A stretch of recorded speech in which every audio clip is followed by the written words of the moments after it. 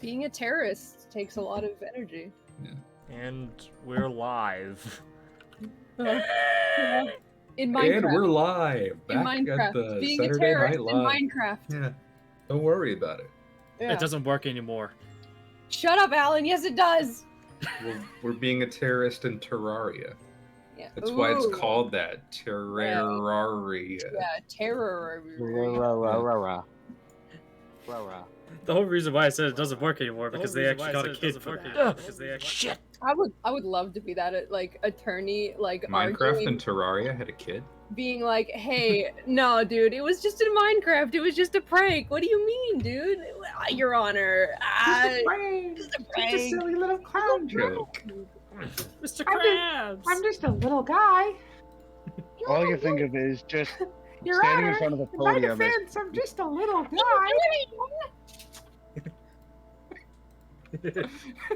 It's already started.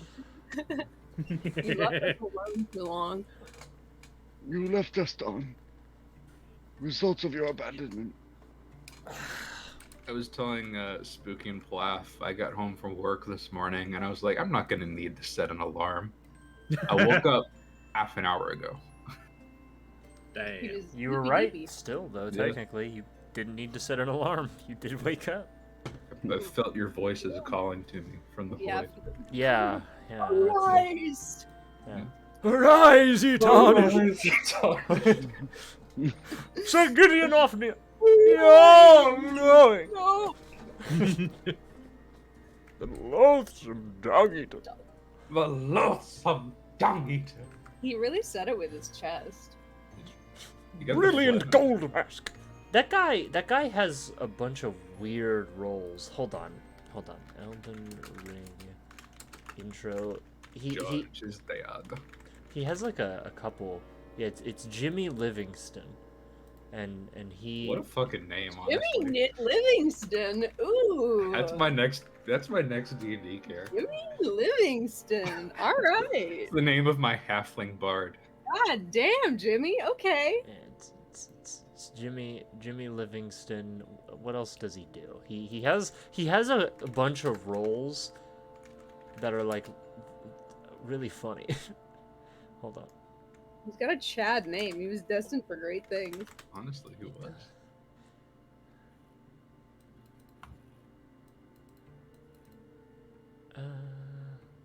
By the way, I fully thought when I woke up this morning that whole talk about like what other fantasy world would we live in was a dream. Like I thought I dreamt that shit. What the fuck happened in the chat last night that you guys were posting pictures of like animal Nothing. spooks? Nothing happened last night. Nothing. Hey, question for you. Do you really want those answers? Were y'all doing Or, fuck, marry, kill again or something? Well, the first part. Not necessarily. No. Yeah, not necessarily. Spooky wanted to know what bosses from Sly Cooper we would smash. Yeah, well, because we were talking about fantasy races, like would you or wouldn't you, and it was discovered that I like people, like human people. Dawn's a little bit more open-minded than me, so we were seeing. So you see how Spooky says that with just such like contempt and elitism. Her whole chest. Yeah, she's just like, oh well, I'm into people.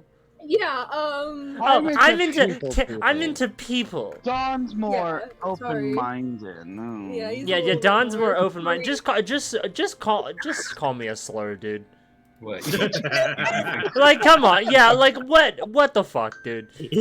Say with your whole chest. Say what you really think want. You're too good I'm to DMing you a slur right now. think you're too good to fuck animals, Spooky? Apparently. Spooky, I don't even know if animals would want to fuck you at this point. Like The That's only fine. confirmed furry in the chat, and Spooky thinks she's too good. For I'm not. One You person use can- me for Yeah, money. yeah. one person confirms they're furry. Now Spooky's got to pay the elite for club. pay. Oh my god! Shut up! The worst thing you've ever said. Spooky talks like she's better than them when she Oh, draws for disgusting. them. That's what it is, though. It is. Spooky, don't talk like you're better. Disgusting. You may not be a furry, but you draw for the furries, so you work for Dude, them. they pay their artists. They respect the craft. The craft that you Minecraft. flew. Right. Whatever, bro. I give Go- answers, all right. Well, you Go- do. I give Go answers. flirt with a human or something. I don't know. It's because I'm insecure because I'm not more open-minded. I wish I was. Hey, but- go. I go didn't get- say go get that. your You're just saying that. human pussy. Yeah, I mean it. Because you also went over the Star Trek aliens, and you were upset with what I said about a lot of them too. Yeah. Wow. Well, you know what? Some of them were like trapezoids, Okay. spider legs. What's the problem? Nothing. God. Some... You trying to circumcise rectangles or something? What the fuck? So limited. Throwback. Whatever. Chat. Do you agree with me? Don't ask him. Yeah, Don't- Chad there's on six- the board there's of 6 1 to 10. people in here. How There's fuckable 6 is it? Yeah, but There's only 7 one of them people. only one of them is talking. Chat. There's Six 6. people. One just left. Yeah. One's like, yeah, Good. fuck this, I'm out. 3. I can get the whole list of all the people here. Let's play the game. No. You open this door again. God. I didn't. Plath did. Plath. Hold the fuck on. Don is scrambling to find someone who agrees with him. I don't need anyone to agree with me. I just don't need to be ridiculed. I don't care who starts the fire. I'm just gonna pour more gasoline What? on it. No matter who I thought it was starts it. 2023. Apparently it's 1984. Jesus Christ. Get shit on. Shut up, Plath. You out of all people, be quiet. What the fuck? Where was that from? Excuse me? What? Shut up! No. Shut up! That's where it was from. Christ. Session's bad. Especially amazing.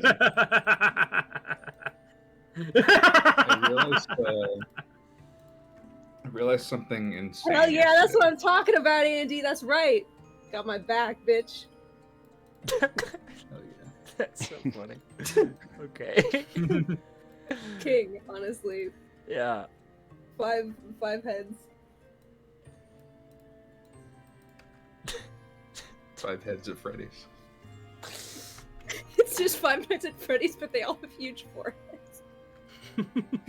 What'd you realize, Connor, before we start? Oh, so what did Mark Zuckerberg like change the parent company name of like Facebook and Instagram to? Meta? Meta and Meto mis huevos en tu boca. Thread. Shut the fuck.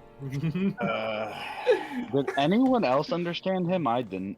Yes. Yeah. You don't need to know what he said. Plath, just say yes. You know. No, I don't want to. I'm afraid. Don't say yes. Shut up, Recursive. I don't want to. Use his username and everything on his ass. God, I don't want to know what he said now. Yeah. It's innocuous. Don't worry about it. Hang on. No, no sé problemos. Just say Ariba and go, honestly. Wasn't that what all the cool people say? Mi nombre es Giancarlo Habanero y estoy aquí para patear traseros y comer chimichangas. Good. Yeah. God. Un agujero es un buen lugar para esconder tus cosas. Every day we stray further from God.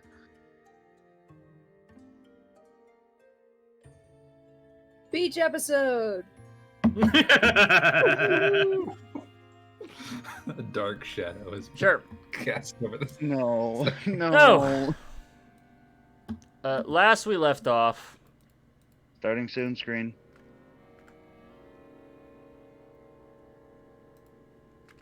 Last we All left right, good off. session, everybody. Our heroes continued their. Actually, you know what? Hang on. I can get a new screen. Hang on. Just gonna be Todd Howard's face. Yeah. Hang on. It's that fucking clip. It's that picture of Jack's face from. It's named Put after. like a his feet. screen cap from Baldur's Gate so people think that's what's happening and they like click in. Hang on. We're playing the we're playing like the analog version of Baldur's Gate Yeah, right now. action Baldur's Gate. Hang on. I know a lot of people that aren't watching streamers playing Hang it on. because they want to play it and have no spoilers. So, alright, so here we go. All right, so last we left off, we're not on the starting soon screen. We're on our favorite character from a very good movie. Yeah. No, God. Hey, if you know what movie this is from, you got good taste. Alright, I'll go here. We need to introduce our chat to the devil's son-in-law, I think. No, we can't. Oh. No. As soon as we do that, we're never going to be able to stream again. Play the fucking game. Last we left off. Yeah. What was I talking about? Last we left off, our heroes continued their exploits in the City of Argents Bay. You met with blacksmith Elia Tumarin, who is now making 2 items out of the blood iron chunk, as well as offering to help work on Zay's shield, if he's willing to get her the necessary components to reforge it. She said something about needing some really, really cold magic to counterbalance the incredible heat of her forge so that she can properly temper it and so that it doesn't come out all lopsided. The gang also learned that Lady Rowan Corsa, Archmage of the city, might be in need of some adventures in the coming days, something potentially related to the big falling star that just fell in Argents Bay's dock, or harbor. Other than that, gang didn't really do much, sort of fucked off and fucked around, and it's now, I think, officially your 3rd day in the city, and you all, well, you guys can start your day at the beach if you wanted, because that's where people want to go. Yeah, could we already be dressed up in our like swim shorts and Yeah, you guys have geared up. Zay's walking down the street in flip flops. Yeah, you were walking down the street in flip flops. It's a nice summer day. It's great.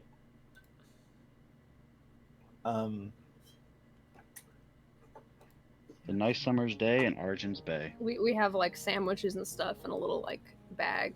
Yeah. Doesn't We'll Henry give Brody have a the job little to go like to? picnic basket. Not till the afternoon. Yeah, you guys go to the beach during the morning. You would head to North Town, the north side of the city, and you would head to the part of the Great Harbor where you may. Yeah, you go to the beach. It's not super busy. It is a work day of the week. The only people who might be here are dumb, scraggly children who are like throwing rocks in the water and whatnot. Can we and like throw rocks at the kids to shoot them? Yeah, Wow. roll an attack roll. Wait, no. What? Roll an attack roll. Yeah. Yeah, attack roll. The kids fall over dead. Okay, so you toss a rock. You like throw a rock. Jesus, and- Ferrex. Ferrex, you roll damage. No. This is not how we get. This is not. It can how be we get non-lethal, this- sure, but roll damage. All right, so Oh you my God. careen a rock into the back of a kid's head. He instantly goes unconscious and is swept up by the tides. He's gone. Can I do anything to stop this? I mean, how fast are you? I think I have Ferrex like instantly 30 feet sprints of over and he's movement. like, fuck. Yeah, Zay's rock goes wide and he's like, oh shit, and then he sprints after the kid. All right. Yeah. So I will say, as a collective group effort, you do wrestle the kid from out of the water. He is unconscious. He's splurting up water. All right. I fixed him. Ferrex runs away. He's just panicking. Nope. All right. Ferrex goes hides in the bushes. I fixed the child. All right. You fix the child, and the child's like, "Oh, what happened? You tripped. And you Oh, hit your head on the we were rock. just skipping rocks." Yeah, you tripped. It was weird. You should go home.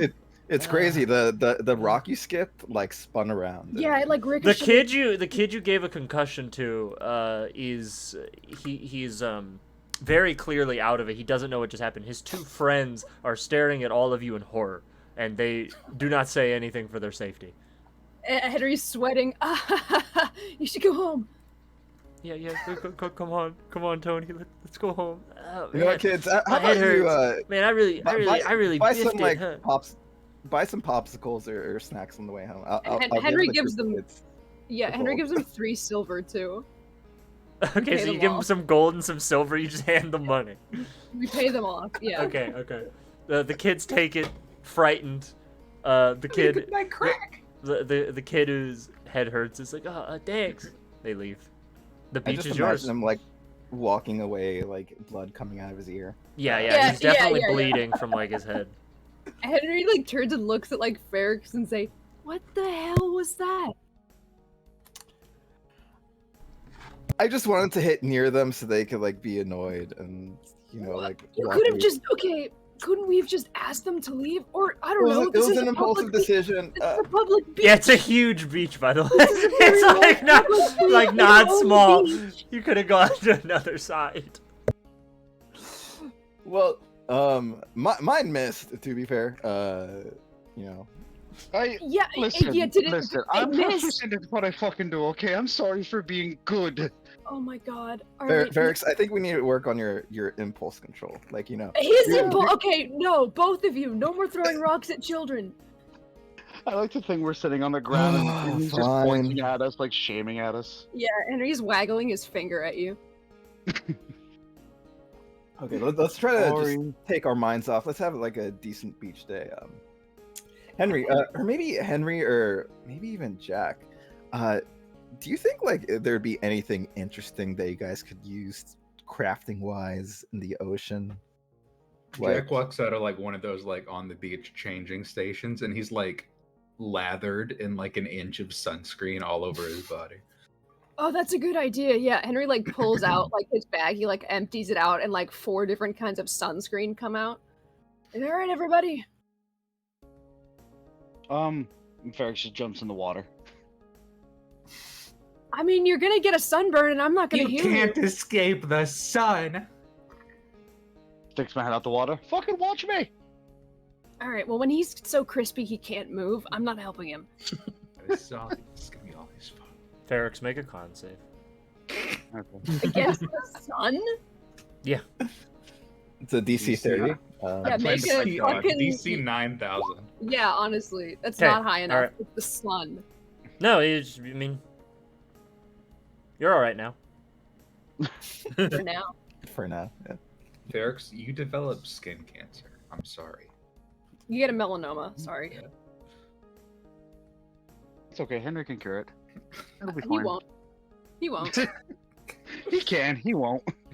Henry gets out the beach towels and he starts like fussing with them and laying them down and like putting sand on the edges so the towels stay straight. I see like some guy walk by our spot, just crispy as fuck, and I'm just like, okay. You're gonna get hot dog skin. I know, I'm putting it on. A roasted chicken walks by. Yeah. Roasted chicken of a man. We man, look so over and there's a hurt. bunch of like rotisserie chickens and Henry's like, those used to be seagulls. Alright, I buy fucking it. get it.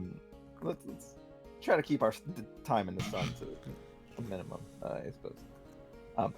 Like I was saying, do you think there's like anything valuable in the ocean to again? So the rock fell in the bay. That's kind of a swim away. I've been wanting to like kind of swim, to see what's down there. I've never been in the ocean.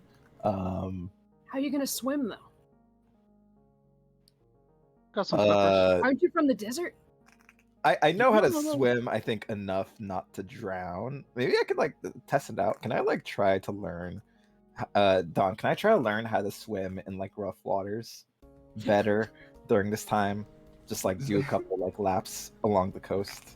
I mean, Zay you have the steps in free- like an inch of water and he drowns like Sonic. Okay. So what you're trying to do, I is- want to test to see if how bad of a time I would have if I were to swim out further into the ocean to do the thing that I want to do. Okay. Are you just kind of testing your swimming capabilities? Yeah. Well, you don't have a swim speed, yeah? No. That's fine. Just roll athletics. Okay.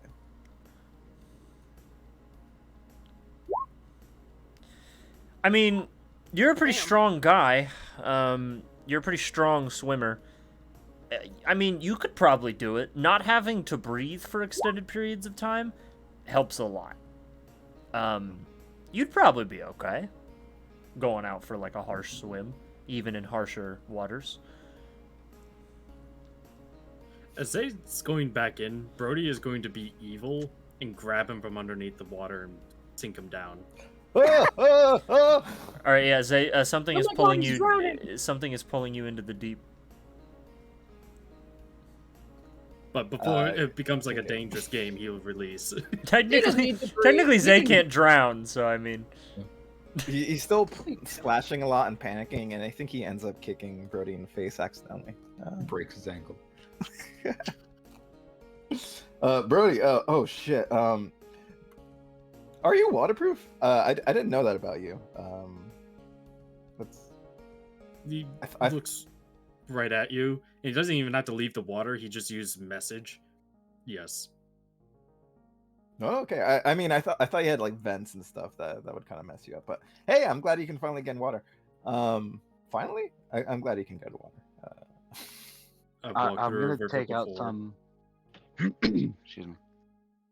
I'm gonna say Thurix takes out some spare, like, it looks like just spare like leather, like, oh god, what, like, he basically takes out makeshift flippers.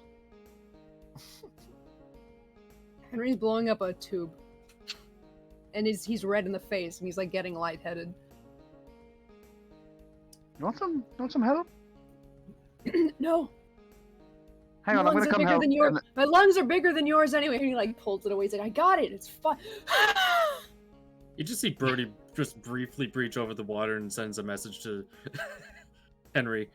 You do not have the lung capacity. I do have the look. Shut up. And he's Why like don't you turning away ask- from everyone. I got it. It's fine. Henry, just ask Zay for help. He's No. literally air. I can blow up my own tube. He's like got it in his mouth. I'm going to blow my own tube. I think his gust would work better. he has unending breath. No. It's fine. I've almost got it. Bro literally is full of air. Yeah. Hot air.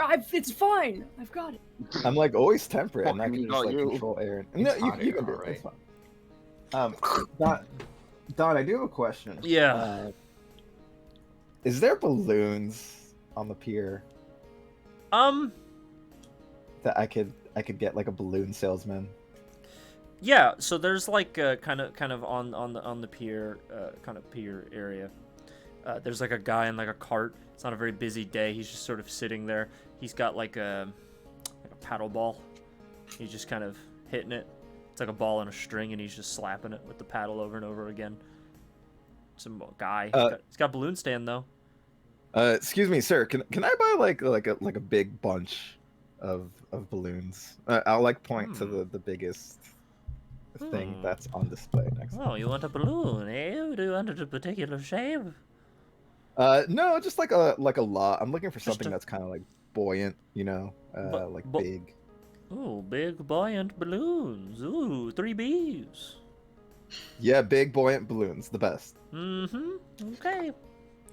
I can get you that real quick. He never stops paddling. But he does fill up. Because he puts the balloon on like the end of a little nozzle, and then he goes to like, it's like a bellows. Like those things they use in Smiths to heat up the fire. And he just jumps on that for a while. He gets a big balloon. He gets a real comically sized balloon. Okay, cool. Here you go. Yeah. Thank you so much. It's Yeah. super helpful. Yeah, with 3 copper. I'll drop 3 copper. Thank you very much. Twists the balloon to look Hey, like Zay. you and your friends need any more balloons? I'm right here. I'll be sure to send them your way. Yep. The best, most buoyant, bouncy balloons in the bay. Yep, damn right. Okay, cool. I'll walk back towards the coast. I guess I'll just approach the rest of the group. Hey guys, I got this big balloon. I'm gonna tie a big rope to it. I'm gonna dive down, and so you could always like see where I am because I'm gonna tie myself to the balloon as I dive. I could walk on the bottom of the water. Can you actually? I do not Okay. require air. Oh, you don't require air. Okay, Brody, you can come along if you want, but the game plan for me, I was looking to swim out and dive onto the site where the meteor hit. I don't know if they got like all of it. I want to see what's up. I basically just want to get more information as we try to possibly work with the lady who has this meteorite, basically. Yeah, how's that sound, Brody? Are you gonna That could dive work. in with me? Just know I will sink like a rock. I will not float. Okay, well, we'll be partners, and then I could swim down. And yeah, I'm gonna use all 50 feet of my hempen rope on the balloon Okay. and swim out towards How the much do you site. weigh? And 200? 200 plus? Hmm. Okay. Okay. Pure muscle, 200. Okay. Brody would also give you another 50 feet of rope. Okay, hang Hempen on. Rope. Hang on. I have to do a small bit of math. Calculating the exact depth at which your skull will be crushed like a pancake. All right, 13 times 15, that's 195. All right, just short. I was calculating whether or not the balloon was just going to lift you up into the sky.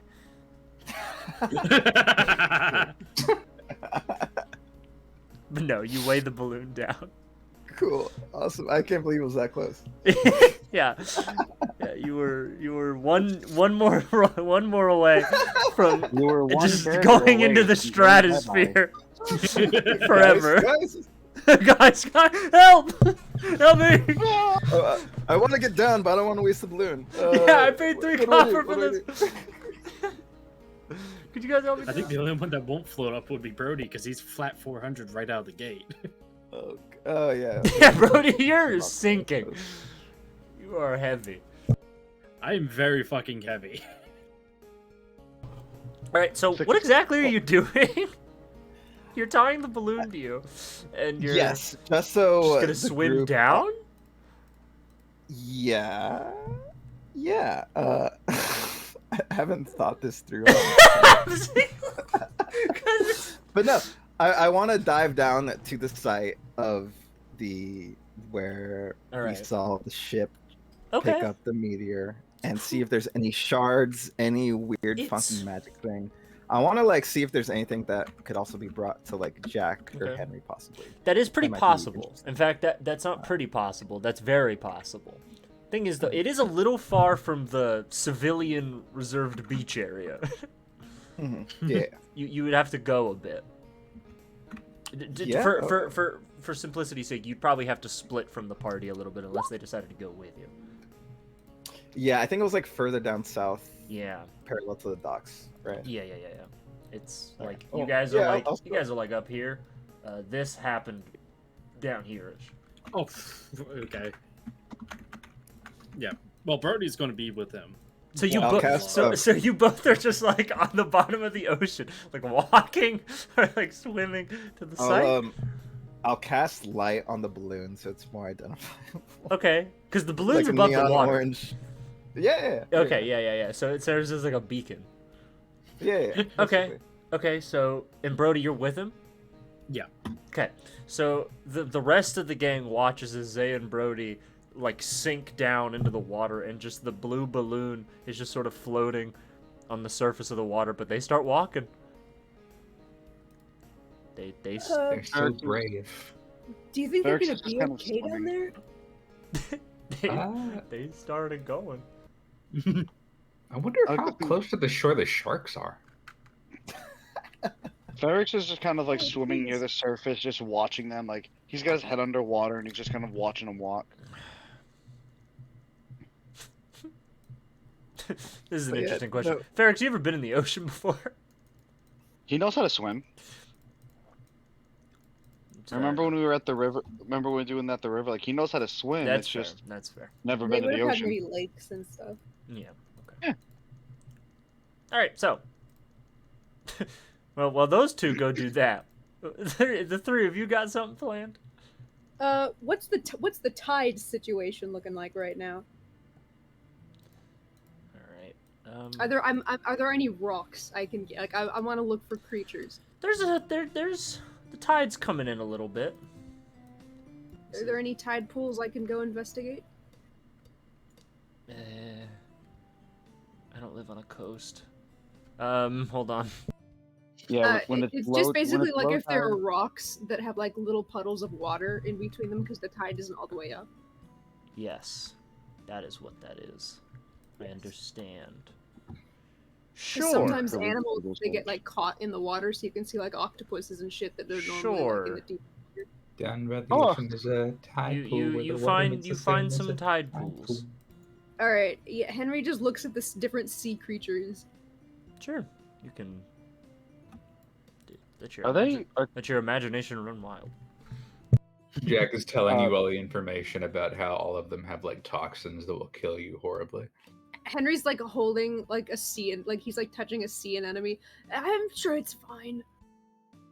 Oh, that Can, one. That one's really bad.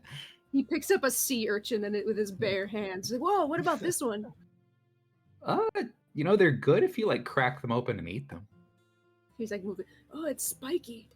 Henry's gonna find the one that looks like a dick. That one that fucking Oh yeah, the spits out at you. dickfish. Yeah, we got those. We got Yeah. those in California. They wash up sometimes. But speaking of sea creatures, Don, would I be able to find like just swimming about, like, I don't know if there'd be like any, like dolphins, seals, anything like that, like the larger sea creatures that hang out by the coasts.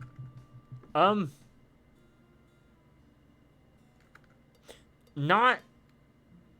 Not I mean, you'd have to swim kind of far. I mean, they're not that far, but also they're not exactly keen on people. Well, I Yeah. know sometimes there'll be like dolphins that'll swim in bays or near the bays. Yeah, sure. You you can, if you want to swim like 200-300 feet out, you could probably Yeah, find he'd a be dumb enough dolphin. to- He'd be dumb enough to do that. Why not? Yeah, sure. You start going out. You won't see And Ferrex start swimming far out. Ferrex gets all the way out and sees a dolphin. He looks back. He realizes he can't see the shore. Yeah, you can find a dolphin. Probably. It's Can I swimming, try- like, making dolphin first- noises. 100% he's gonna try to befriend the first dolphin he sees. Make animal handling.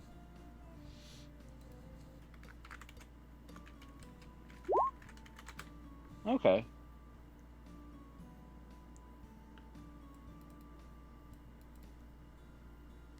Okay. What if there's a party of dolphins that has our exact personalities? Holy shit! Yeah, you This see is the first time they've seen the shore. This Yeah, is their you- shore episode. Yeah, you see the dolphins. Seems inquisitive about you, but it seems happy enough. It squeaks and squeals with excitement. Doesn't seem I was to, gonna doesn't use seem to hate speak with you. animals, but I won't do that to you this time. Do whatever you want. No, he'll probably just like try to like swim like not with them, but kind of near them and try to just hang out with them for a bit. And then he's, like you said, realizes he's way too far out. Sure. Yeah, no, I mean they're fish. They swim around. They look for other fish to eat and stuff.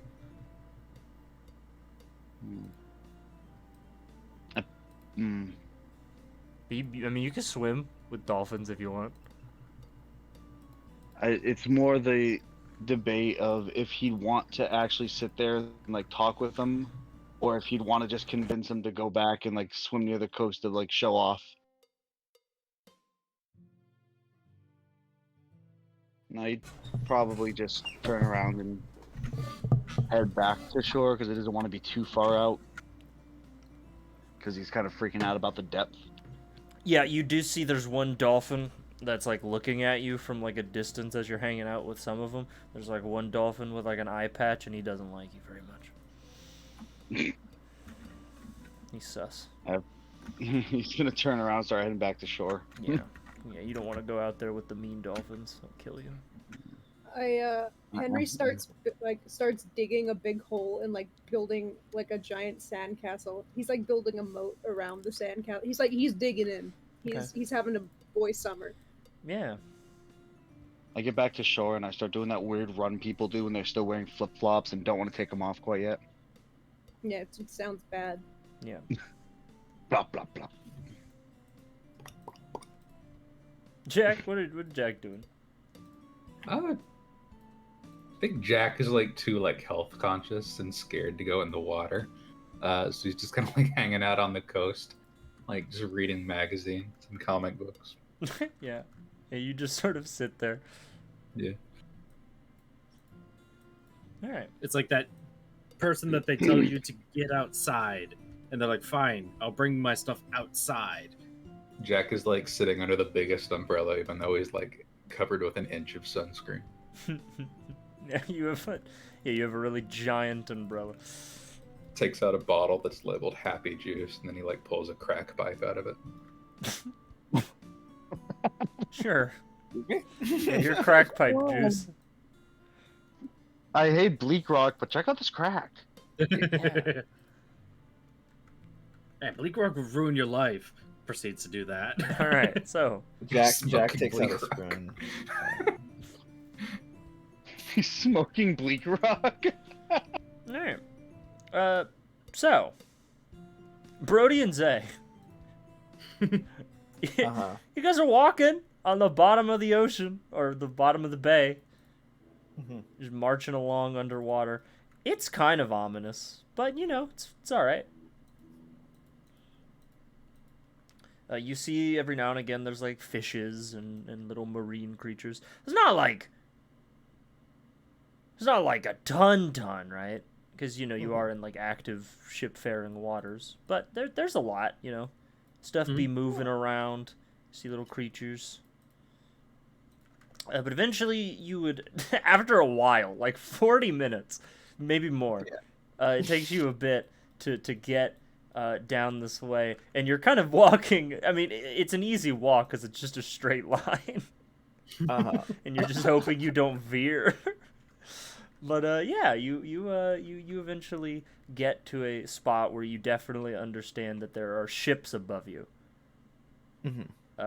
So it's a little ominous walking under the shadows of these massive sailing ships. Every now and again, you feel the need, like you have to maneuver your balloon, which is on the surface of the water, so that it doesn't like hit anything. But I mean, you're all right. You don't think anyone pays you any mind. You don't really know though. Zaya shakes his fist at each nearby boat that comes close to his balloons. yeah. They don't know you're down there. But yeah, you and Brody just be walking, until eventually, you do see something with a faint glow deep at the bottom of the bay, about 100 feet down from where you currently are. Which I would argue at this point, you're like 40 feet down from like the top of the water. Okay. And this portion of the bay is like 100+ more feet down. So it's like a 100-foot drop, or it's 150 feet from the surface. Yeah. But you do That's see good. a faint glow, and it's quite large, like very, very big. In fact, you see what's kind of like a massive shell, like an egg, not quite, but and it's cracked and broken down the middle and the center. Mhm. And Do I get the impression that they cracked it open to get to whatever it was in the center? yes, it seems like that was the case. It seems like there's like a big sort of section that was there's like a big hollow part in the middle that seems like it was carved out. But you notice the shell of whatever this was is made of ice. Oh, interesting. it seems almost like it's like as you even if you were to swim closer, I don't know, do you? Yeah. Yeah, as you guys start to swim closer and get even deeper and deeper, you start to notice. Hang on. One moment. As you get kind of to the bottom, you would notice the water temperature gets way colder, like way colder as you get closer to this giant ice case, as it were.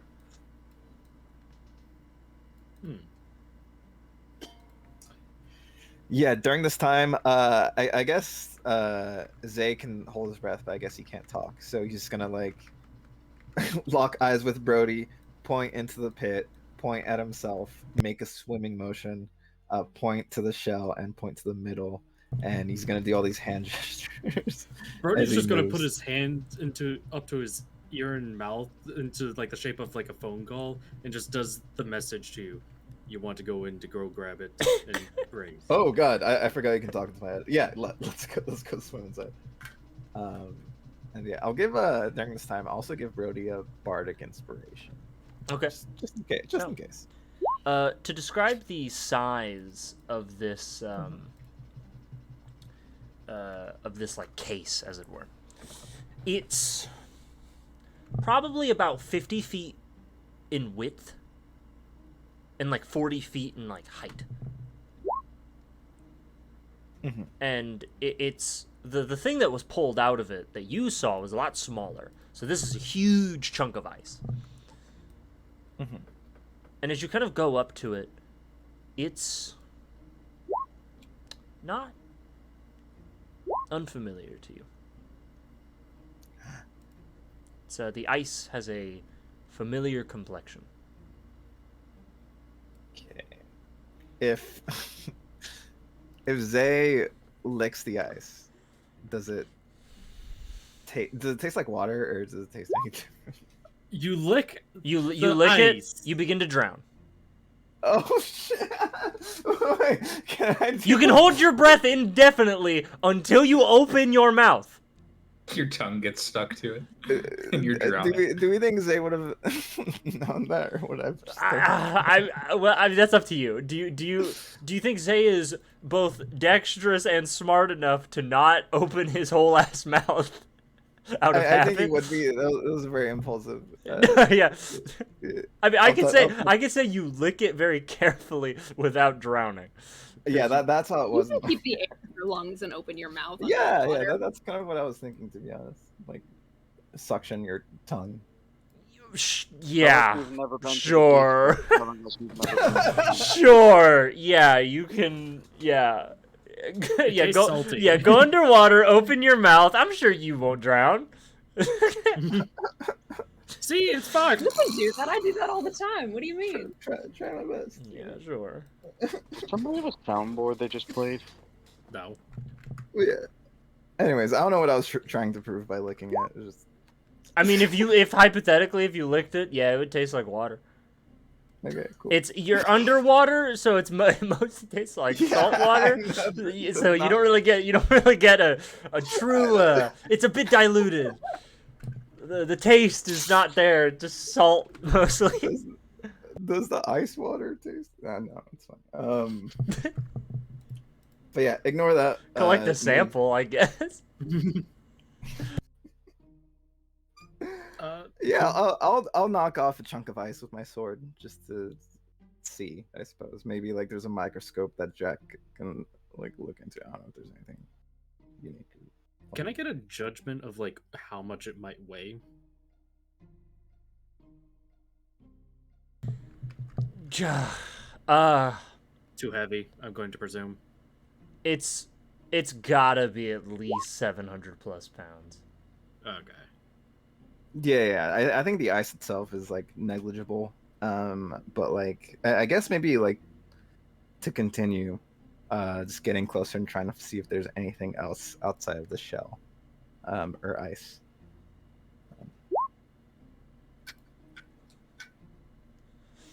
Brody might Okay. actually try get a chunk of it, like a bigger chunk than normal for You're- the. Trying to get a chunk.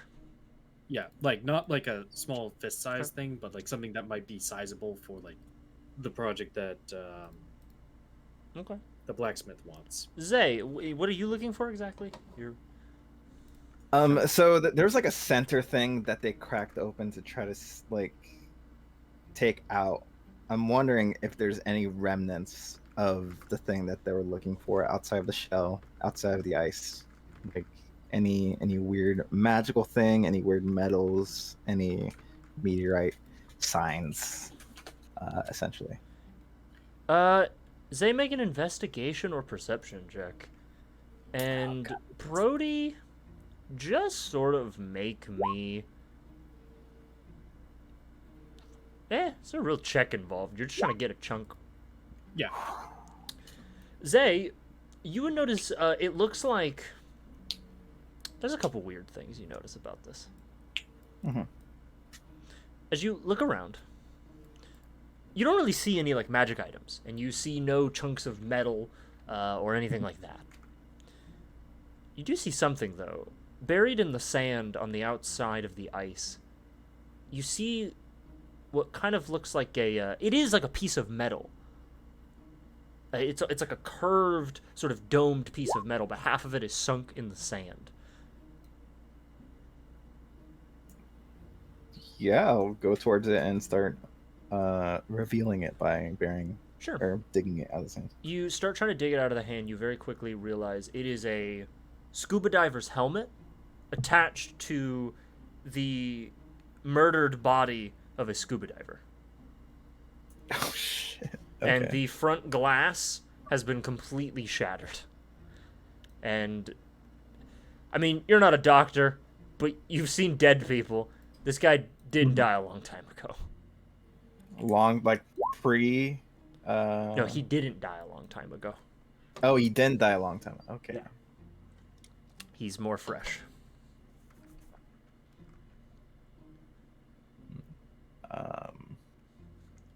I do think this body might be worth taking up to the surface. Brody, Yes. you start hacking away, and you get about. I mean, I would say you want a sizable chunk. You can get a sizable chunk. You probably get like a 6-foot long, 100+ pound chunk of rock, if you really wanted. Yeah. You could reasonably carry it just on your shoulder. Yeah, because I have Brod3, so it lets me carry even more. Oh yeah, you fucking carry a bunch. Yeah, you have this giant chunk of ice now that you've carved out of this rock. But both of you feel the water stir. You feel almost like a current forms as the chunk is taken out. Wait, what was it exactly that we felt moving? Just in general. Just... You feel the water almost like rush around you. Almost like there was a momentary jet stream. Okay. Brody is going to try to anchor himself down to prevent being sucked in, because I'm assuming it's going to be an inward pull that he's feeling. It's inward, and it seems almost like it's slightly circular, centered on the shell.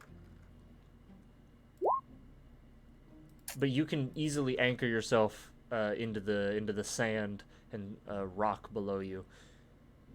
Yeah, I'll grab onto Brody too as well, as we're to avoid falling off. You grab onto Brody, and the two of you notice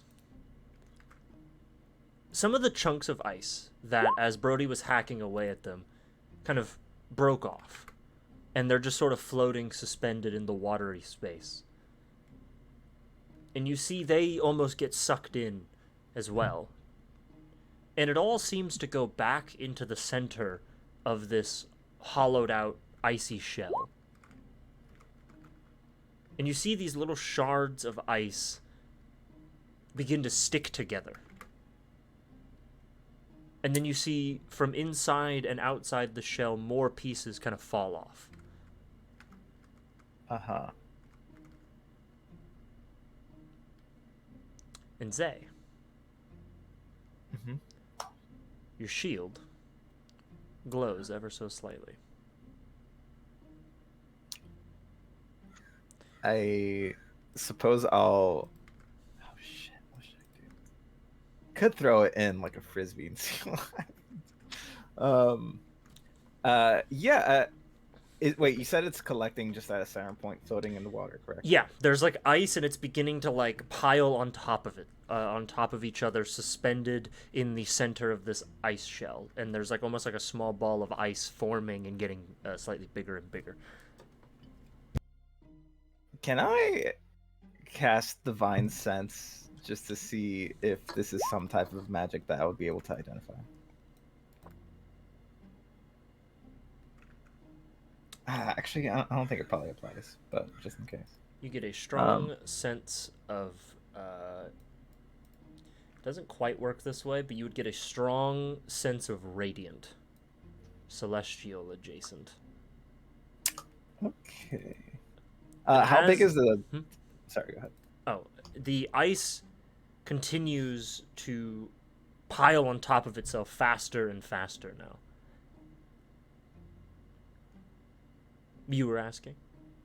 No, I was asking what is like the approximate size of this as it's growing. It's getting bigger, and at this moment in time, it's about the size of a guy, but it's getting bigger and more, and it's getting faster, and the jet stream of water that is sucking inward is now getting more and more violent. I will need you both to make strength saves. Okay. Brody, you make this with, I believe, advantage because you've rooted yourself. All right. Okay. Oh, ignore the plus. Okay. But You I'm have- going to use a bardic inspiration to pray to God that it might help me. Okay. Take the number on the left, so 7 plus 6. You both rolled 13. That is enough. You both are able to root yourselves, holding on to each other, in the sand as the water around you begins to swirl and swirl and swirl, until eventually you see a shape start to actually form from all this ice. Mm-hmm. You see something made almost entirely of the ice, but then as it takes form inside of the ice, it like darkens, and then you see small little white specks. You see a creature. It's almost like this creature is made of glass, and inside the glass capsule that is its body, inside of it, its internal organs, its internal faculties are a cosmos. And you see it takes the shape of almost like a large snake with 2 front arms. And as it begins to take form, it is very big. Mm-hmm. From head to tail, it's 35 feet long. Jesus. And it begins to kind of wrap itself inward. And it's hard to tell because it's made of ice, but it's almost like it's sleeping. But then as its creation finishes almost, it stirs, and then you see it has these large lizard-like eyes on the sides of its head. And they open, and they look directly at the two of you. Zay waves. You wave? Brody wants to get the fuck away now. Because big snake does not equal fun times for big metal man. Its head is less like a snake and almost more like a salamander. Uh-huh. Its body is like that of a snake. And it is a reptile build. Yeah, it's scary, yeah. Big. But it looks at the two of you. Mm-hmm. It's almost like looking at you from inside the broken shell. Okay. And you see it kind of like stir in the water and realign itself. As it's like looking at you guys through the ice. Uh-huh. Um, Can I discern if it is intelligent enough to comprehend a language? Insight. All right. how dumb does this thing look? Hmm. I don't know.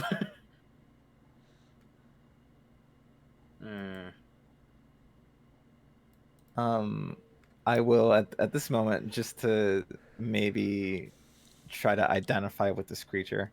I'll cast light on my shield just to make it glow, so it's obvious. I'll kind of make a little motion to, like a friendly motion, just to be like, see here, like, you know, it's Okay. there. Make a persuasion check. Okay, I'm decent at these. So, you know. Okay, never mind. Mm.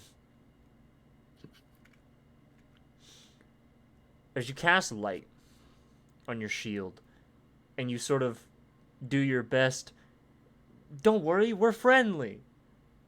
Mm-hmm. You realize the creature's eyes widen and they almost dilate as they fixate on the light from your shield. And the creature lets out a low hiss as you see the ice on its back sort of begins to spike, almost like the spines on like a... They almost like spike upwards. And it reaches one of its big fucking claws and it smashes directly through the ice that separates you and the creature. It's going to make an attack roll against you. I need both of you to roll initiative. Sure. Yeah. Unfortunately, Okay. No. it instantly took that as aggression. God damn it, Brody. Can you do anything good? Okay. Cool. Oh God. Okay.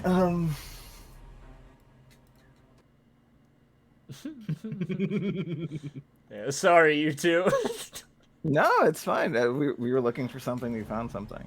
We didn't think there would be a magical creature of ice. Yeah, that's fair, though. Like, if we knew there was a magical creature, we would be bringing other shit with us. Hang on. Let me get you two ding-dongs in the initiative. Sorry to everyone else. You have to watch these two get beat up. No, it's fine. I'm in my mind's eye. I bet hear they're you building having such a fun time together. Yeah, honestly, I think it's nice that they have some time to bond and like relax. We've been really stressed lately. Mm-hmm. Yeah. Looks Henry and Fergus are making a sandcastle right now, and Yeah, Jack's like reading a book, like just sitting under an umbrella. We're like relaxing and like having iced tea. Like, yeah, I bet they're having a lot of fun down there. Yeah. All right, it's the super salamander's turn. Sure. So, yeah, it's going to attack. Yeah. No, that's fine. It's going to attack Zay first because you have the shield. 17 to hit. Miss. As it slams through the ice, crashing it, the ice scatters all around the both of you underwater. It hits your shield, and you just sort of block it as you feel the massive weight of this creature's claws behind it. This thing's not fucking around. And then it is going to make an attack against Brody. What are you going to do? No, I was gonna say with my reaction, I'm gonna use the shield to attempt to blind it. It's a DC 13 Wisdom save. To try to like flash its eyes. I don't even know if it's gonna be effective since it's. It unfortunately rolls a 16 as the blinding light. It like almost blinks in time with the light, and it does not seem effective. Okay, cool. Brody, it's going to attack you. Okay. It's 2 of 3 attacks. That is a huge miss for the salamander. For once. Yeah, as it swings at you and it misses, and it almost like dives between the two of you as it swings twice and misses, and then it comes back for a third attack and then it is going to. It will just probably attack Zay again with a Sure. bite. 10. Cool. You are easily able to sort of like. It's kind of awkward because you're fighting underwater and you've never really done that before, so you just sort of like Yeah. somersault out of the way in the water. Uh huh. Okay, cool. All right, it is your turn.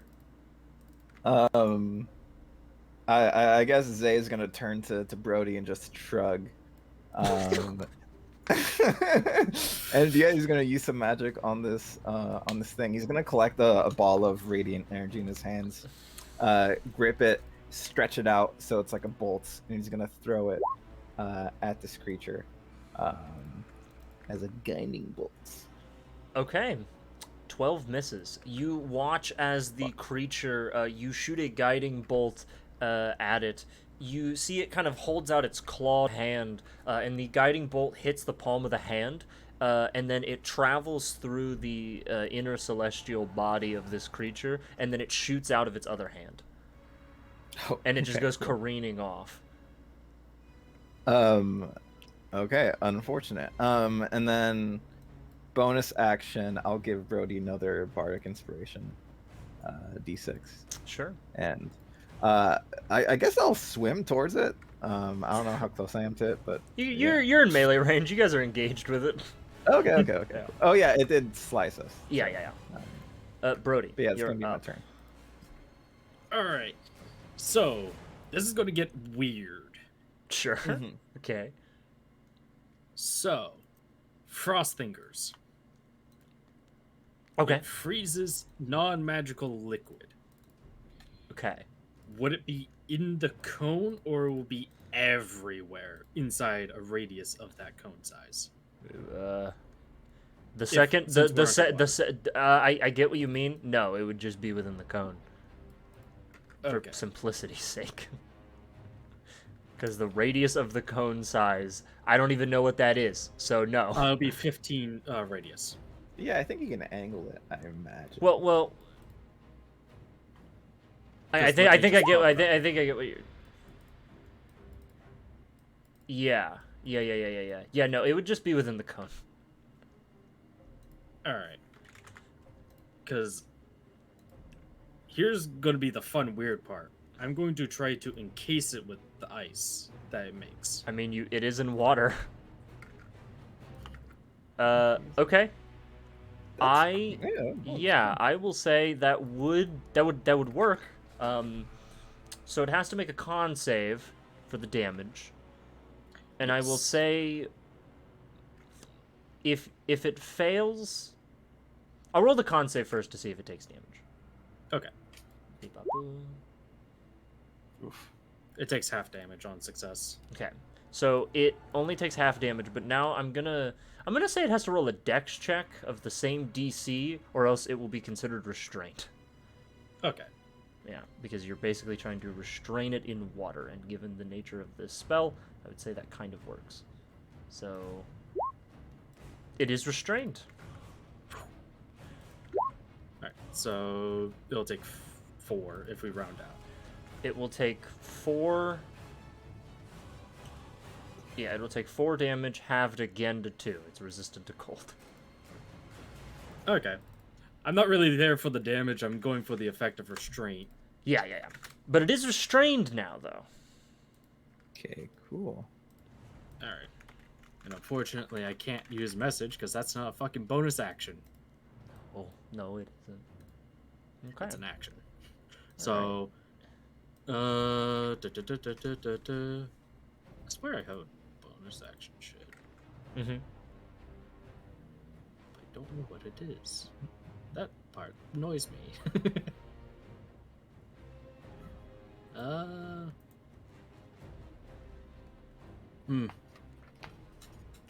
Well, I got nothing on that, so Brody would try to get Jester to Zay to run, because we don't want to deal with that in the water. But I don't know if Zay is going to be observant, because obviously sound doesn't travel. Yeah, I don't know. We'll see how it is.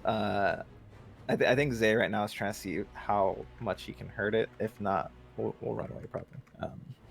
Okay. Because I'm assuming the two didn't really. It tickled it, probably. It does not look like it's that affected. Okay, cool. Yeah. All right. So it is its turn. I am going to say this thing does not want to be restrained. It is the last thing it wants to be. It is going to try and make a strength check to break the ice around it, and it's going to use its action to do so. Cool. Meets it, beats it. Meets your DC, it beats it. So it does destroy and break and rip the ice off of its form. And it once again lets out a low, rumbling hiss beneath the waves. That is its turn. Cool. Isaiah, you are up. Yeah, he's gonna walk up. He's gonna slash at it. He's gonna attempt to booming blade. Slap this dude. Does a 14 hit? Unfortunately, it does not. Yeah. I mean, I was gonna ask if we would be flanking, but I don't think we would know about that. If you wanted to really try to maneuver around it, I guess you could say you're flanking it. Yeah. Could I have? Yeah. I'll get up close and attempt to do that. Sure. Sure. Yeah. Sorry. Yeah, you hit. Tough to say. And I'm also gonna do a level 1 divine smite as I hit this guy as well. Okay. Being very generous, and it gets you a nat 20. It's fair, it's fair. It's okay. Yeah, no, absolutely. Roll up. 4 double to 8. So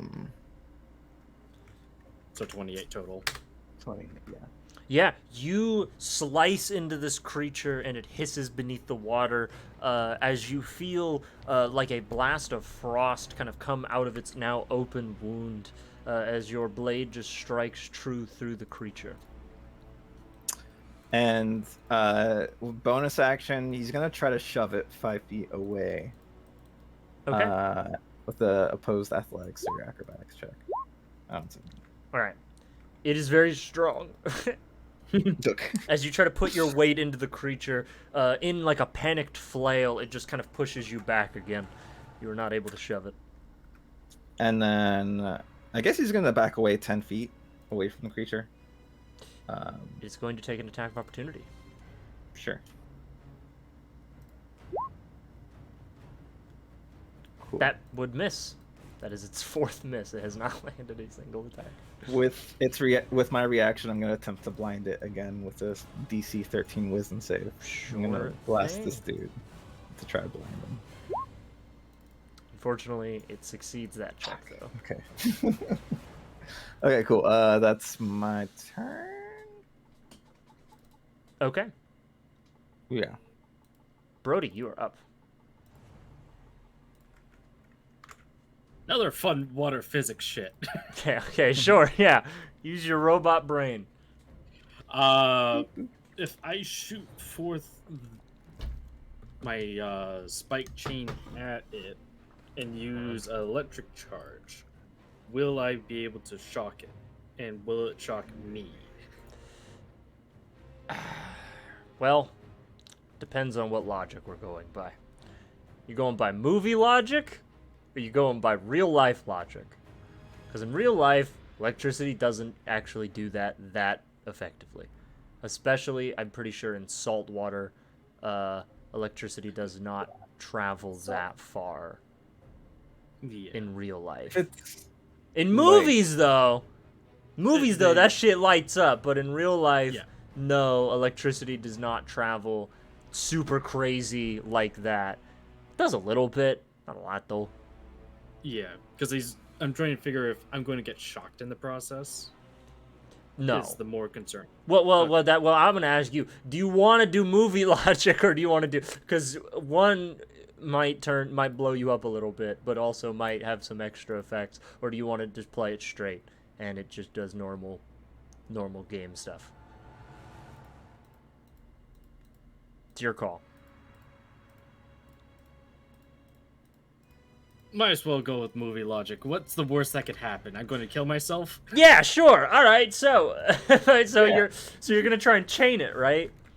Yes. All right, so you have to attempt to grapple it first. Chain this Yes. bitch. So. You gotta beat 15. Oh, okay. You do not beat a Oh. 15. You go to wrap your chains around the massive, massive creature, and unfortunately, it just slaps the chains away. Alright. Unfortunately, that is it. It is this thing's turn. I want you both to make an insight check on this thing. Sure. Do we get the sense that's like feral and trying to protect itself, or it's actually like hunting us? Brody, you don't know what the fuck this thing. It's a big monster, and it's gotta die. Protocol. Bunga bunga. Yeah, protocol like 112 subsection B. Fucking kill it. You don't know what it is. End it. yeah, fucking kill this thing. Zay, to answer your direct question, which is good that you asked because you rolled really high on it, it seems panicked. It's lashing out, not out of like a malicious instinct, but as like a reactionary instinct. Yeah, I did hit it pretty hard. It seems like even at the start when you showed your light to it, it took that as a sign of aggression. Oh man. And there is an inherent amount of fear that you sense. It is its turn. Uh-huh. Zayd is going to charge you because you just fucked it up pretty good. Yeah. The thing is, like, it has a swim speed, so I imagine like if we try to run away, it's probably just gonna. 14. Well, we Miss. have half movement. Because we are not Yeah. proficient. 24 against Yeah. you, Zay. Yeah, that's a hit. Yeah. You do take 15 slashing, Okay. and it hits you upwards. 15 feet. Brody, it swims out of your reach. It is going to continue chasing Zay. Oh, shit, You do get okay. to make an attack of opportunity. Well, if it's going to give me the opportunity, I'm going to try to spike it. Yeah, Yeah, like his ass. that hits. For 8 piercing. Woo. Halved. No, it's not halved. No. It's just 8. Yeah. I'm reading this thing's stats. Oh, hold on, let me see. Because it moved. Let's see. You do have Blade Booming goes Blade off. up, don't you? Yeah, it takes a D8 of thunder damage. Yes, it does. Roll that thunder damage. As there's like sort of like a rush of wind around it, and it does take a bit of an after slash. 3, not bad. It's gonna attack you a third time, Zay, with its claws. Sure. Nat 1. Nice. Rolling poopy. Yeah, it misses you again as it's now kind of sending you up in the water. Mm-hmm. It's your turn. God, I feel so bad hitting this thing. But, yeah, I'm gonna attempt to hit it again with my sword. Booming That blade. hits. 6 damage off rip, and then 2 if it moves. And then I'm gonna shove it 5 feet back with a bonus action, at least attempt to. Sure. God, I'm rolling so shit. But it rolls worse. You are able to batter it, backhand it with your shield in the face as it does sink deeper into the water 5 feet. It's actually And- now within Brody's reach of his chain. Oh god, okay. Yeah, because he's got 10-foot range, and now it's within 10 feet of him and 5 feet of you. Or 10 feet of you. Okay, and yeah, I guess I'm gonna stay put. I won't. Yeah, that's gonna be my turn. Brody, you are up. Are you fucked up enough that you need healing? I'm good for a little bit. All right. So that answers that question. Another question. How fucked up is fucked up with it? Oh, wait, is the creature looking? Yeah. Not great. You guys have fucked it up. Pretty decent. It's not like gonna die anytime soon, probably. But you've taken it. You've chunked it. Well, might as well go for some guaranteed damage here. Magic missiles. Yeah. As a salvo of sonic spikes essentially come shooting out. Yeah, you fully Iron Man, like, shoulder rocket. Boo, boo, boo. Do you want me to roll 3 times, or we're just going to take that as the roll for all 3? Yeah, you gotta roll 3 times. What the fuck's wrong with you? What do you think this is? Oh. You just want to take max damage? That's not max damage. The first one was. It was 5. Oh, wait, it is. Yeah, my bad. And you already got it twice. I respect the question. I respect it, you cheeky bastard. Yeah, that's Yeah, 12 damage. Yeah, you wanted more? Okay, Maybe. Piece of shit. Well, the thing is like, for whatever reason, my mental thought process was the plus modifier was my casting modifier. I understand. Okay, it looks hurt. Not that bad, though. It's its turn. It's gonna move. And it's gonna hit Zay. Sure. It does take 2 thunder. So it moves. And it misses you with that attack. Misses you with that attack. And it misses you with that attack.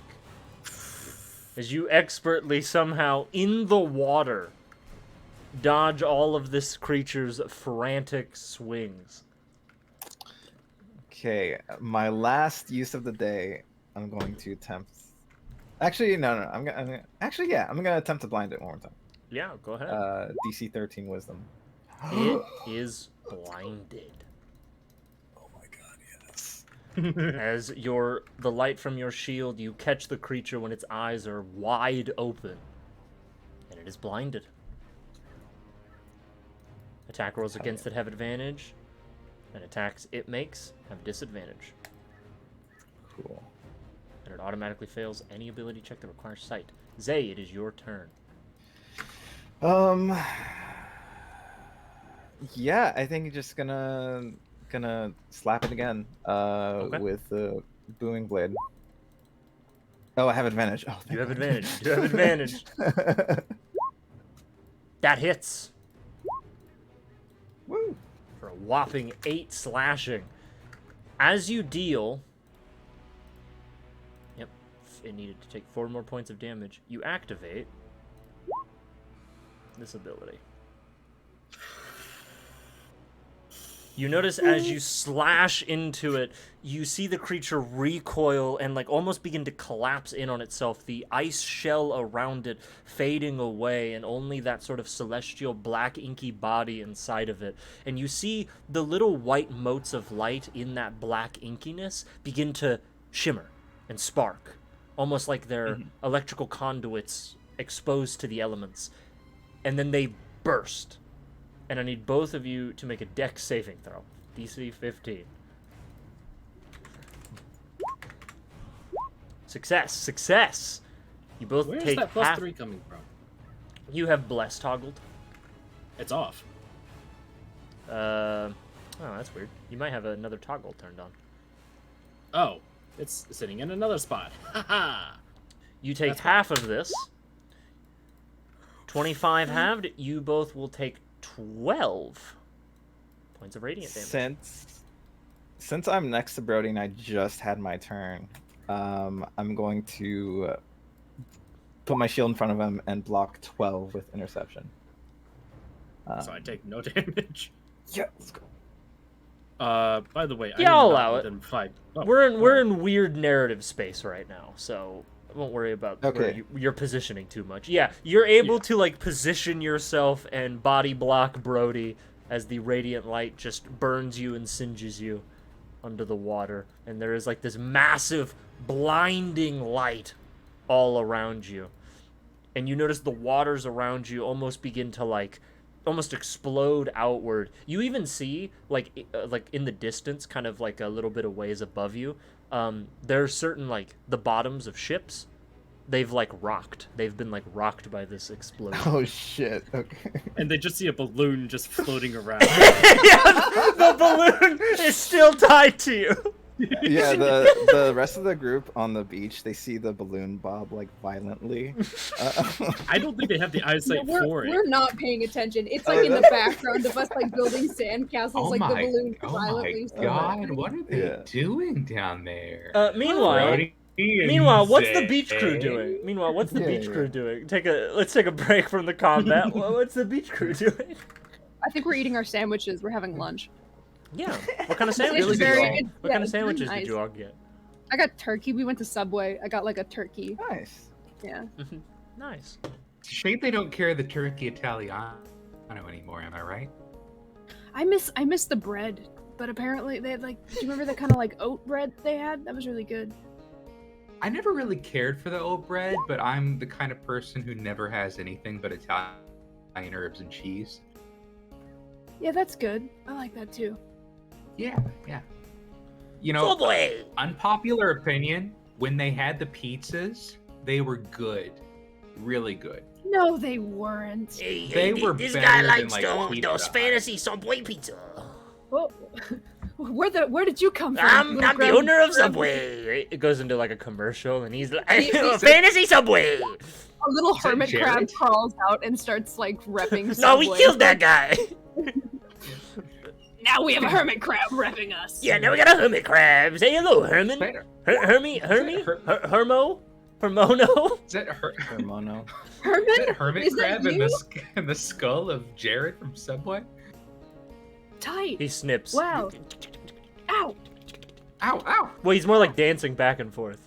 He clicks Oh. his claws and I like his. I like that. I like your funny dance, little He crab. goes back and forth. Yeah, the skull of a bad man sits upon his Yeah, fuck that carapace. guy. Yeah. Anyway, this is really nice. That was wild. I didn't even have to speak with animals to talk to that one. Yeah, it was weird that the hermit crab can talk. This is a really nice beach. I'm having fun, guys. This is a Yeah. good day. Yeah, I'm so glad we came It's here. relaxing. Me too. This is relaxing, Ferrix. We needed this. We We should do like this more often. yeah, we like clink by the way- iced teas. Back to the gang. Jesus Christ. So you two are fighting for your life, Brody. It's your turn. Zay is dying. I could probably survive for one more round, or I could heal myself. If you want to keep on doing so. I can take Just- care of myself, I think, for one more round. Yeah, because I am not potent on healing, just to let you know. But I That's need fine. to know ahead of time so I don't burn my shit. No, I think you can do your thing. You also still have Bardic Inspiration, too. Yes. But that doesn't apply to healing. Yeah, it depends on what you want to do, but yeah. I have Lay on Hands on myself still. I have a spell to avoid getting hit, so. Okay, it's your turn, Brody.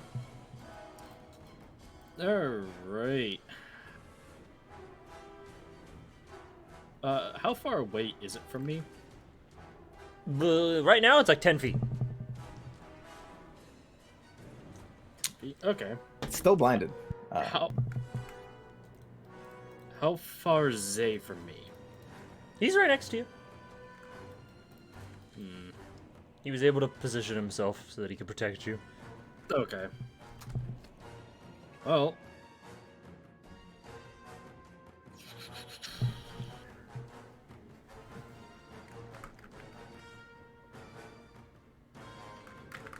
Well, might as well since I didn't prepare any other combat spells.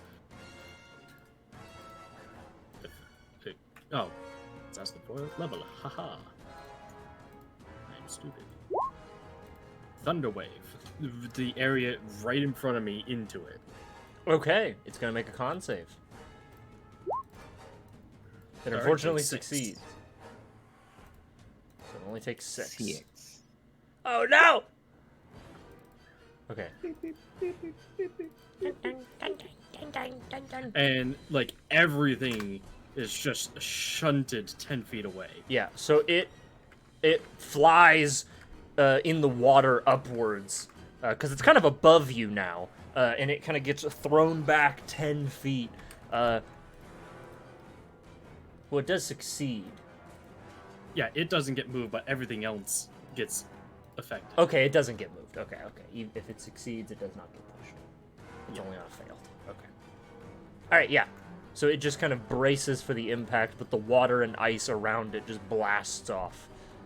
It's its turn. It's also a very loud boom going through all the water. Yeah. We Yeah, alerted everything. water shaking again. Yeah, the water shakes again. Uh-huh. It is going to bite Brody. And it is going to claw Okay. attack Zay twice. Okay. 15 Bite hit miss. Brody. Bite misses. Zay. Claw. Miss. Claw. Miss. Yeah, it is blinded and it is just flailing, rapidly snapping at everything. It is going to... It is 10 feet away from Brody. It is going to back up and go up out of your reach. But you do get an attack of opportunity if you so wish. Yes. Okay. Damn it. You have advantage. It is blinded. Oh, yes. Is Damn it Missing. trying to position itself better, or do we get the impression that it's running away? It seems like it's just backing up away from whatever the source of its pain is. Okay. So it goes 40 feet up as you try Up? to lash out with it with its spike chain, and it kind of begins to move towards the surface. It doesn't seem like it has a sense of direction, so it's kind of veering a little bit at an angle. The angle it's going towards, it is probably gonna crash into the bottom of one of the ships. Oh, shit. It's gonna hit one of them. Definitely. Zay, it's your turn. It's currently like 50 feet from you.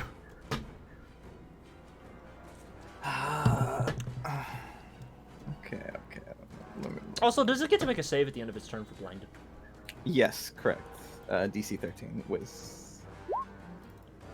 It succeeds. It is no longer blinded at the end of its turn. Okay. Swim speed is half my movement, correct? Yeah, your movement is halved if you don't have a swim speed.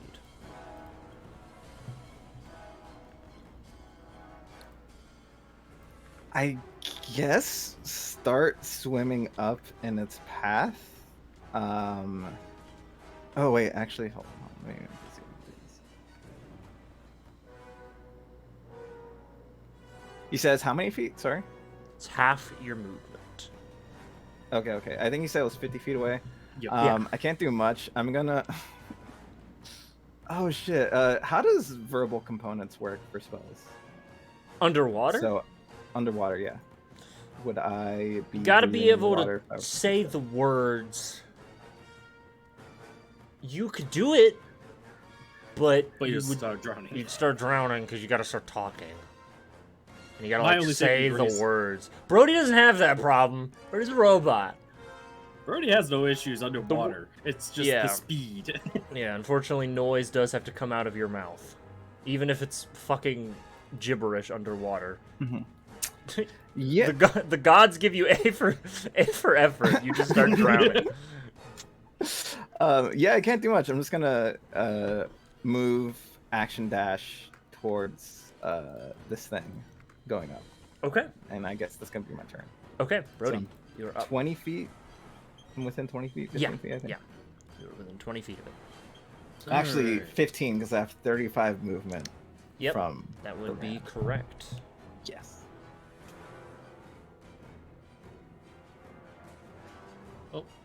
Seeing that it's backing itself up to the ships, he's probably going to readjust itself so he could like make it seem like the attacks are coming from upwards, so it goes back down, so it doesn't hit a ship.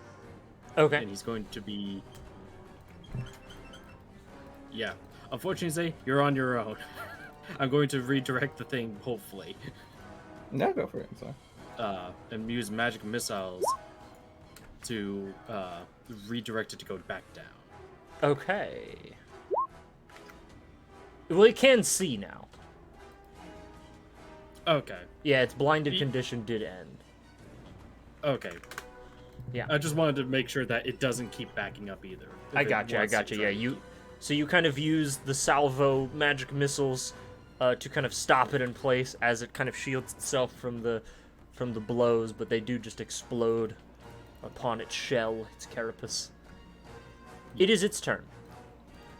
Mm-hmm. It kind of looks between the two of you, its eyes wide, and it looks up, and you see the daytime sun above, and it takes off. And it breaks through the surface of the water. Okay. And it begins to fly. And you don't exactly know what it's doing up there now. But it is no longer trying to fight you guys. It seems like it's getting the fuck out of here. Okay. Interesting. Zay, it is your turn. Yeah, I guess I'll start swimming up. Can I break the surface with 15 feet, or do I have to dash? You would have to action dash to break the surface at this point. Okay. Yeah, I'll action dash, swim up, and I guess I'll do a quick turnaround, both to see if there are ships nearby that are reacting, and the direction of where this thing is flying as well.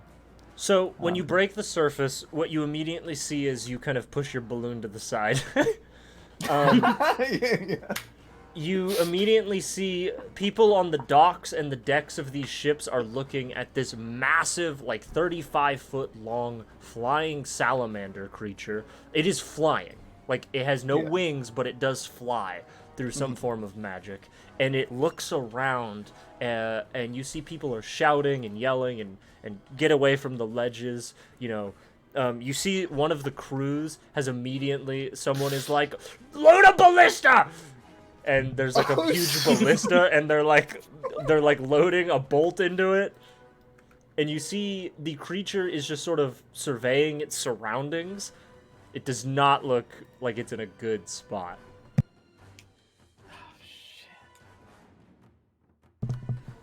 Got anything else you want to do on your turn?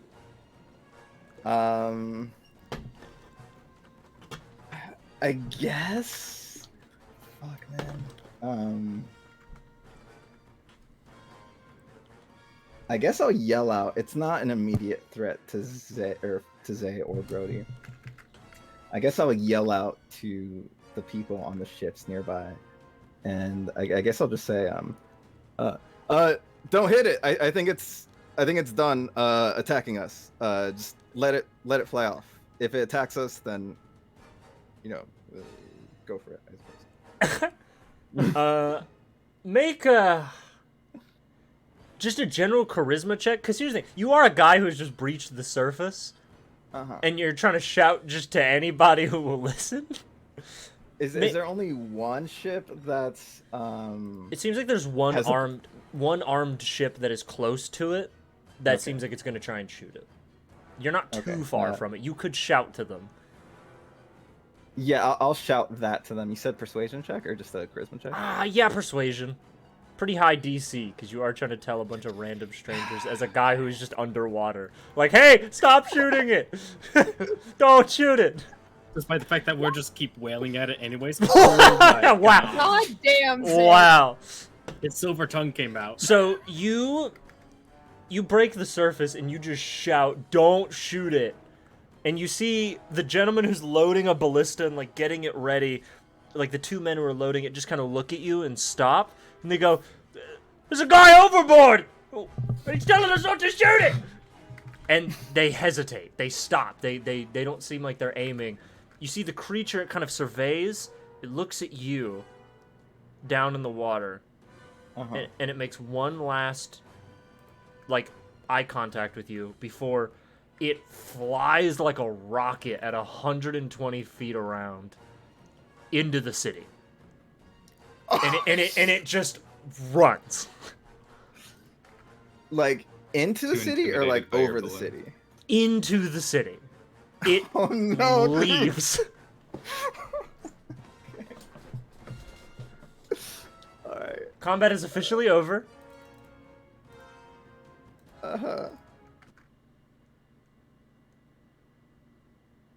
Okay, when I say it goes into the city, it doesn't go to the ground. It's kind of flying at the top of the city, but it's still relatively in it.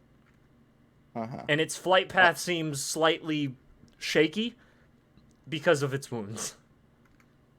God, I feel so bad. Fuck. I'll wait for Brody to pop back up, and once we do, we'll start making our way to the beach. Unless Brody has anything else. Well, being the weight that he is, he can't swim, essentially. Oh yeah. I'll He is start- walking his way up. And he's also going to pick up that chunk that he'd taken off, because he's like, Right, might as well take it with him. He finds like a wood post that like holds up the pier, and he like has to climb the side of it to get to the surface. Outside of the one ship that was next to us, do we get the impression that a lot of other people saw the? A lot of people saw it. It's a busy dock. Okay. It's one of the busiest districts in the whole city. A lot of people just saw that happen. Okay, cool.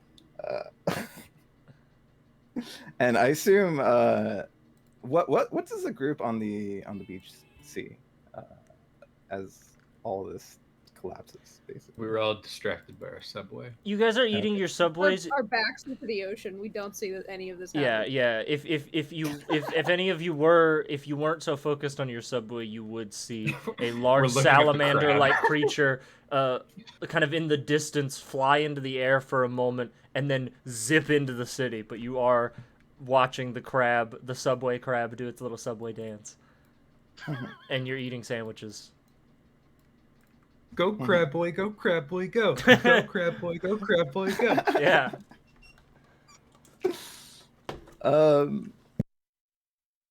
Yeah, I guess I'll try to lead Brody unless he has something else he wants to do to the rest of the group to try to inform the group what the hell's happened. Well, Brody, is by the way, you also have your giant ice chunk. I could say you would have grabbed that. okay. Would it be presumed that it's just a normal ice chunk, or is this like cold enough that we can guess that the blacksmith could work with it? You think if you were holding this thing to even your metal, steel, and iron body, it would start to like freeze the metal. Ooh, okay. You would get the sense if this thing touches your skin or your just body for too long, it'll start to really damage it. Okay. It's really cold. So he would try to start making a beeline to the forge then with it. So we Here's don't the thing. lose the property. It doesn't seem to be melting. And it never seems to be warming. Interesting. I would argue as a machine, you have a little bit better understanding of like temperature regulation. Mhm. Yeah, no, this thing does not seem to ever get warmer. Okay, cool. At least not under the summer heat. All right. Yeah, he'll still bring it to the blacksmith anyways, because might as well just get it there and not have to worry about like trying to figure out where to store it and No, then that's bring a- it to that's the a good idea, blacksmith. Like it's obviously it's going to be weird seeing a machine carrying this Yeah. thing. You two are able to kind of dip out of the harbor pretty quick before probably anybody wants to ask you questions. But you would overhear rumors of like you would even see the guards. Some of the guards who have seen it are like, "Someone find that thing!" And they seem to be. They send out the boys. Okay. Yeah, I guess Zay would want to look into that after we both drop off the ice, inform the group, and yeah, Okay. definitely want to meet back up. Are after you guys both gonna go drop off the ice? Yeah, I'll go with them just to help drop off the ice. So, Oh, okay. Because Brody was going to do it by himself if you want to grab the group. Because it might be a good idea to get the group involved. Actually, yeah. I'll Brody will go to the place, and I guess Zay will break up the beach thing and Yeah. convince the group to Whoa, walk. Zay, where did you come from? Zay is covered in wounds. Yeah, you see like his skin peeling from radiant damage. He has like 8 hit points. Oh my god. Henry would go over and, well, all right, geez. So, good news and bad news, guys. Good news, we found something down there. we think maybe we got something useful. Bad news. There's like a salamander that was living in the rock that was underneath, and it kind of freaked out, and we were in the space, and it attacked us. Were you guys paying attention? There was like a big like salamander thing flying through the sky. Did you Here's guys you see for 19. No, we were watching no. this crab. Yeah, look. If Henry picks up, like, holds up the hermit crab. Look at him. The crab is gone when we turn around. Hey, he took my wallet. What? Can Zay look for this? Can Zay look for this crab and can like throw a rock at the crab? Yeah, there's more important things to do right now. All you find is the skull left behind. Okay, well, guys, I think we should. I hate to break up the chill vibes. You guys seem like you're having a good time. But I think Henry has to go to work soon, and also I kind of want to see how bad I messed up this salamander's flying over the city into the city, and it might be a bad look, you know. But I'm just trying to like minimize. Okay, you're saying there was a salamander, and it was flying like a big It was just kind of like an animal down there. Yeah, it fought us underwater, and then we heard it a good bit just because I wasn't sure what its intentions were, and then it ran away, and we just let it fly off because it didn't seem like it was hitting us anymore. But yeah, it was a very celestial. Like it looked like stars on the inside. It had like ice powers, I think, from what I remember, or like resistant to ice. Kind of crazy. I've never seen anything like it. And it also like resonated with like my shield somehow, I think. I don't know. It does. Going down there, I do think the meteor that fell into the space is maybe the same material as the one my shield is made out of. Which, wow. I don't know what that means in the grand scheme of things, but it is interesting, and at least for myself, I do want to like pursue this at some point. But should we like be concerned that it went into the city? Yeah, should we say should we tell someone like what? I do feel like we should tell someone. I'll look around. I don't want to tell the guards because I feel like the guards are gonna like slap it. Maybe like the archmage know something. Do we not? About well, it attacked you though, didn't it?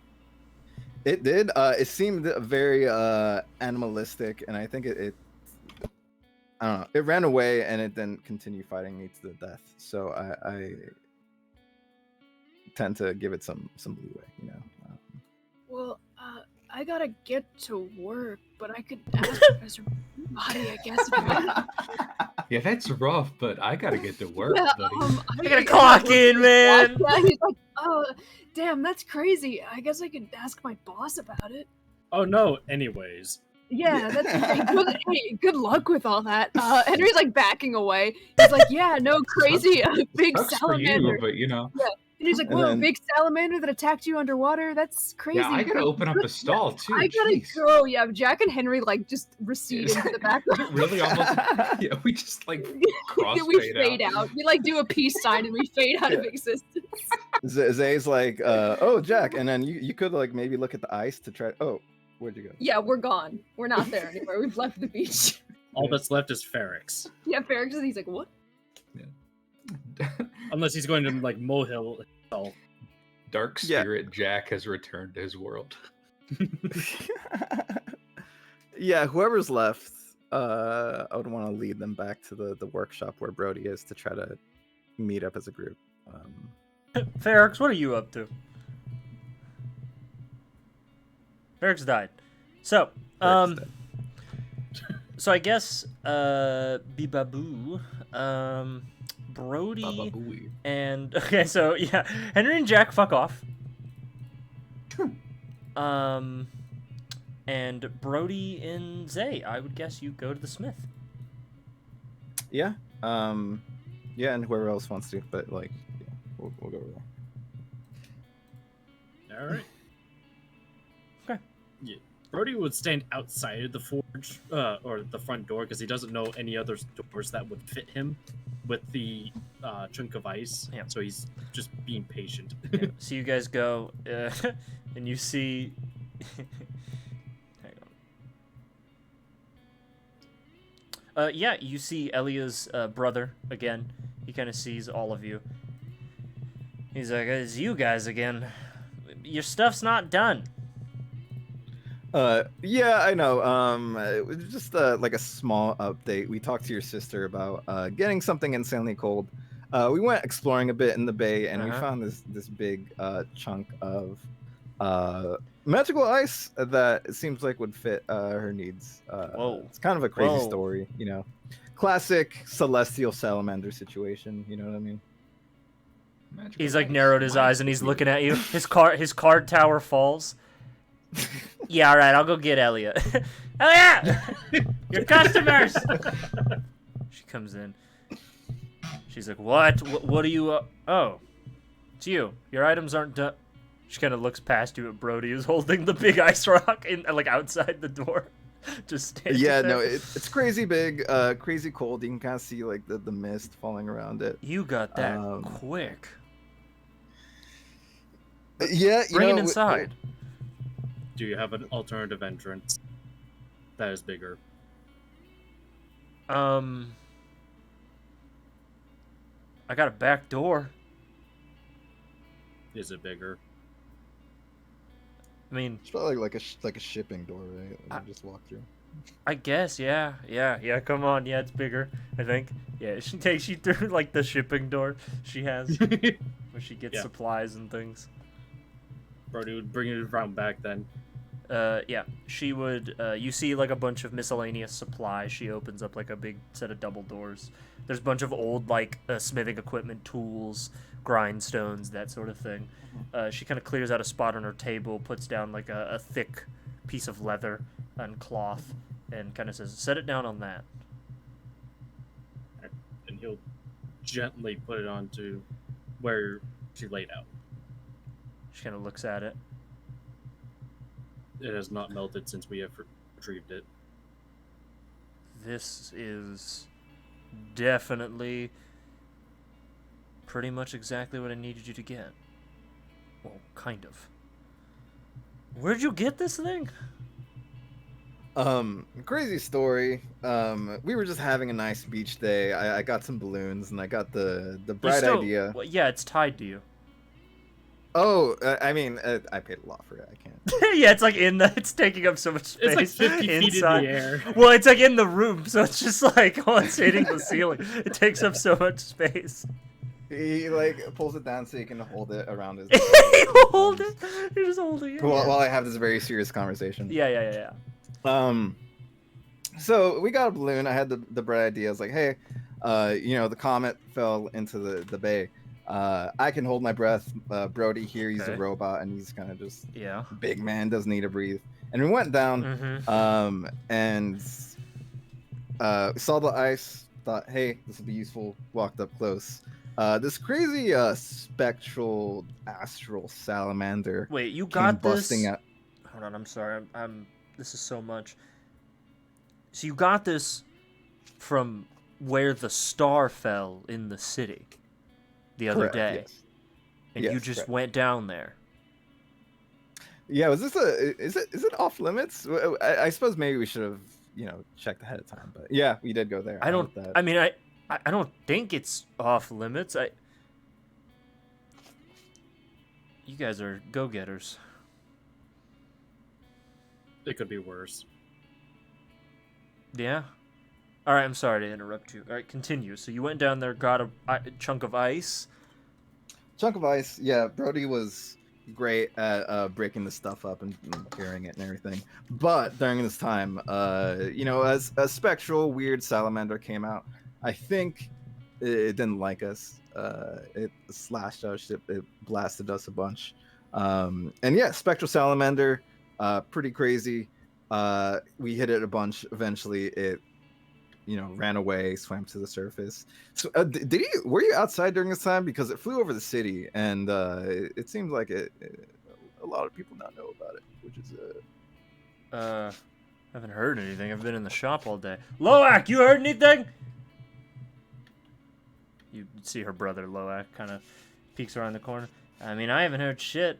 I think there was some commotion at the harbor, but I've been tending the shop all day. So, I don't know. Huh. Yeah, I'll look around to see, just what people are saying later on in the afternoon. But yeah, crazy scenario. I'm glad Brody was with me to help me out. Right. But all things considered, glad we got this ice and could work on the shield a bit more. Yeah. Well, thanks for getting it. We can actually probably do what we wanted to do. I'm gonna have to figure out just a raw chunk of ice. I'm gonna have to figure out how exactly to use it in the cooling process, but I think it is weird and strangely magical. Brody over here, he told me about how it doesn't seem to heat up or like melt too much, which is kind of She looks to Brody. You're a robot, right? Are you a tinkerer also? Yes, I might want your help with something. of course. Let me finish your guys' items, though. I just got it. I just got that thing cracked open, and it's currently sitting in the oils now. The actual forging process will start later tonight. May I stick around to see what I can with the ice as well? See if it's carvable. I will not be using the whole thing. Yeah, I might have something I could ask you to help me with. Well, good on you, Zay, Isaiah. Yeah, Brody. no, it was certainly a productive swim. But yeah, now I'm gonna go ahead. Sorry. Oh, doesn't really make much sense, does it? I mean, it seemed to have a connection somehow. Maybe like it just identified the metal in my shield as something that's not from here, or maybe like something deeper. But why? Either way, well, you said it came out after you just interacted with it. Right. More or less, yeah. We were like poking around. I got close. Didn't do that when the dock workers and the Archmage were hacking at it. Yeah, that's what's interesting. I think maybe also, I might take this up with the Archmage at some point to try how to would learn more. She scratches her head. I've worked with meteorites before, and I'm not an astrologist or an astrologian or whatever they're called. I'm a blacksmith, but I do know things that fall out of space don't exactly get cold before they get hot. They kind of become balls of fire, and then they hit the planet really hard, really fast. Right. But it's this thing is encapsulated in ice that doesn't melt.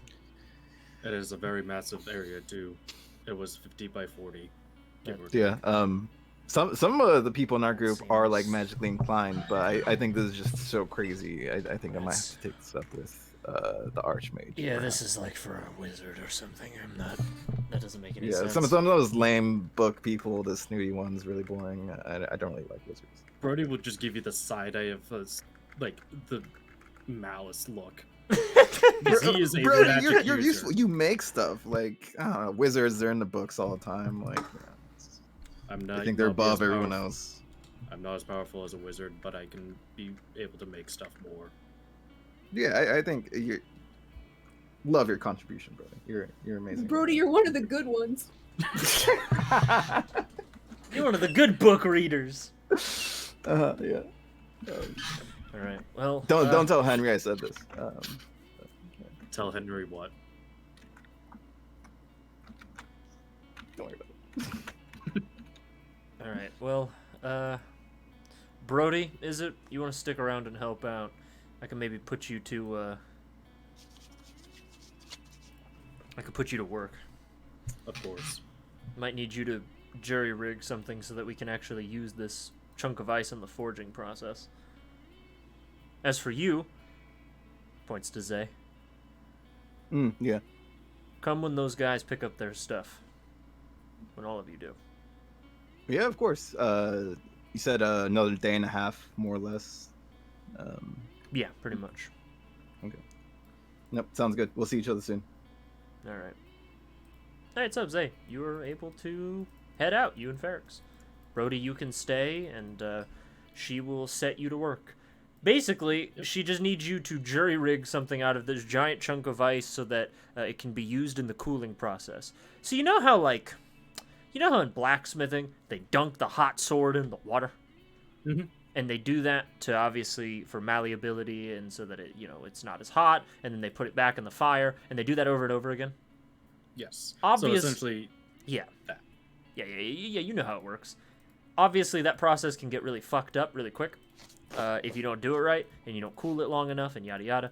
And since you're dealing with magic metals, you need a lot of heat and a lot of cold. So basically, she needs you to make something like a cold container that when you take the sword off the shield off the heat, you can put it in like an isolated, really cold, pretty much like barrel or container of some kind. But she needs it to be reliable and she needs it to be consistent. So she basically is going to put you to the task of figuring that out. All right. And she'll handle the actual smithing process. She just needs you to make the thing that will allow her to do that. So. And while you do that, she is wrestling with the blood iron chunk and trying to fight the souls of the damned that are trapped inside of it, so that she can make your items. You do hear like screams coming from the metal as she like takes a hammer and she's like, "Get back in there!" Tink. Brody will be very blasé of those screams because he's Yeah, he doesn't what care. those screams are. He doesn't care. Brody's like, turn that shit up. Yeah, I like your choice of music. This isn't What is your music, favorite bro. music? Metal. Death. Ah. Oh, you mean death metal? No, death. No, death and metal. No, yeah. Let me play you my favorite mixtape. It's sounds of screams in like a blender. God, it's like a bunch of like forks and blenders and stuff like that. It's the worst sound. This is my favorite part. Donking. So, Zay, Ferrix, where do you guys go? Because the other two got jobs. Yeah, I was gonna like say real quick. I don't know about Ferrix, but Zay for the rest of the day. We'll try to just like mingle around the town to see what people are saying about this serpent, how the guards are reacting, and what direction it might be in. Sure. Mm-hmm. But yeah, he's just gonna be doing that. And then since I'm taking up a lot of time, we'll just pan to whatever Sure. Henry or Honest. Jack or someone or Ferrix, whatever he's doing. To answer that question, what you'd pick up is the creature flew into the city, and then it somehow evaded the eyes of the guard. And the guards are currently scouring the city looking for it. But they cannot find it. You would distinctly get the idea, though, that they never saw it leave. Oh man, okay. They never saw it leave city bounds. But it definitely is somewhere. Cool. Yeah, and yeah, that's what I spend my afternoon doing. Yeah. You would even notice they brought out a regiment of the guards, which in Akrazar they have these they have these big, what would you even call them? They're bird dogs. They're bird dog deer creatures. They're called peritons. They have faces of dogs, antlers, and they have sort of a reddish, red-yellow colored feathers. And they have a regiment of the guards that fly these big periton creatures all throughout the city when they're needed. You don't see them. This isn't like Waterdeep where they got griffin riders all over the place. These guys seem like they only get brought out on special occasions. And Dogs. you would see, they are dogs. Yeah, dogs with chicken bodies. Curious. But yeah, no. Anyway. Helpful. Yeah, thank you. Yeah. Ferrix, what were you gonna do? What were you gonna say? He definitely want to help Zay find that thing, but once he sees the kind of the guard, he has like this special thing come out.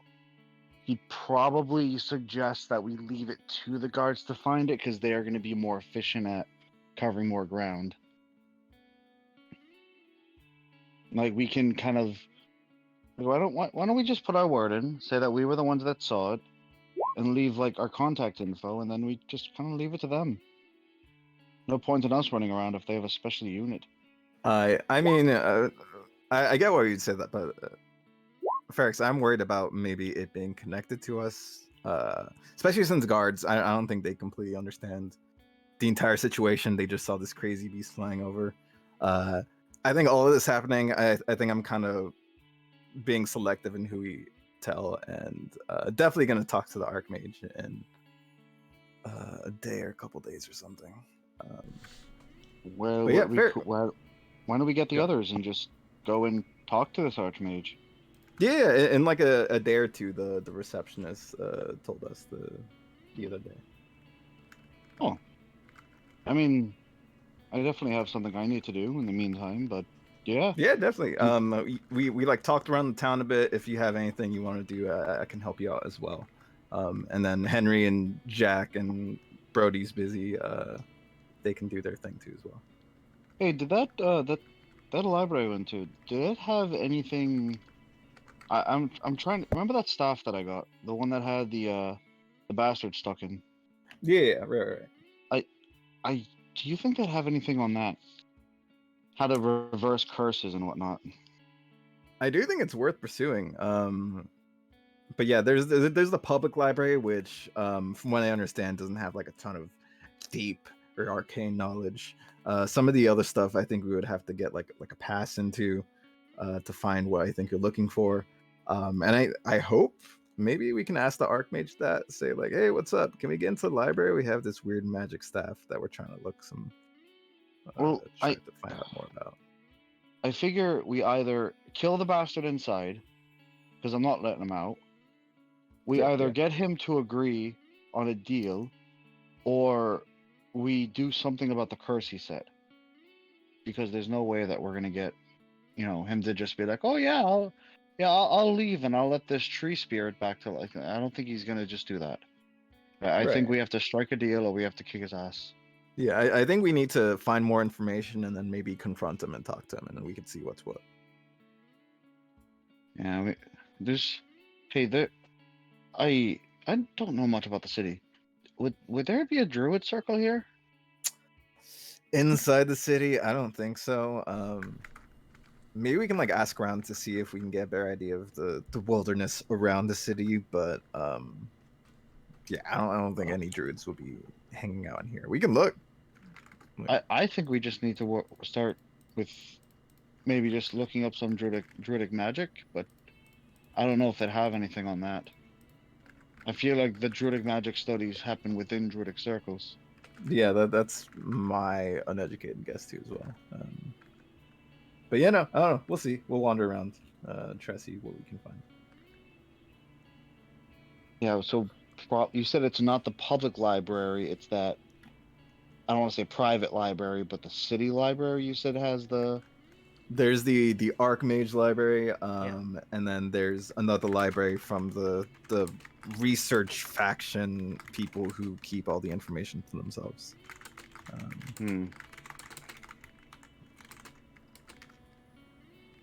I mean, okay.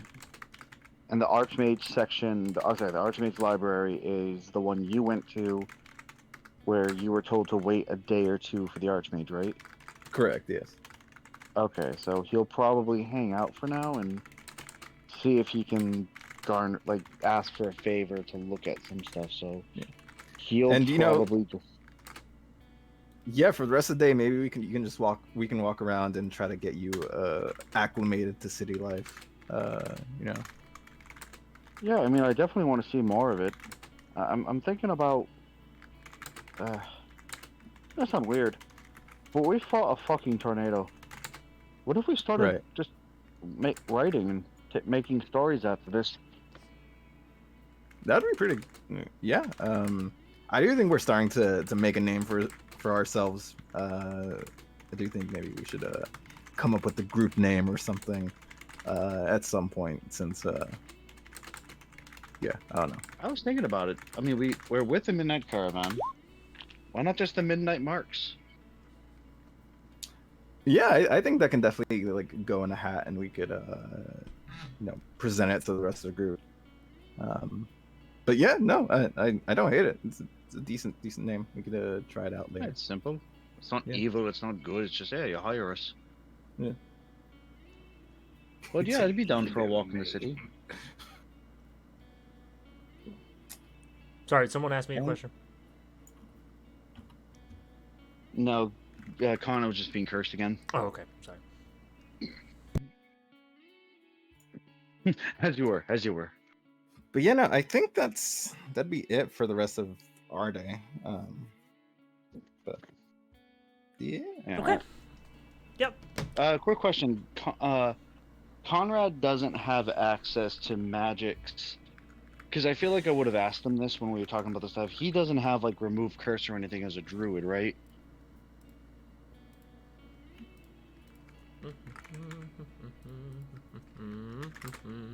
Hang on. Because I genuinely can't remember if they have access to that spell or not. That'd be cool. I'm wondering if it's beyond remove curse magic. Well, I'm wondering if it has an effect, like if remove curse weakens the guy inside type thing, or if it like, I don't know. I'm more curious about the effects of it on this situation because I understand it's not as simple as like, oh, cast remove curse. The guy is gone, yay! I think it's more of a possession thing, like he's possessed the staff at this point. Well, the hag put him in. Yeah, we can draw it out. Oh yeah, it is a hag curse, more or less. So. Exactly. That's why I'm like, there's a trick to this one. It's not as simple and straightforward. Druids do not have access to the remove curse spell. Okay, that was what I was curious of. Also to kind of answer a little bit of your question, because it is a good one of how that spell would interact. It does this. At your touch, all curses affecting one creature, object, and if the object is a cursed magic item, its curse remains, but the spell breaks its owner's attunement to the object, so it can be removed or discarded. Okay, so it doesn't remove the curse, but it breaks the connection between curse and user. Yeah, so if you were to use the stick, and you couldn't drop the stick, remove curse, it allows you to get rid of it if you didn't want it anymore. Which almost did happen to you, because remember when you had the stick. That gives me an idea. Yeah. What if we use remove curse on the guy on the inside? Because it won't remove the curse he placed, but it would remove the guy from the curse. Huh. You would make him able to. Yeah. Just to leave Try it, it out. yeah. Once we get. I don't know if he would. Well, no, once we get if access you to the use... spell, we can try it out. Yeah, I would think I would have to have either someone with the spell come with me in there, or I'd have to have, like, a spell storing ring, but... all theories that Ferrix would feel better studying rather than just going, yeah, let's try this first. But again, he'd probably wait to talk to either a powerful, like a, I don't want to say powerful druid, but someone who knows more about this stuff, because Conrad's smart, but I don't think he's the one that would have that answer with us because we've already asked him.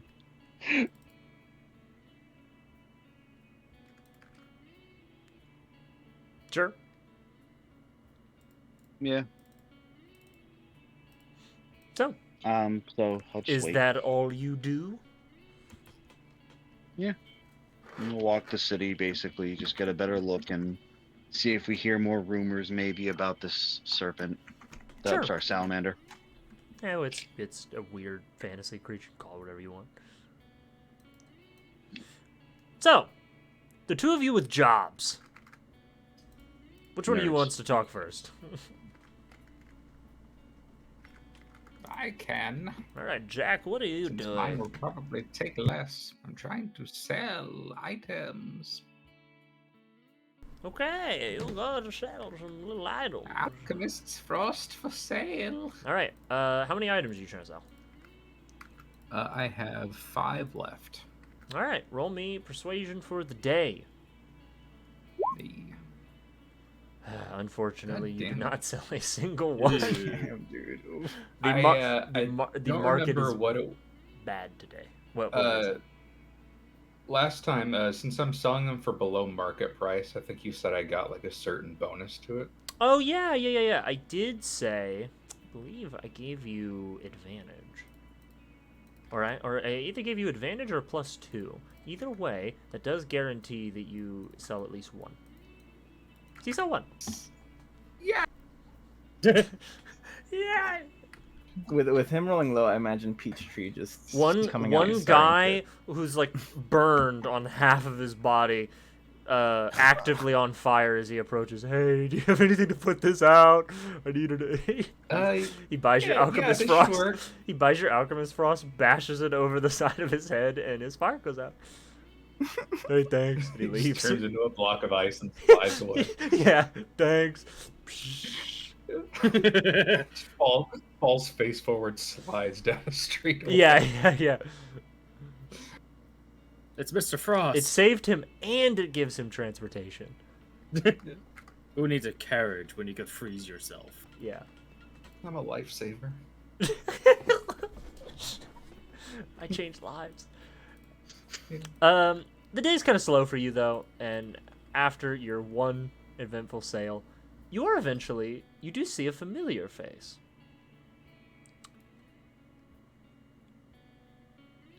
Oh, hey. You would see the dark sort of hair and scruffy features of Fedlow Park, the gentleman who wrangled the ornery child who almost got hit and murdered the other day that you saved. What's going on? He kind of approaches and he's like, "Hey, isn't it the hero of the turnaround?" Yeah, I guess I'm kind of a hero, huh? Yeah, you don't got to be so bashful about it. You saved Tom. Knew I'd see you again. Yeah, how have you been? Yeah, work. Done for the day, though. So, this is your day job? Yeah. My friends commissioned some magic items and they're broke, so I'm trying to scrape together some money. Oh, I see. What do you sell here? Kind of looks through your stock. Alchemist supplies mostly. I'm trying to diversify, but right now I'm just sticking with Alchemist's Fire and Frost. Kind of picks one up and looks at it. These things are nasty. But useful. Yeah. So, how long are you in the city for, anyway? We haven't really decided yet. Most of my pals over there, they haven't actually seen the beach before, so they were kind of, taken in the sight. Oh, well, yeah, seeing the beach for the first time. It's nice. Yeah. So, how are you enjoying the city? I don't think, is this your first time here, or? It's my first time in Argents Bay. I've been to, bigger cities before, but yeah, it's about middle of the road, if I'm being honest. No offense. Hey, none taken. I'm not from here. So, hey, the other day, I mean, I'll cut to the chase. You don't exactly seem like a fan of, the industry types. I mean, I'm not like, that opinionated about it, but it could be a lot safer. I'm just saying. Yeah. Yeah, that was what old Tommy was ranting and raving about. Good heart, that kid, but he's stupid as hell. At least he's passionate about something. Yeah. Listen. I know you're not from here. But you put your neck out for somebody you didn't know. And that's awful nice of you. If you ever get opinionated about how things work in the city, and if you don't like Bleak Rock, just ask. There's a lot of people who agree. Not just Tommy. You know, rambunctious kids. There's a lot of people that kind of want to see things change, you know? Sure, I'll keep my ear to the ground, I guess. Can I make an insight check to see if this guy's a Fed? Sure. Does he have handcuffs in his back pocket? Life has many doors. Your fat boy. assumption of this guy is that Bad check. he does not seem like he is a member of the law. He's just a sussy bitch. He seems, yeah, he's definitely suspicious. You get the sense he's trying to get a read on you. And the way He's seeing if you're a Fed. the way he's talking to you is almost as if he's trying to like gauge any sort of reaction out of you, and it's very much like if you're ever talking to someone and you get the feeling he's trying to like get your opinion on it, and like he wants to maybe see if you're interested in this topic, or how emotionally invested you seem in the small talking points that he brought up to you. He's trying to assess your vibe and if you're with the shits or not. His kind of underhandedness gives you the idea that this guy's definitely not telling you everything. Yeah, I mean, I've been to like some town hall meetings before, but you know, I'd rather die than go to a town hall meeting again. They're so boring. Yeah, they're pretty bad, and they also don't really work. Fun fact: Yeah, I know. It's nobles all can like just a bunch of old people Yeah. arguing about lawn flamingos. yeah, no. And whenever you bring up real issues, fun fact: nobles can just kind of ignore you at any time. I know, right? Yeah, they're pretty shit. Eh, someday somebody will do something about it. Hopefully. All right, well, good talking to you. And hey, Hey, I'll you too. I'll send Tommy around one of these days, and I'll have him thank you. Oh yeah. Here, I was making some of these. I was gonna try and pass them around and try and get some traction about it. Maybe work up a patent one day. And Jack will pass him like a little packet of his fire extinguishing fluid powder stuff. Look at this. Oh, what's this do? That's not enough for like a big wide area, but if you ever find yourself in like a fire kind of situation, that could come in handy. Just spread it out and it should extinguish it. Huh. That's real handy. Hopefully. Alrighty, well, catch you around, Jack, was it? Yep. Good talking to you. Yeah, he kind of tips his hat to you, because he has like a little flat cap, and he takes off.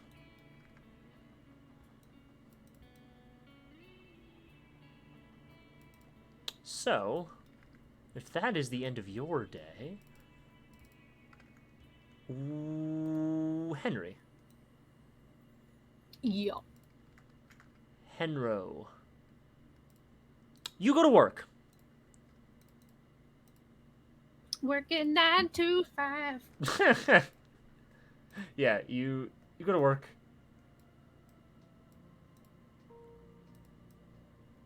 And you would go. I can actually just put this on. So you go to work under Professor Bimbody. And it's a lot of kind of the same stuff, still sorting books and things. But you got most of them sorted. And once everything is sorted, hold on, let me get to my notes. Where the fuck is it? Nope, these are the wrong session. That's why.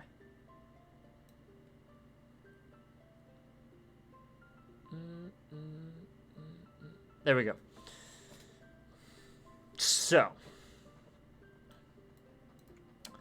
you, Professor Bimbody, would be like, good, Henry, you're here. Yep. Alrighty. For today, continue what we were doing yesterday with the sorting of books, but today you have another task now. Cool. What is it? Alright, so the more specific... Obviously, like I said, I'm here to study the geographical features of the area and the ins and around the city. More specifically, though, I have a peculiar interest in a plant species. I had believed, my research dictates that it was once grew in large amounts in the grasslands and on the coast of the city in the region of Argents Bay. It was a plant that is, I believe, in academic circles, dubbed Aulzorum. I actually have a sample here. He reaches into a bag of his, and he pulls out in a sort of like jar with a sort of corked lid, airtight jar. It kind of looks like a sage plant, with sort of like red buds with bits of pink and yellow scattered throughout. It's verdant and bright and stands tall in its container, which at the bottom has some like dirt for the roots to take hold in. Can Henry do some kind of check to see if the plant reminds him of some other plants that he would know of, or if it's just like something he's never seen anything like before? Yeah, sure. Make a medicine check. Nature. It would be nature. I'll fucking know. Yeah, it's you don't exactly know what the plant is, and I mean, there's a lot of plants, and you're not exactly from a grassland or a coast. You'd get the sense this might just not be native to where I know you what are. poison oak looks like. I don't know what this is. Your tentative knowledge of plants would dictate this doesn't look poisonous. That's good. What does it do? Well, I believe in Ikoria, it grows there as well along its coasts. The plant has innate medicinal properties, namely in the process of the natural healing of joints, cartilage, and muscle tissue. Many people would mix it in with various teas and drinks, and they would drink it to help with their old bodies. Wasn't exactly a super serum or anything. It was mostly favored by the old or the elderly to try and invigorate themselves. That's actually really interesting. Do you know what properties of the plants cause that kind of effect? I believe it is caused by the... It's caused... I'm sorry, what exactly is the question you're asking? Well, just like what's causing it? Like, you know how like poppy seeds, like people used to like chew on poppy and shit, and it's like the opium. Yeah. That's basically what I'm asking. Oh. Okay, does he know what specific thing is causing the effects, or even if that's kind of a little bit too hyper specific, like I don't know, is it the leaves, is it the flower, is it the stem, does it need to be cooked, like that kind of a... He would be able to tell you that my understanding tentatively is that the effects of the plant are, and you get it by ingestion. Even wild animals, when they ingest the plant raw, can gain the effects. As for why it does this, I'm not a magic user or wizard or something, but my tentative, unmagical understanding is that it is there's a certain innate magic that flows through the leaves of the plant. Its vibrant colors are indicative of such things. It's actually... You said... Go on. No, I was gonna say, you said that it used to grow along the coast. I take it that means that it's not endemic anymore? Well, thing is, it still grows in Ikoria. That is where I got this sample from. Why I'm here in the city is because I found, or rather heard, that it had not been seen in Argents Bay for quite some time. I want to know why. What exactly happened? It's not like this city's new or anything. Sometimes plants have a weird way of responding to populace and farming and changes in the geography caused by people. But this plant simply disappeared about 60 years ago. That's pretty recent. It is, and it's drastic. And there's another thing. There have been new plants that I believe have taken its place. He reaches into his pack again. I have another sample. Like invasive, or? I don't know. This seems to be something that has taken its place. He puts a small little sealed jar, much similar to the first one, except in this one, there is a plant inside of it that almost seems to have grown to the edges of the jar. Which is a little odd, because jars aren't exactly great environments for plant growth. It seems like this plant, whatever it is, you can definitely tell it has probably been growing inside the jar actively, which probably means that it doesn't require much nutrients. And what you see... This one's pretty aggressive. Yeah. You see, it stands tall, and it's thin. However, the small buds along its stem are bright pink on the edges and deep purples in the center. And the stem itself is not straight. It curves and bends in places. Kind of like one of those weird bendy straws.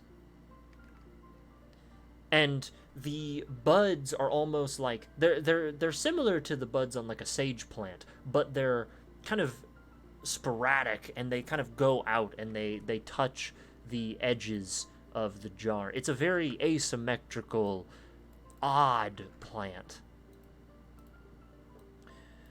Now this plant, I have no idea what it is. But I do know it has become it's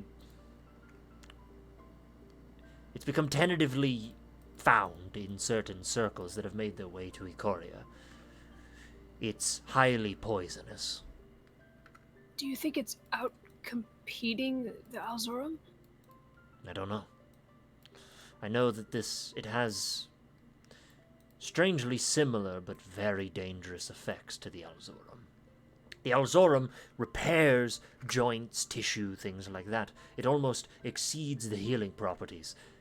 It enhances the healing properties of the body. This, on the other hand, has similar effects. It increases blood flow and blood pressure, but it also has the adverse effect of it raises body temperature upon consumption, and even small amounts of it have been found to potentially be the cause of heart attacks in many people. It's made its way to Ikorian underground circles where people have been actually using it as a sort of poison to, one cut and your heart beats out of your chest and you die. It's been found in many criminal circles, and, truth be told, that's not exactly good. No, that's not good. I forget. Did you say that this plant is very well spread in the area now, or just starting to crop up? It is. It's all around the coast and the region of Argents Bay. It almost seems to have completely replaced the Allosaurus. My assumption is that it is some sort of mutation or evolution of the Allosaurus. It's the same plant? Potentially. I believe it has somehow been evolved in some way. It has similarities both in appearance, the shape of the buds, and its properties, but it's almost a chaotic variation. You said that people used Alzorum a lot. Perhaps becoming poisonous is a sort of defense mechanism, so it's not picked as much? It could be. However, that seems rather advanced for a plant to suddenly evolve a defense mechanism. 60 years is not long enough, I don't think, for that to happen, but I don't know much about plant evolution. Yes, it seems. For a plant that has such a history as Alzorum, it was used by the elves in Ikoria. They're the ones who discovered its magical properties, and they were using it for hundreds of years, centuries even. And not only that, in Ikoria, where this plant has mostly been used, we see no such things. We only see it here in Argents Bay. Well, that is interesting. Yeah, that is why I'm curious. So, I believe this effect, as it were, is linked to this area and this region. Something about this city, or this place, is causing this to happen. What I want to know is why. So, that is what the bulk of our research here, my research here, and now tentatively yours, is going to focus on. He gestures to some of the sorted piles of books. I didn't just have you grab history books and sort them into piles of the history of Argents Bay and the geography of the region and the plant studies here. Something happened along this timeline. Something occurred in this region that caused these changes. Whether it be by man's intervention or potentially just some sort of natural event, I don't know. These books we need to sift through and collect as much relevant information as we can. Right. Okay. I can do that. Yes. So, I need you to read through these books and mark down anything you think is relevant.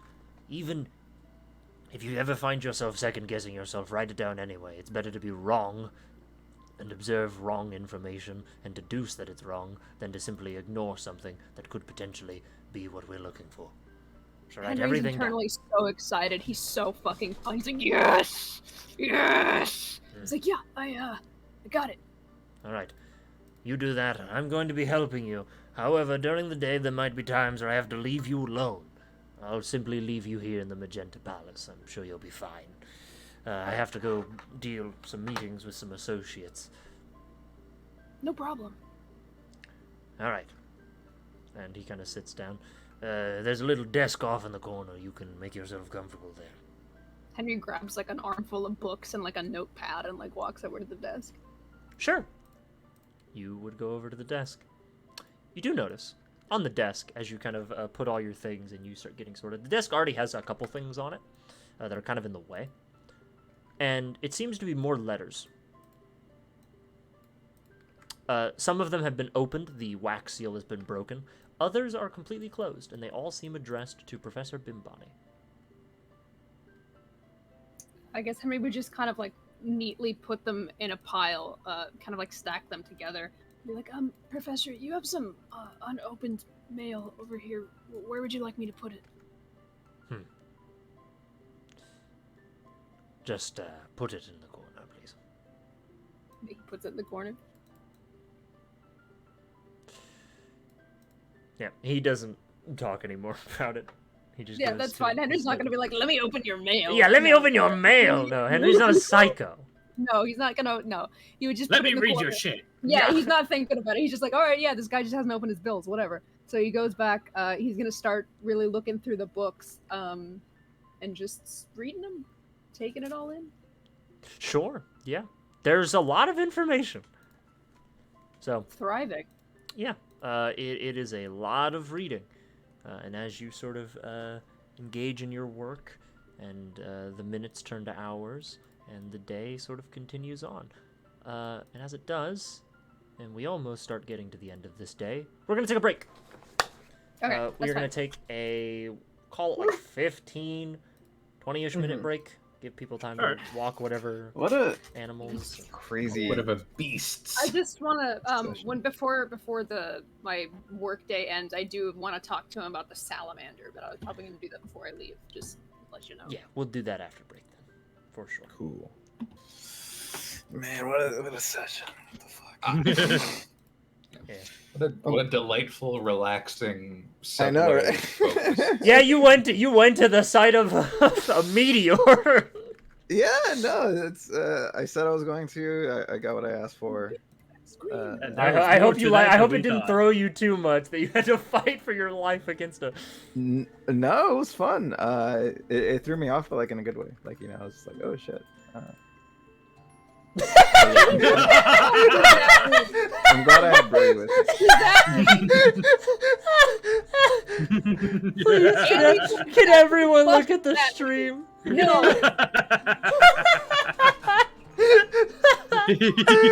I love this image. This is so stupid. The eye. Where'd it go? Where's our BRB? Shit. God, that's funny. image. I love Frank. Honestly, though, I'm glad that it was more adventurous than like, yeah, you just see this giant chunk of ice. Good luck. We got to roll. And it's like, oh shit. Hang on, I gotta find that image. I gotta find our actual BRB screen.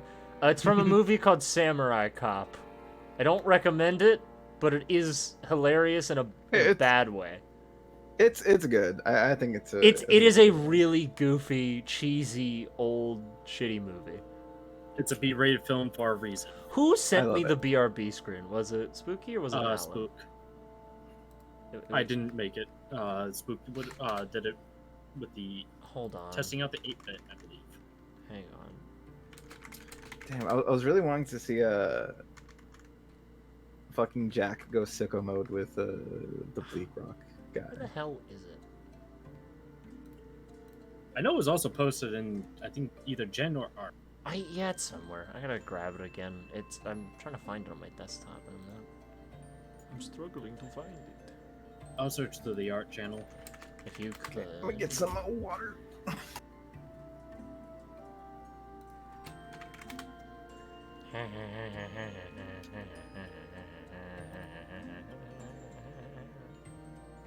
Okay, I found it. Oh, you found it? Sweet. Yeah.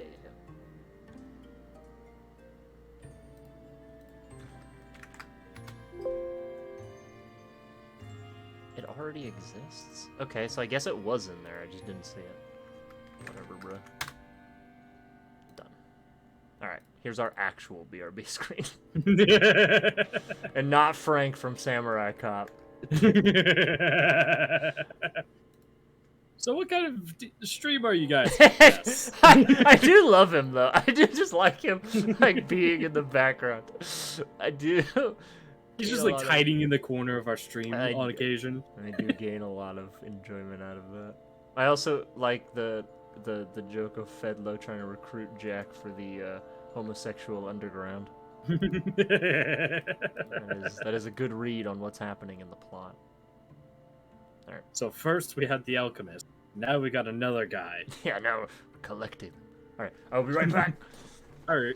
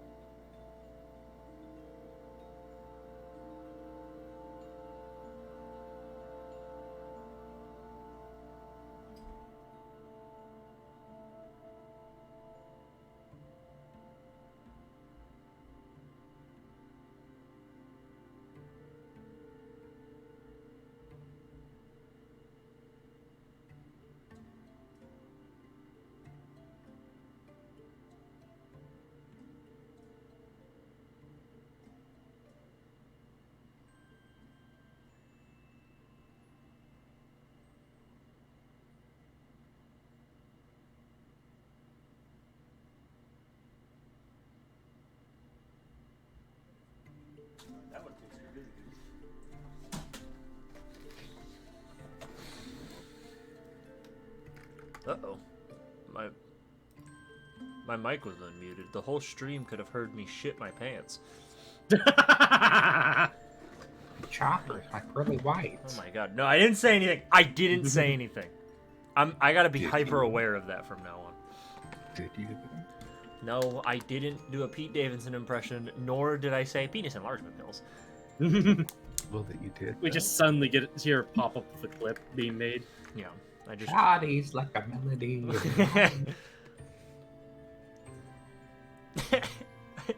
I've had. I didn't say anything. Shut up, viewer. Are you sure? Bueller.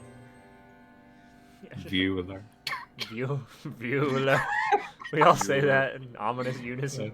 That's what we call our Eric's fan base. Bueller. They're the viewers. I've had. I'm glad you guys liked this because I've had this stuck in my head.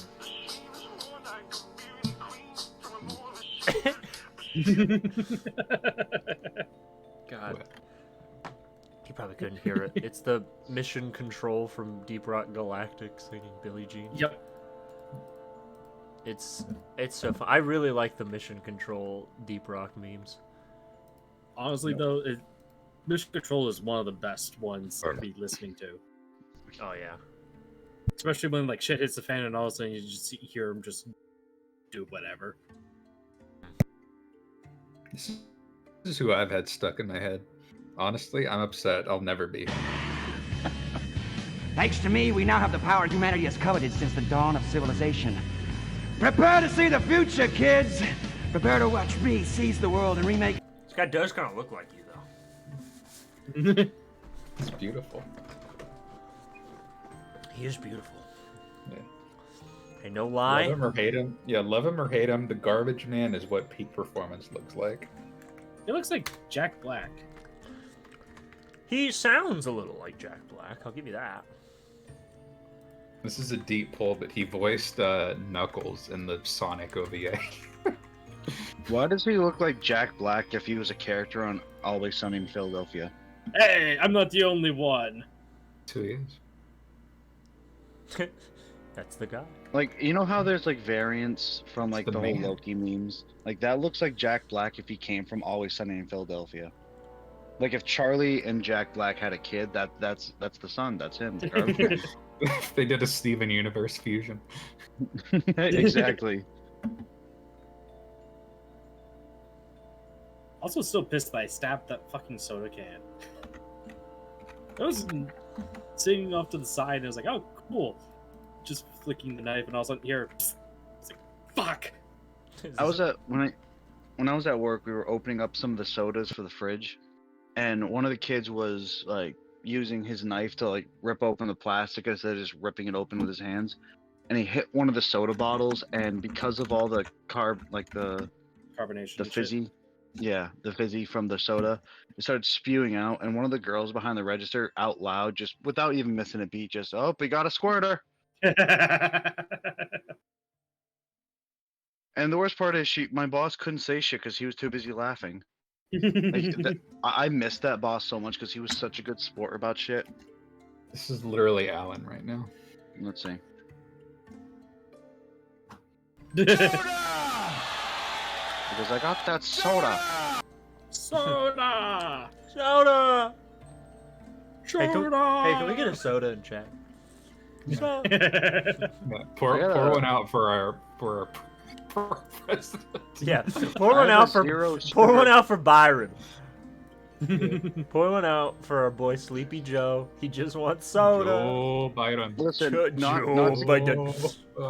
Joe to Biden. get political, but Joe Byron. Yeah, Soda. not to be like a politically aligned stream group, but Joe Byron. Biden. We're not politically aligned. We're just We're just Joe Biden. Don't say that. Don't say we're terrorists. in Minecraft. In We are the garbage man. Oh yeah. In Starfield. And Joe Biden. In Operation Eco. I will Nightmares play in the street. Starfield when I'm finally done playing Baldur's Gate. I feel like Yeah, I gotta play Baldur's Gate more. I felt really satisfied. I was like, I'm at a good stopping point. I'll take a break for a couple days because I have a lot of work I have to get done, and I've been so swamped with work. I've been like itching to play again. I'm like, this just sucks. I want to play again so bad.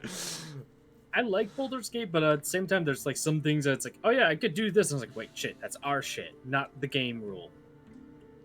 Here's the thing, right? It is Well, weird. It is weird how many mechanics are in that video game.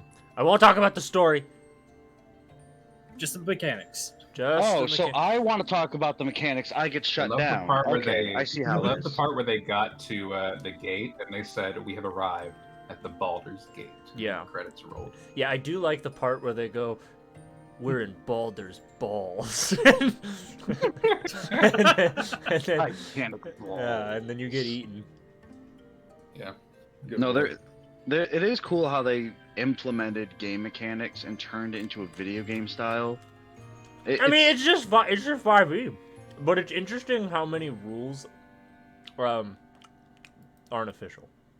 Like they kind of didn't How many do the 5e rules are bad? How they Yeah. suck.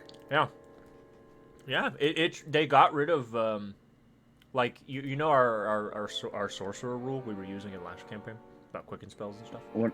Yeah. No, remind me. I genuinely don't remember. Well, so rules is written when you cast a spell like a normal spell as a bonus action, you can only cast a cantrip as an action. If you wanted to cast another spell in your turn.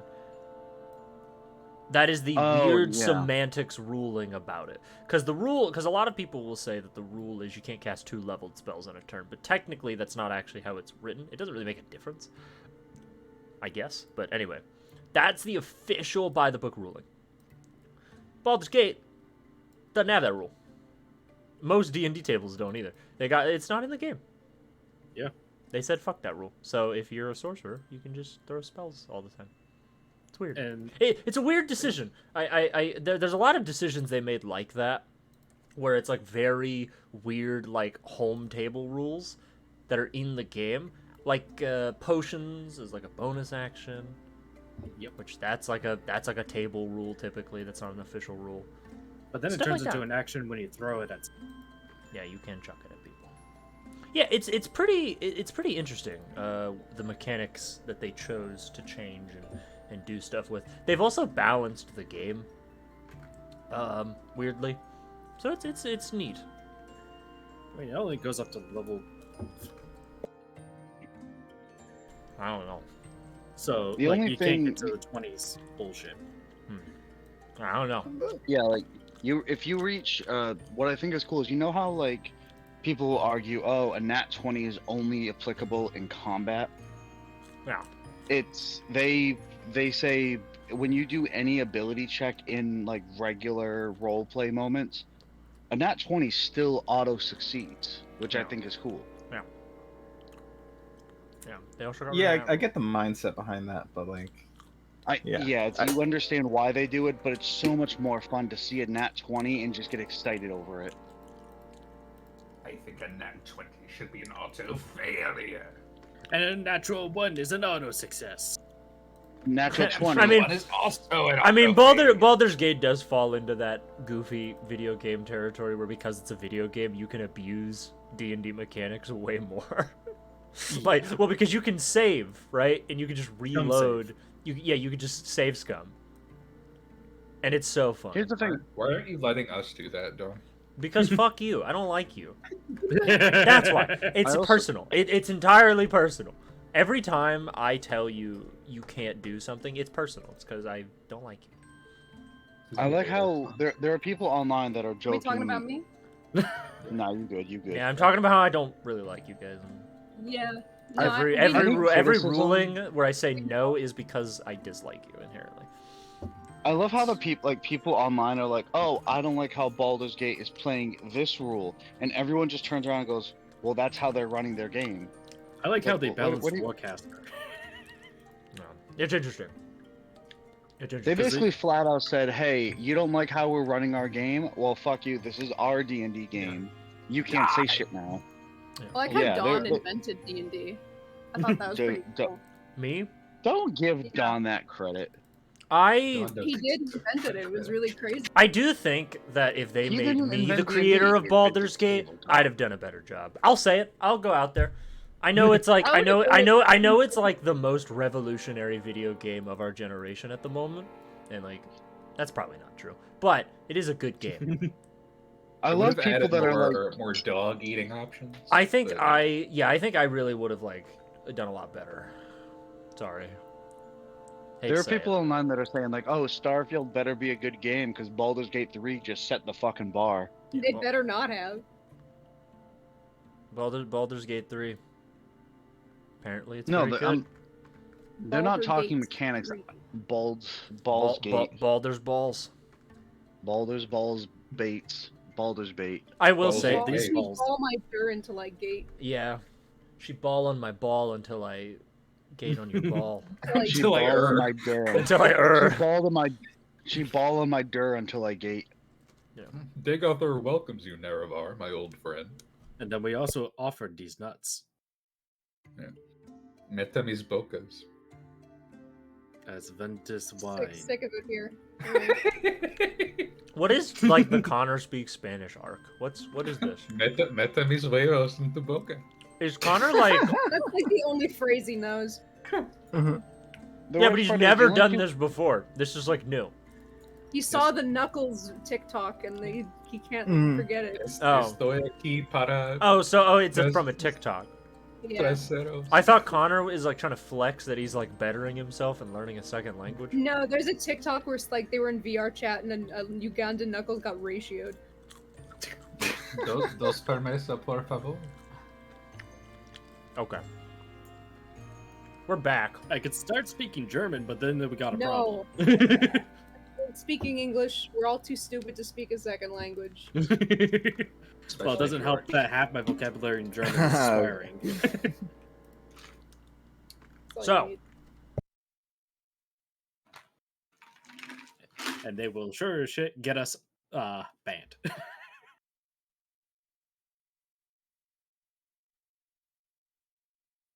Soda. Soda. Soda. Soda these Soda. I got nuts. that soda. Obama. Sorry, I wanted to take one last bite of my sandwich. Jeb is a Sandwich. mess. Good It's your last mistake. Jeb is a mess. Spooky, what are How your dare you, thoughts on the boy. garbage, man? I need to know. Boy. Do you have that soda, boy? Wrong. The garbage man is Dawn, honestly. So we got two Jack Blacks, a Dawn, and I said it was a good song, but I do think what Connor said is funnier than what I said, so I'm gonna pretend that that's what I said. Okay. So, our game. Yeah. We are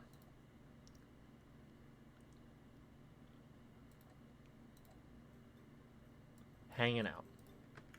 So, Henry, as your day is kind of winding down, you've been working real hard reading these books. You haven't really found anything of like crazy substantial.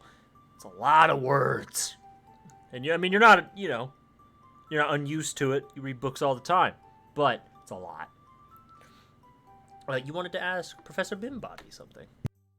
Yeah. Towards the end of the day, I guess when it was getting towards, I've done my work for the day. I'm getting ready to leave. If Professor Bimbody was around, as Henry was getting, he'd be like, hey, can I ask you about something? Yes.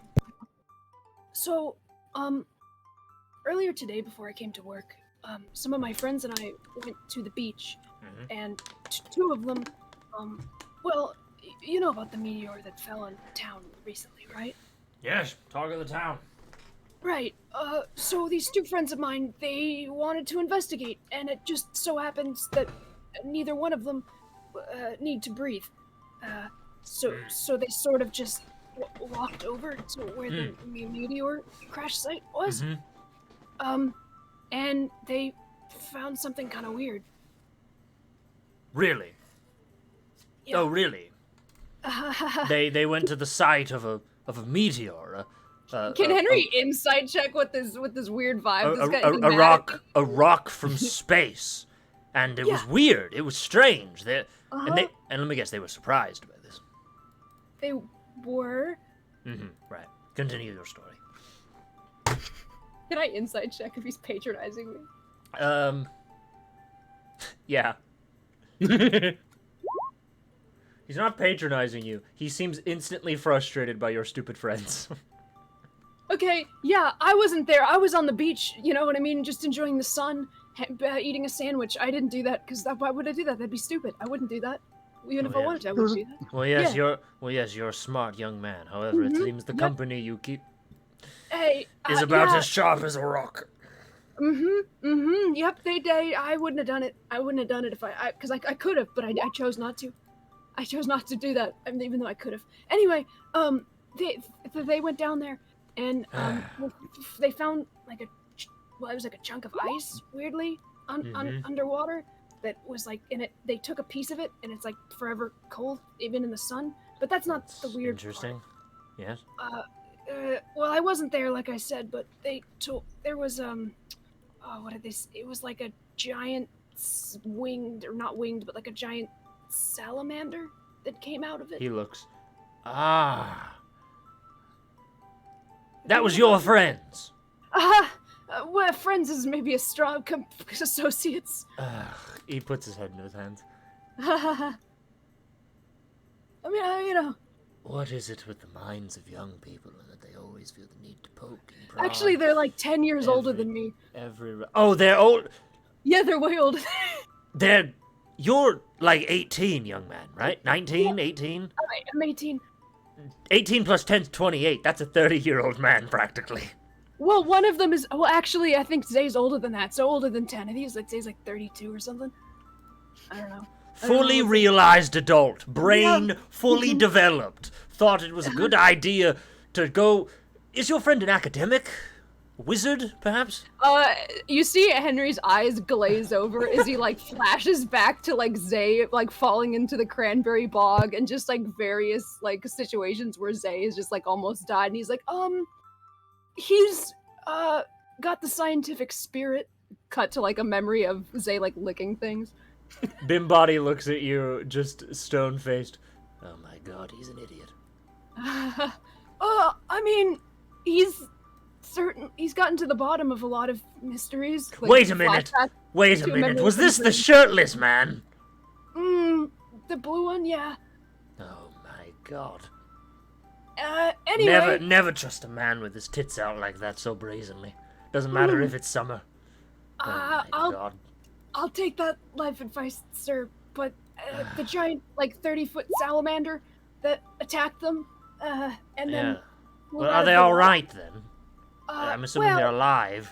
Yeah, no, Zay was pretty... I mean, I healed them. They're alright. They're alright. Well, that's good, at least. At least they're not dead.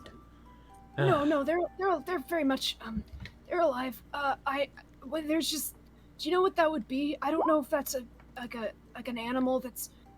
endemic to the area, or I mean, I wouldn't. Young man, it's probably not endemic to the planet. It's from space. Oh, is it okay? Well, I mean, okay. Let me run you through. Maybe it was just hanging out. I don't know. I'm not from the area. I mean, maybe not. My assumption is I'm not an astrologer. Do animals come from space a lot? Should we be concerned about that? Not really. There's a whole magical barrier created by a goddess, to keep them out. It didn't work. Sometimes it doesn't. I guess not. That's kind of how me... No. Alright, young. Hold on. I apologize. I don't mean to berate you, or your friends, or to speak ill of them, even though I do. But... I understand, curiosity, right? But, curiosity does, in fact, usually get the cat 9 times out of 10. But satisfaction brought it back? No. Almost always, archaeologists, historians, whatever, when you start poking at things you don't understand without the proper tools, and they almost never do, because their egos get the best of them. He had a balloon from the pier, you know. Oh, so he took a balloon underwater, and hold on, I gotta focus on that now. So he took a balloon, and he took it underwater. Why? What did that do for him? Well, it was like a it was like a buoy kind of like flotation in case. In case of what? I don't know. He like sunk? the tides or something. Yeah, I guess. I don't know. I wasn't there. Well, my friend's a robot, so he probably just held on to him. They brought a robot underwater? Well, okay, he doesn't like being called a robot. A construct? Warforged, I think he said he was. What does the robot have a name? Yeah, Brody. Brody. They brought Yeah. Brody, a mechanical machine, underwater. I think Brody brought himself. Oh, so he has the... So, okay. So Yeah, there's... Brody's like a person. So someone built... Okay. Brody's okay, all right. So Brody, a construct, has actualized, and in the act of actualization has gained the ability to be stupid, apparently. I guess. That's a My own fascinating... variant. Shit. Do you want to meet him? I'm not a machinist of any kind. I feel like that would be fascinating for someone more inclined to automotives and constructs. But that's an incredibly fascinating topic that a creature gains in whatever. Not to, Yeah, I don't know. We found him like that. I don't know. that's even crazier. Young man, you have brought a lot of excitement into my evening, but I was not Sorry. expecting. It's he kind of chuckles to himself. I get ahead of myself. Your friends are alive. That's good. The creature in question, I know nothing about. I do not study creatures from the astral planes. Should No. we tell someone about it? I mean, It's already here, is it not? I heard it was spotted flying through the city, but from my understanding is that there haven't been any attacks. People have been on edge, sure, but of course there have also been people who sort of just idly go about their day. If your friends were able to beat back the creature proficiently, then while they may be mighty fine warriors, that does probably mean that the guards with their forces might be able to suppress the creature if it ever came to blows. right. Okay. Yeah, So- I was just curious. I wish I could give you more answers, but I can merely give you advice. Even if you're not asking for it, I have to give it to you as your elder. Mm-hmm. When you wish to explore things that are not of this world, potentially, maybe, I don't know, prepare a little more, be safer. Like I said, I didn't go. They told me they were gonna go, and I said, guys, I don't think you should do that. I said, I think that that's a bad idea and not safe, and you should leave it to the professionals. But they didn't listen to me. Yes, but that's because you're smart, they're not, so you need to be more forceful. If you want them to live. Eventually, Right. they're going to touch something, and it's going to rip their soul from their body, and they're going to become a sentient rock. You want your I'm kind friends of to the become leader- rocks? I'm kind of the leader of the group, so I could definitely tell them to do that. Mm-hmm. Well, then do that. Leader of the group cuts back to going face first, eating shit. And Yeah, it cut to like Henry, like they stole his keys and they're like tossing it back and forth, and he's like, "Give it to me." Believe me, young man. I used to be an archaeologist. I know all about the allure of touching old, dangerous things. But I also know the costs. Well, speaking of old things, I have another question, maybe. Of course. So, kind of I don't want to say a hobby, but like a goal of mine. I'm trying to gather, together, various medical resources into one place, a book. I'd like to publish it someday, a medical journal that's accessible to people. And Mhm. I'm trying to include all different kinds of things, old, new, like sort of like scientific or homeopathic, just basically a little bit of everything. Mhm. And this is probably the biggest city I've ever been in. Mhm. I was wondering if you knew where I could maybe find information like that, books, or just maybe someone who specializes in it. I don't really know. I know that there's a public library, but I haven't checked it out yet, but I'm gonna assume that maybe most of the books in there are gonna be full of kind of conventional knowledge that I already know. Yeah, more than likely. You do seem like a medical specialist, so to give you specialized knowledge. I do study herbology, but most of the people I know are a continent away. Let me think. He sifts through the annals of his mind. Henry stands there awkwardly. You know, I believe in the town of Wernstrom. It's a city over, to the north. There is... I believe I did hear rumor of a doctor. Someone who was pushing boundaries of modern medical science. I don't know her name, though. I know it was a she. She specialized in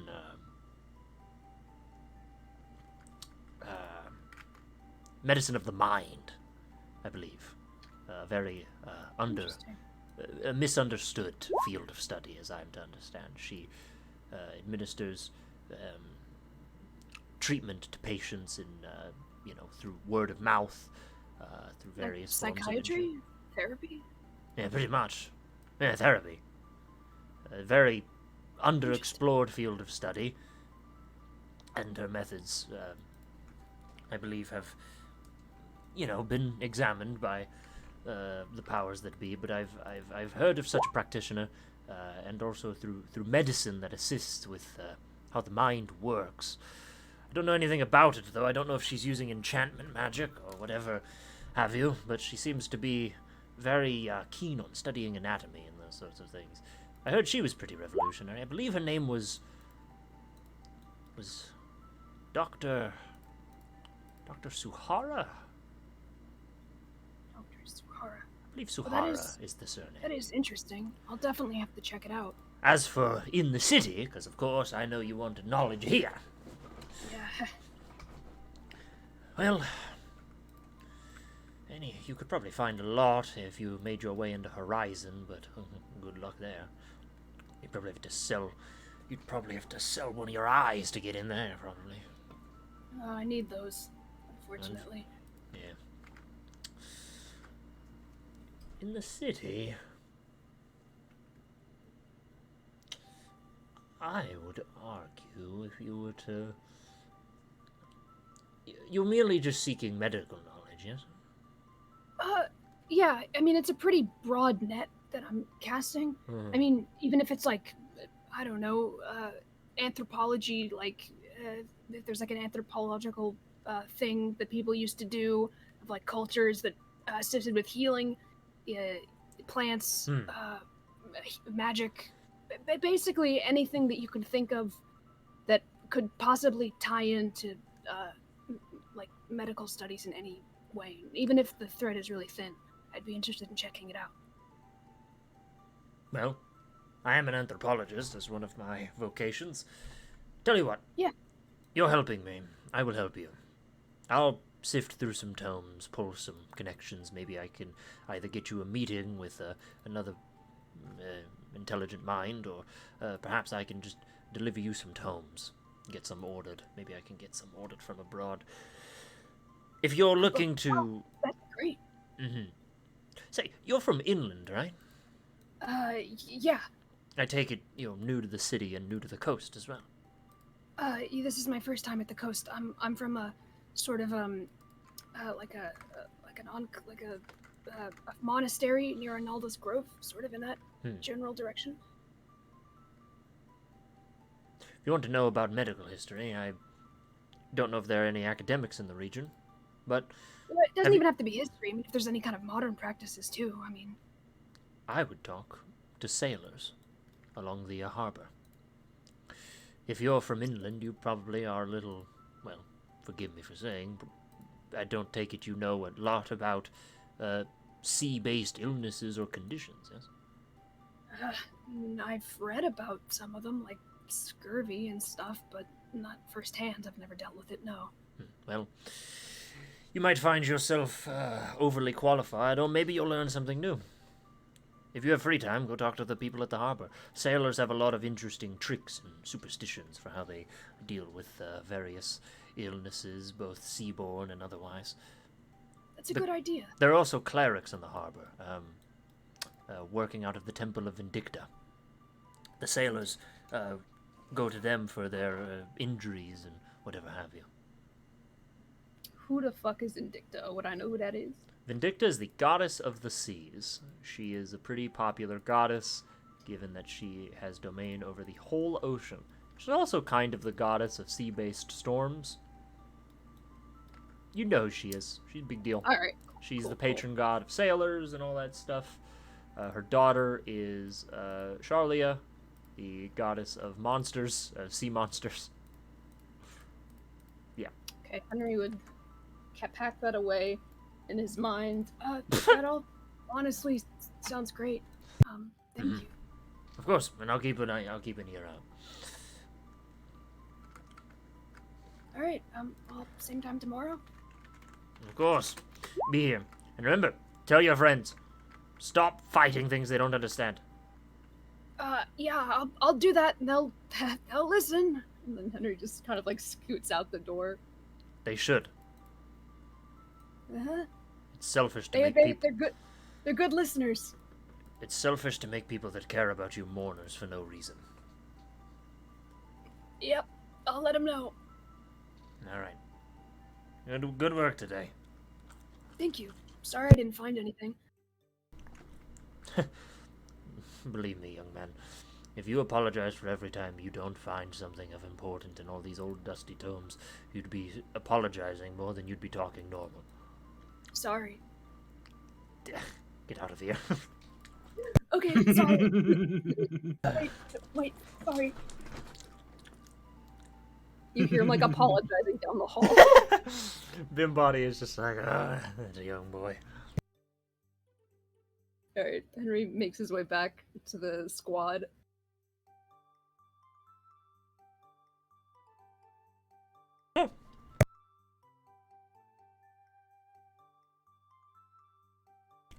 Alright. So you all end your day, heading back to your wagon. What all of you do as the evening kind of sort of begins to wrap up? Y'all just go to bed. I'm going to Betty Bye, bro. So how much? I've got 151 gold at the moment. How much do we still need? I put down 200, and she's needing 200 left. But yeah, I basically spent almost everything I have. I have 15 gold just in case, small stuff here and there. But yeah, no. You just I'm hear the personally ghost strapped. of Brody because he's not there because he's still at the forge. He has 100, but he could get more because he has a little math thing that he's going to be doing. I've made 10 gold. Bro, get out and get back out there on the street, whore. No. Yeah, you do get another 5 for the end of this day. Yeah. Okay, so I've made 10. I'm sending you out to work in the fields. Yeah. No. Out of character, Brody can have up to 200 that he could spare. It's just that he needs to sell some stuff and all that jazz. Okay, 100 from me, 100 from you. All right. Yeah, this is out of character because he's still at the forge. Okay. We're just yelling to each other. As you're all kind of sitting in the wagon, you'd hear a knock at the wagon door.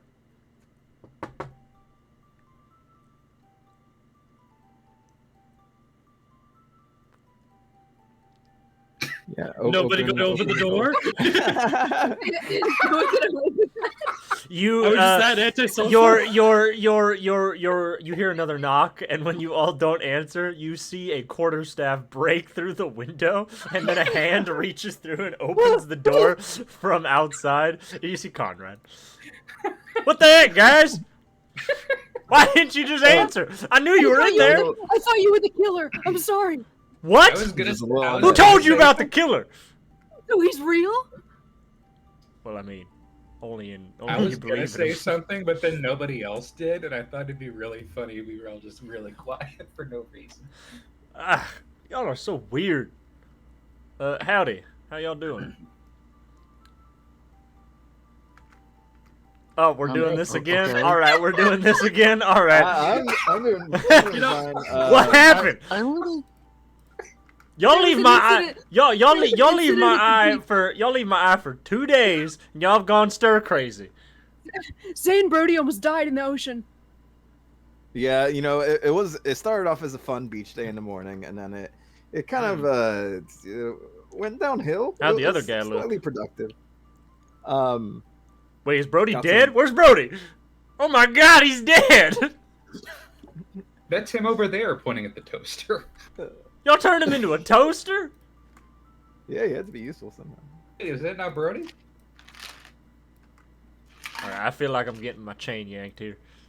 But yeah, no, he picked up a shift Yeah, at turned it pretty hard. the blacksmith that we're. Oh, that makes sense. Yeah.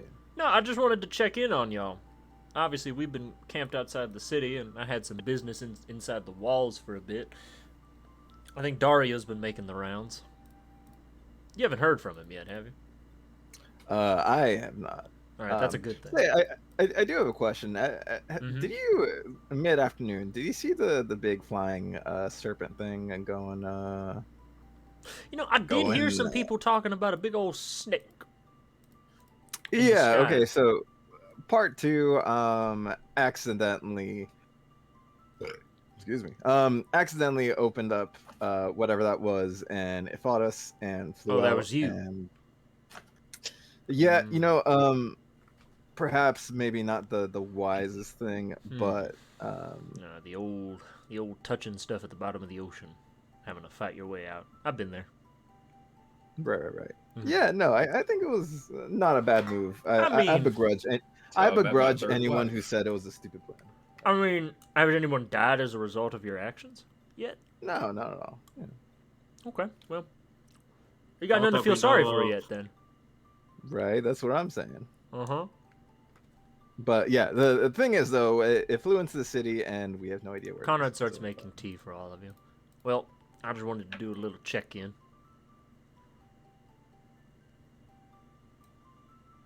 Well, that's eventful, at the very least. Yeah. Yeah, no. Henry did some research. You said it was oh, a... Oh, I'm sorry, continue. No, I just did want like a slight pivot as far as So guys, were we planning on using the coin to try to talk to the Archmage of the town? I feel like there's a lot that we've yet to understand, and I think she might be possibly the best person to talk to. But I don't want to use this coin if we're planning on like saving it for something else possibly. Well, we wanted to talk to her because we thought she might have something to do with the coolant, but we found the ice, so... Right. There is a possible access to the library, Henry. I don't know if how's the library research? Do you think you still have to get into the nicer place that requires a pass, or? Well, by the sound of it, I don't know if I'm gonna be able to. It seems like they kind of keep that stuff under pretty tight lip, and they won't just let anybody in for, you know.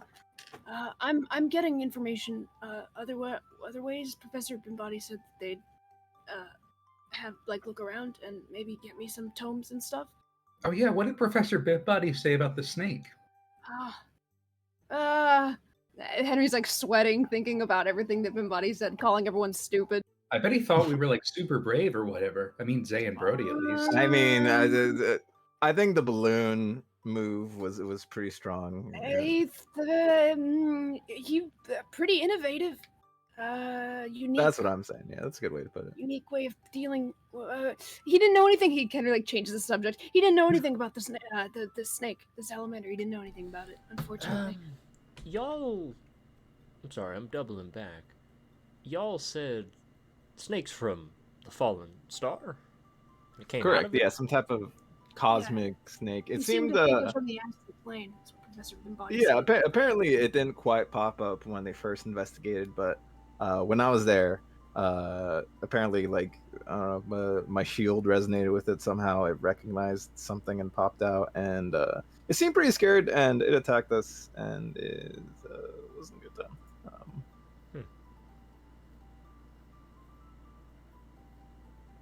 Conrad kind of leans back in his chair and thinks for a moment.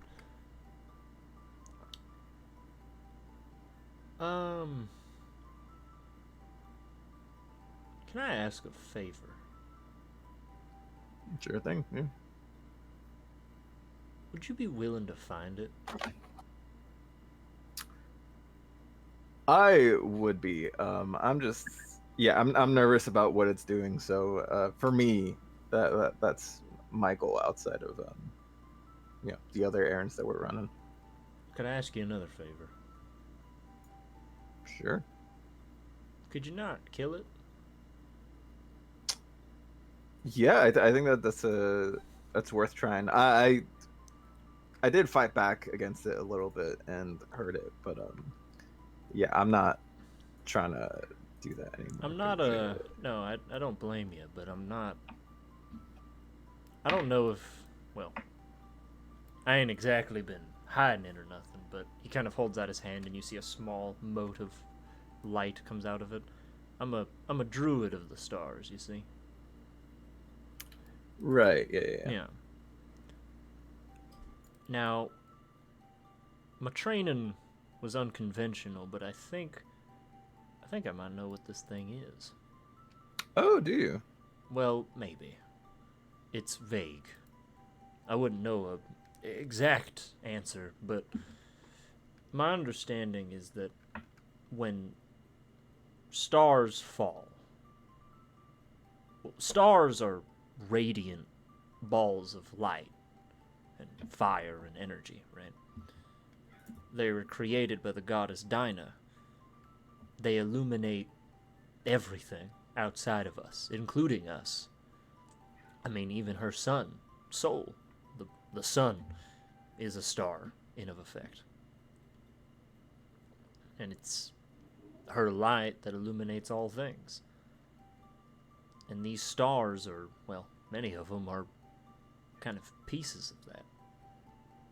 Radiant energy. I couldn't tell you exactly what you might have seen, but you might have seen, well, I mean, I'll put it to you plainly. You might have just tangled with an angel. A celestial being of a god. Really? Okay. I mean, if my understanding is correct, I think that's what you did. And, yeah. I'm glad I didn't, commit to killing it. Now that I know that's possibly an angel, that's gives me a very existential type of feeling. No, I mean, I wouldn't. I mean, I hate to be the bearer of bad news. I mean, you were defending yourself. It's perfectly fair. But I don't know. I've never really encountered such creatures. I've heard of them. They guard Dinah's light. Usually you only hear about the 12 big ones. Mm-hmm. The big angels. The constellations. Right. Yeah. Oh, the constellations, right. Yeah, the constellations are, I mean, it's by their invocation that I actually use magic. You might see every now and again a bunch of stars scatter on my body, and I call them out, and it's kind of, you're channeling the angelic constellations above, all that mumbo jumbo. But I'm sure there are other ones, smaller ones that aren't as big or as lethal. But sorry to drop all this on you, Zay. No, it's more than fine. Now I have a better idea. In hindsight, wasn't the wisest thing just going down there without much information, just smacking stuff. But Well, could have been worse. You know, I do think we ended up with a lot. Do you know what this type of creature might be attracted to? Because it flew into the city and it seemed to just not leave. So my assumption is that it's hiding somewhere. I just don't know quite where to look. he thinks for a moment. Didn't you say somebody dug something out of that fallen star? Right, and yeah, someone dug something. That's my first guess too. It possibly going back to wherever that meteor is contained.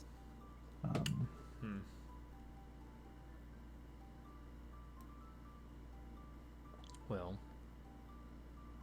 if I can be so bold, I'd appreciate it if you looked into this. And if you need my help, please don't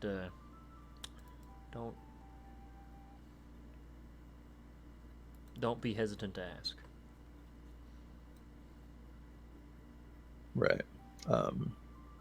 I do think this is something that we quite can't do on our own. There's like so much we don't know, and I think for that reason we should probably approach that archmage. We can try to see if we can do it without the coin, but yeah. Well, apologies for ruining y'all's vibes. I think it's more than fine. I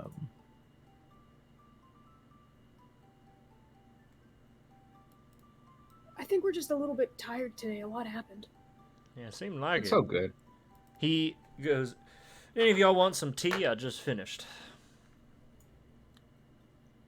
Sure. Yeah, sure thing. Sure. He passes it out. Alright, well, if y'all need anything, please don't fret to get in touch.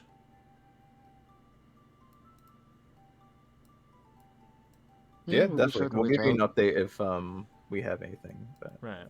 I might look into something tangentially related to that as well, and I'll let y'all know what I find. But, good luck. Hope the city's treating you well. And I'll leave y'all to your privacy. Oh, actually, how much longer were you planning on staying in the city, or do you normally stay in the city? I mean, we'll stay for quite some time. I do usually have business I like to take care of in the city. You know, old friends I like to meet up with, contacts. There are a couple matters of business I might have to attend to. Dario obviously likes to run his little markets and things. He has to pay for his hobbies somehow. Generally speaking, I would reckon we're gonna be in town.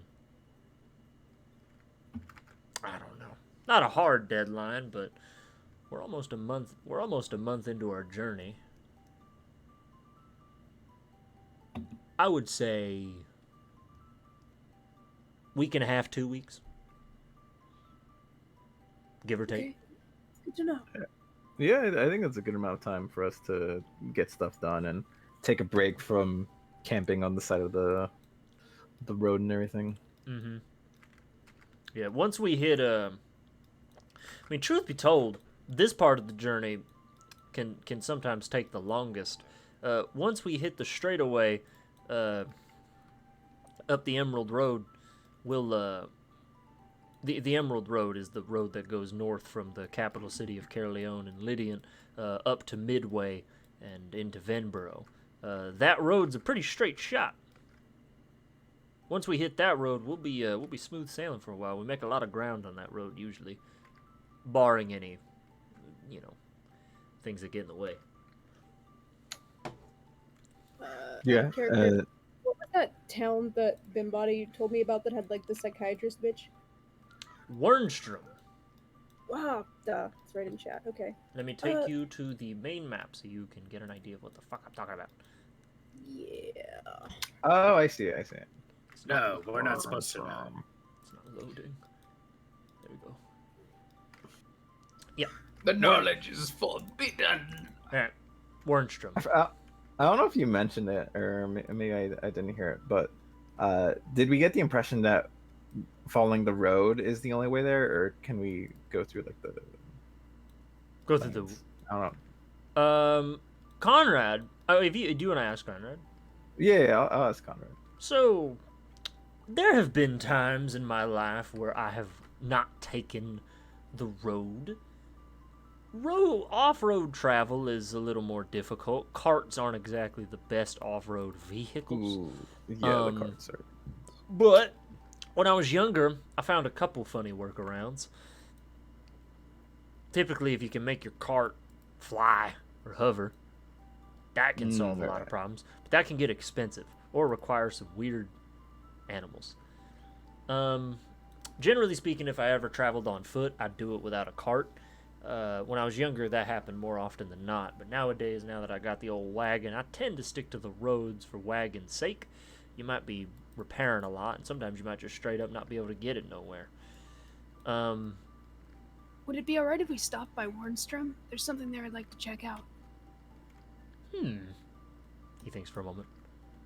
Sorry, said Nordstrom for a second. I mean, if y'all wanted to do that, typically the route we take is we go from the City of Argent, and I mean, there was one year where I took a boat and just took it to Gale, and then went to Lydian.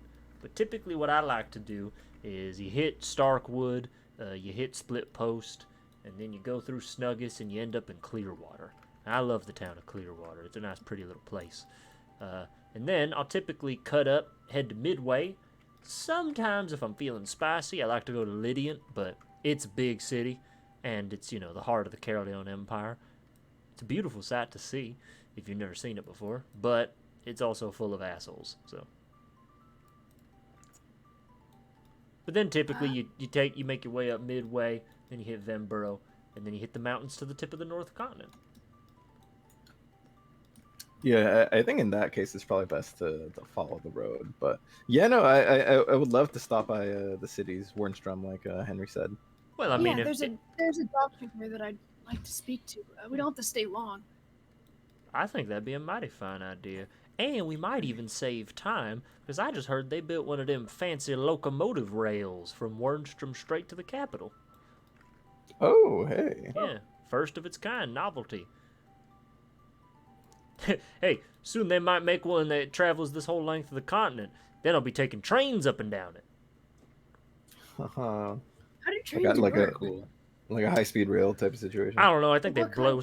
I don't know. I think they blow something up and it makes the iron cart go. Like Bleed Rock? Oh yeah, definitely. Lightning flash. Yeah. He's like, whoa, cool. And then Jack's in the background ominous. A year ago, I haven't been to Warnstrom in, God, like a decade or more. I believe my understanding back when I was in Lydian, they were building it, and yeah, no, my understanding of trains is that they're Bleak Rock powered. They kind of go, and they, you know, Cool. Instant enemy. They're big iron carriages on tracks. Jack's eye starts twitching. Yeah. Yeah, well, they're not that cool. I mean, you know, it doesn't save that much time in the long run or whatever. Be kind of fun though, wouldn't it? I think they can travel like No. I think they can travel like 30 miles in like 3 hours. Whoa. for clarity, it takes you guys like an entire day to walk like 20 hours. Like 24 Yeah. miles. Yeah. Yeah, no, it's 24 yeah, we'll miles. be taking the cart. Significantly fucking faster. Yeah. Yeah, train go fast. Trains go. Train goes zoom. Yeah, trains zoomy. Anyway, we can do that if y'all want. I don't think anybody is opposed. Yeah, Dario might be. So they're pulled by magic, or they're operated by magic? Well, they're operated by fire and steam mostly, I think, but they're fueled by Bleak Rock. Typically, it's the most fuel efficient thing in the world, so they use it. I don't think saying something is operated by explosions is efficient. Sounds like a disaster waiting to happen. Yeah, well, that's, Well, seems like it's probably pretty good regulated. Otherwise, Yeah, I agree with Ferrex on this one. Good job, Ferrix. A high five. He just like he gives him the high five, but he's like wasn't expecting that type of like, yeah, thanks, man. Wasn't expecting that level, but thanks. I mean, hey, I can't say you're incorrect. I mean, a lot of things in the new world keep getting made, and I don't know a goddamn thing about it. Don't get old, young bucks. And now I just feel stupid. Yeah, I'll try not to get old. Yeah, do your best. Well, Zay, you're already there. 30 is 30 old. Is 30 old. There's elves that the average lifespan used to be 40. Yeah, well, different times, you know. And I'm how healthy, old am I? healthier than the average person. Conrad starts counting the wrinkles on his face to try and get a sense of how old he is. Cuts open one of his fingers and counts the rings. Yeah, I'm an age. I don't know. I think you'll be fine, Zay. But seriously, as for the rest of you, yeah, as for the rest of you, keep up with the times. Don't get lost. Okay, I'll try. Well, you know what? At least if I'm lost, it's not because of explosions. I'm just kidding. I mean, I'm definitely curious about those things. They sound interesting. Yeah, probably. I don't know much about them. Typically, I kind of prefer the more analog approach, but there will probably come a day when I can't walk no more, so I gotta be pulled by something. But either way. Alright, well. What would we do with Puku and Dooku if we took a train? Exactly. What would they do? Do they have a place for like? I would imagine if it's like boats, right? Because I've taken boats before. A lot of times, if you book passage on a boat, they'll actually keep your animals on it for you and your cart. They'll put it, below deck. They're below deck on a train? I don't know. Maybe they'll put it in the back with the rest of the cargo, I assume. I mean, you just transport that stuff like cargo, I'd guess.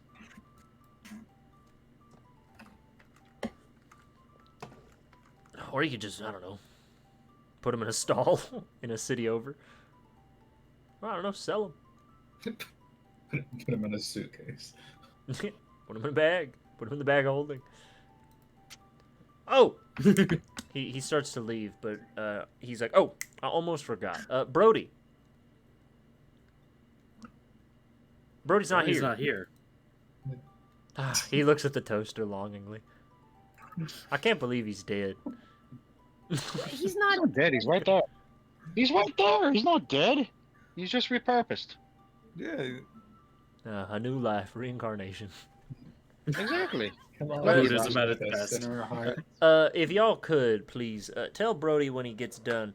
Vanessa wanted me to tell him that she was actually going to be maybe doing some training in town. Yeah, when he dings, we'll let you know. Okay, yeah. Yeah. She said something about how she was wanting to use some of the coin she's been gathering to pay for some training and education of some kind. You just hear a loud ding from the toaster. Sometimes I can still hear good timing. Sometimes I can still hear My toast is done. You all rush to the toast, but it's only one piece. The One Piece is real. You gotta fight for It's it. like a heel piece of bread too at the end. It's just a middle finger on the toast. Conrad waves. It's a middle finger. I can think like the toast pops up Alright, and there's Conrad, like thanks a for message. visiting. yeah. As you can see, we're doing really well here. Hey, Henry. When the toast Can I comes talk out, to it you has real a quick for a perfect second? image of- Yeah. It's Hey, Henry. Hey, listen. Uh-huh. I don't mean to put so much weight on your shoulders. Is everyone Okay. really okay? You do seem like you're going a little stir crazy. And he's just like thinking for a minute. He's like, Did you get to enjoy the beach at least? I did. I did. Well, that's good. Me, Jack, and Ferrix had a really good time. I'm sure Brody and Zay, by choice, decided to do something different. I think that there's just a lot of opportunity in the city, and people are getting pulled in a lot of different directions. All right, well, just yeah, keep me posted, and please let me know if anything really bad happens. I mean, it seems like already something kind of weird's happened, but Definitely. all right, good talk. He kind of pats you on the shoulder. Yep, let you know. All right, he waves and Henry's he takes off. internally sweating. He's like, "Oh my god, this is too much. This is the fucking professor, and now Conrad. Oh my god, I'm holding this kid together." Yeah, God, I'm holding this whole gang together. I know. I'm the only thing. Oh my god, I'm the only thing. I'm the backbone. A single mom who works too hard and loves her kids and never stops. Meanwhile, oh Ferrix, this piece of toast looks just like you. It's just fucking amazing. It says Farnix, not Ferrix. It's a sign. Oh what? my god. You don't know what she looks like. This toast. I'm Henry's like, oh, I know her. Yeah, the toast. I know her. Yeah, you can I know recognize. that toast. I would know the size We of should those. charge people. recognize We that should toast charge people to anywhere. come and see the toast. Yeah, That's my god. this is one of Yeah, Henry's Ferrix uncle's should- drawings. Yeah, Ferrix takes the toast and bites its head off without paying attention. Henry's like, no! This looks like just like the stained glass back in my monastery. Sort of Stained like glass the of giant countertop. tits. Yeah, they do have giant tits. Yeah, unfortunately, Farnix, Henry's monastery is only drawn with giant fucking tits. 'Cause- We keep Big asking them fucking not to. knockers. But he- yeah, the one guy who's responsible won't listen to them. So he keeps We're drawing. like, Listen, Please, I'm dude, just saying, stop. guy. If she's the goddess of the moon, she got a couple of moons on her chest. You know what I'm saying? You know what I'm freaking saying, brother? Hey, you ever seen the dark side of the moon? Everyone's like, Kremrick, please. I've seen 3 dark sides of the moon, my friend. What? In the dark side of something. Huh? What's the implication of that? What? Don't worry about it. Hmm. All I'm saying, guy. Listen, What? listen. What's the third? Sweating. What's the third, Brody? What's the I'd third? like to know, mother You ever boy. seen Phonics in a dress and you see a little bit of side moon? What? I would call that half so Let me she's moon. commit to this, hanging out- goddammit. She's Can we hanging out stop with talking both about my tits out and god one like ass this? cheek. Stop sexualizing my goddess. Oh my god, she's a married woman.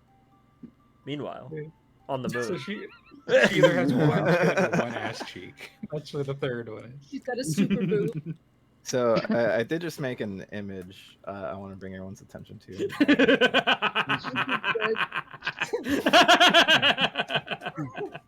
That's really Get that on good. Thank you, stream. George. That's Get really that on good. stream, John. Yeah. Hang on. Yeah, hang, put this up on stream.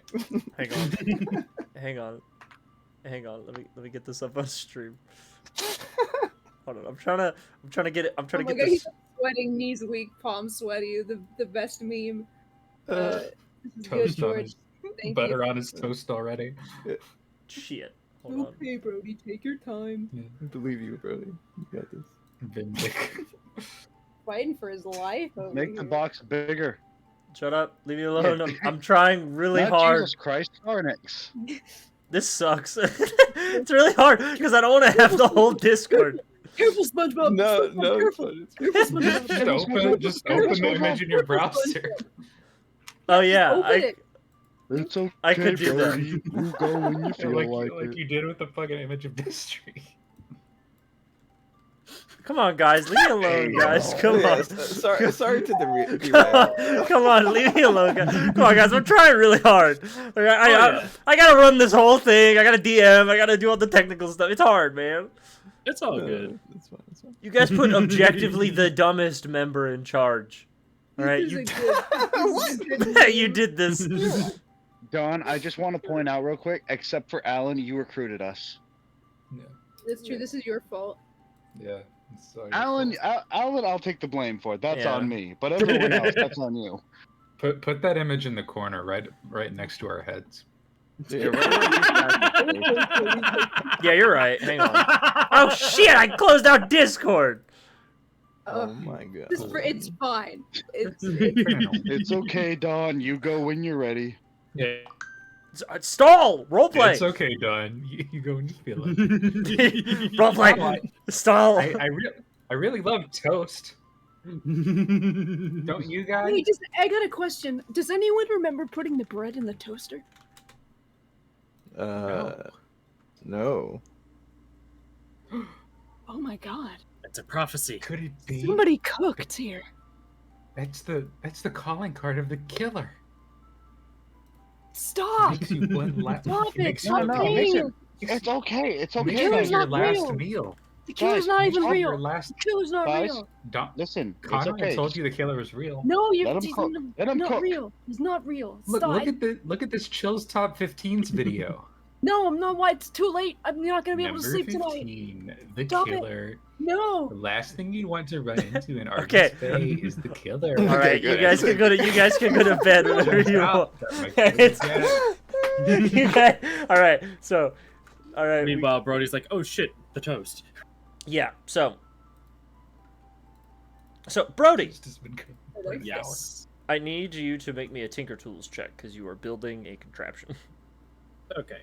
Can I also lay out a plan that I've been formulating? Yes. So Formulate your plan. So essentially, the idea I'm thinking here is that of taking a barrel of the size that we need for the shield, have cut it in half, use hinges, and have two guides to make sure that we can ensure that it stays closed with a latching mechanism to keep it closed with pressure. While on top of it, we make a molding of the shield, so that it could keep its shape while it's going through its process of cooling. And that it'll be like a mound in the center and a concave piece on the mating piece. That's a very good idea. Yeah. And so that doing all that, he will also be using like the different very like a few corners that we could just easily miss over. We don't need it because it has to go to size of the barrel. And it's not, and he's going to choose a barrel that's the size that we need for the shield, not just accidentally get something too small. Obviously. Right. And he'll be trying to learn how to cut the ice by using like scoring and then chipping through to try and make clean cuts instead of having to, well, chisel and pray to God that he doesn't accidentally shatter the whole thing. Yeah. I will say, it's obviously a very specific description, but it makes sense. I would say you really don't need to make a check for all that. Brody's very smart, and you're a very skilled smith. And as you sort of begin to tinker and work and put your skills to the test, you would notice eventually Elia will kind of take breaks from her work to go check on you, and she would be like, "You really know what you're doing, huh?" Yes. Also, he also like set up a little weird thing on the side that while he's tinkering, he has something going like a metronome going on a pace that he would think that the cold operates at to give an idea of how to do the chipping. That's very clever.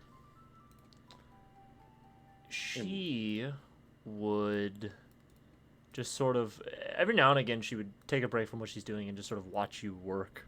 I would say with that description, you not only feel yourself build this thing, you realize the challenge and the inherent difficulty of working with such a weird, strange metal that is very foreign to, or not even metal, just material that's so foreign to you.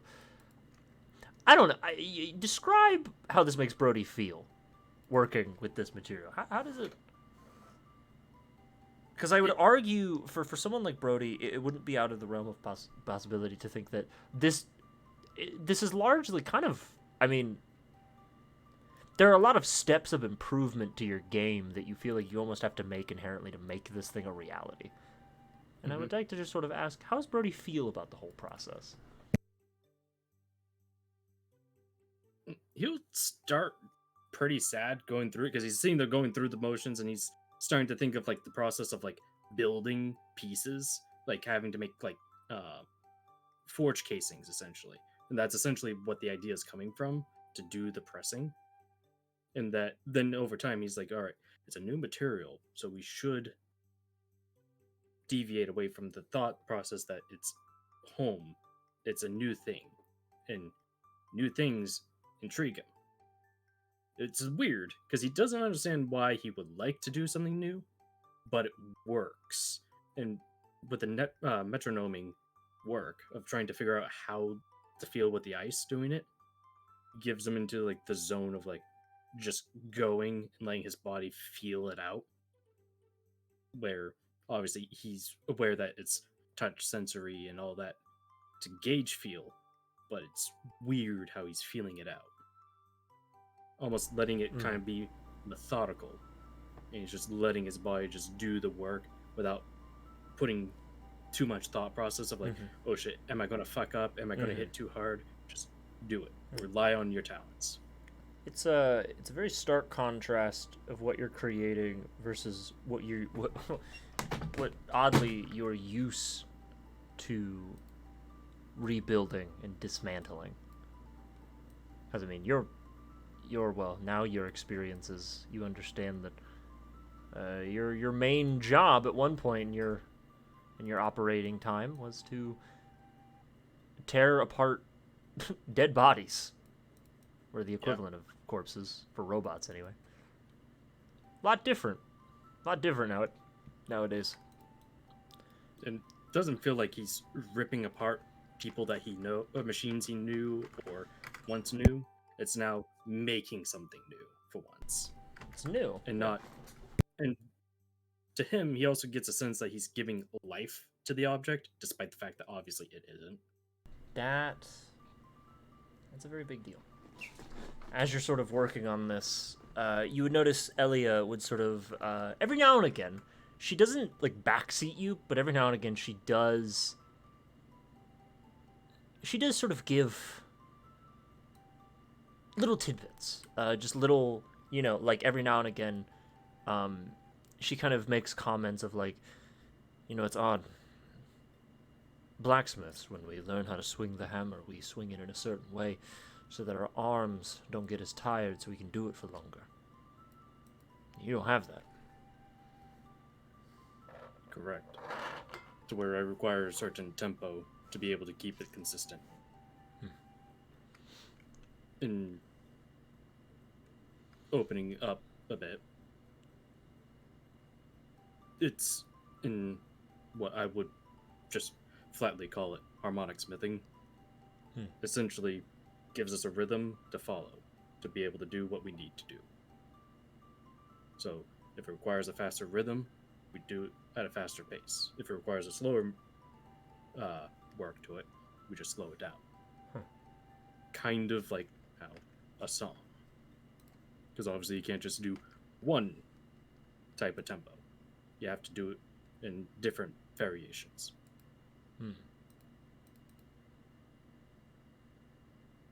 Where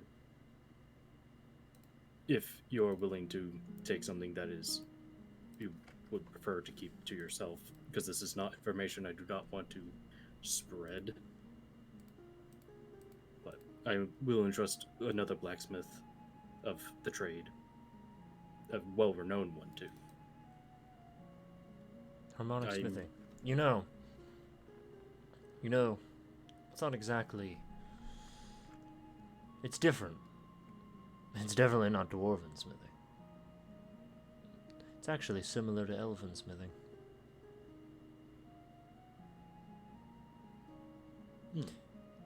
Elves, when we smith... I know I've been in the other room, but... I pray over the things I create. I give a prayer to my goddess in her name, in their name, to bless the weapon and to bind it to the wielder. I said once before that all the things I create are imbued, so to speak, for the person they're going to be used for. But that applies to anything, really. As a servant to Alpharin, the elf god of creation, I feel like my culture, my people, we have a good sense for a good understanding for the act of creation of all things, whether it be life or art or even tools. Our smithing is based around that, around those feelings, around that connection to the things you create. It's not harmonic necessarily. We don't smith to a beat or a rhythm. We smith to but there is a pace to it. We smith to a tempo, sort of set, not by a rhythm, but by, well, by our subconscious mind. You just let the body do what it needs to do to get the tempo. Oftentimes I've heard druids, they let nature flow through them. They become a part of the world, and that's how their magic manifests. It manifests through them as they are a vessel for it. It's similar to that, except instead of nature, I believe it is my God. They flow through me and into the works I create. They become not only a part of me, but a part of the divine cosmos above. It's So not in dissimilar essence, to what you do, though I'm sure you must, as a construct, I'm sure you have a different view on it. Tell I'm me, not foreign to religion. tell me,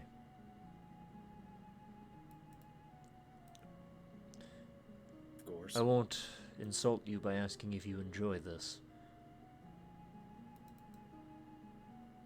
Well, actually, do you? Enjoy creation.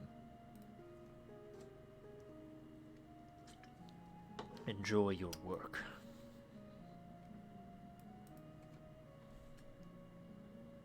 He would sit on that and then put the tools down to think really hard about it. And then he'll look straight into her eyes and go, I believe so. Unfortunately, I'm not too familiar with the emotion of enjoyment.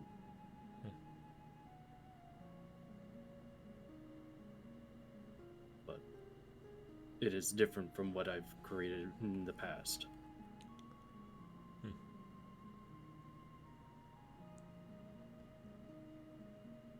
Because do you think I'm just a simple machine? No. I said it before, didn't I? When I create things, I believe that I, in myself, become a part of that thing. Becomes a part of me. You had a creator. Something or someone made you. Just like my parents made me, and the gods made my ancestors.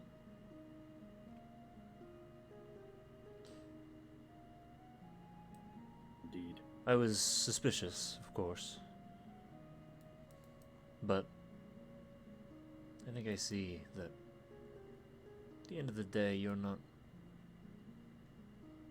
really much different than anything else in this world, right? You're merely a product of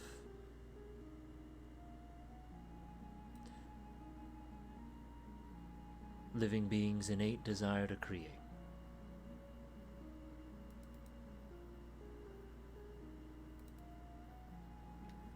I was given a different maker instead of what the rest of mine was made.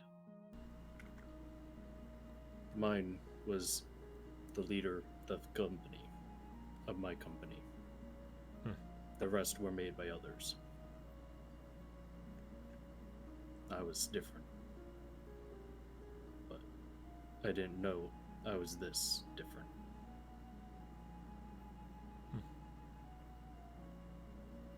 Would you believe me that I'm more than a couple centuries old? even millennial. She smiles. Would you believe I'm more than a couple of centuries old? It's not that weird when you think about it. I've had grandfathers who have lived for over 1,000 years. Although they start to lose it at the end. Get a little cuckoo. Indeed. So much memory, so much emotion, Yeah. so much history. So much booze, more like it. Brody would actually go a little bit with that. That can do it. A machine that can laugh. It's a novelty.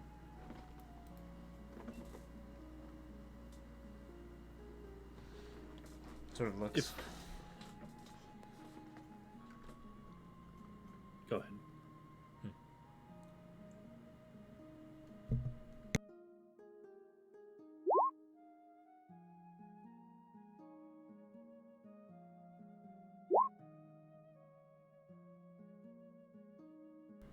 Just a second. Oh, good. 1,000-yard stare. It's hundreds of years old. God damn, it's crazy. He is ancient. He is considered older than everybody combined. Yeah, The thing is, he did not have that runtime of it was that turned off age. for a lot of it. Most of it. He is probably considered the youngest by runtime. You said you felt different. Yes. You know, she reaches to a table. She she grabs a hammer off of it. It's a standard fare, piece of metal on the end. It's got a bunch of chinks and dents.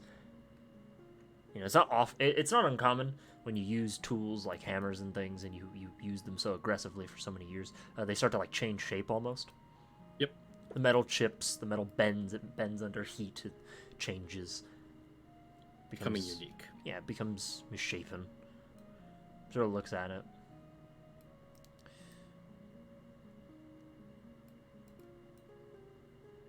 It's...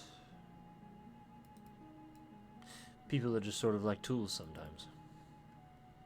You're made a certain way, but the more things you get hit up against, the more you change. Same thing with the tempering process that we're working on. Sometimes you're dipped into the fire, then into the cold.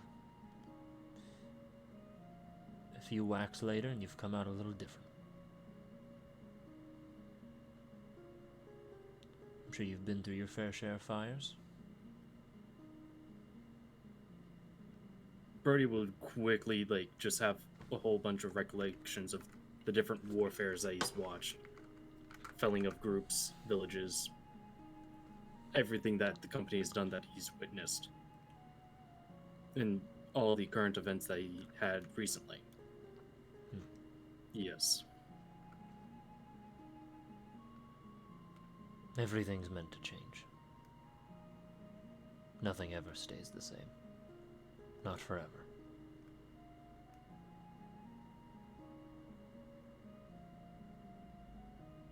She puts the hammer down.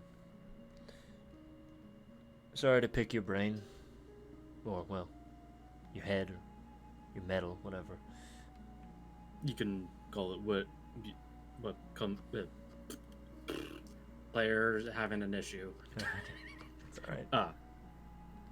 You may call it whatever is comfortable. And if you prefer, if you do not want to speak in the common tongue, I am extensive knowledge of Elvish. I'm alright, I need to brush up anyway. Keep up the good work. You as well. And you'll watch a little bit of the process that she's going through with the parts, and then return back to his work as he completes the project. Yeah, Her smithing in the other room that you would kind of notice, it's pretty intense. Maybe it's because she's dealing with a bit of a volatile material in the form of the bloodstone, but you would get the sense, and you probably haven't really noticed until you've gotten to work alongside her, Elia is probably a cleric, as her smithing is imbued inherently with like some sort of like magic, and it wasn't just a throwaway joke earlier, because this bloodstone, it is imbued with like the souls of living creatures, and as she like hits the metal, you would see there's almost these like black little spirits that come out of it and almost like cling to her body, but you would notice these like sort of goldish lights every so often as she swings her hammer sort of push them back, and it's remarkably intense, but she seems so stoic in it and so unfazed. It is very much watching a centuries-year-old master of the craft at work, and there's a lot to be learned just through observing her, even as someone as skilled as you. It's maybe it's intimidating, or maybe it's uplifting to know that there's still more to learn. He'll find it uplifting because he wants to learn more. Yeah. There are ways she swings her weapon. There are ways she handles the. It's almost like the material fights against her, literally in this case. Which is not too dissimilar to the ice that you're dealing with, because you can't really touch it either, except it's not exactly jumping out of you. I have a less dangerous material. Yeah, but there are things being learned here. But eventually, your night would also come to an end, or you would probably rather work through the night. And the rest of you would wake up to a new day. Not so fast, Dungeon Master. Ugh! Ugh! Is he gonna do it? Is he gonna do it? I'm kidding. That was all original. What do you want to do, Jack? It's Forlen time, baby.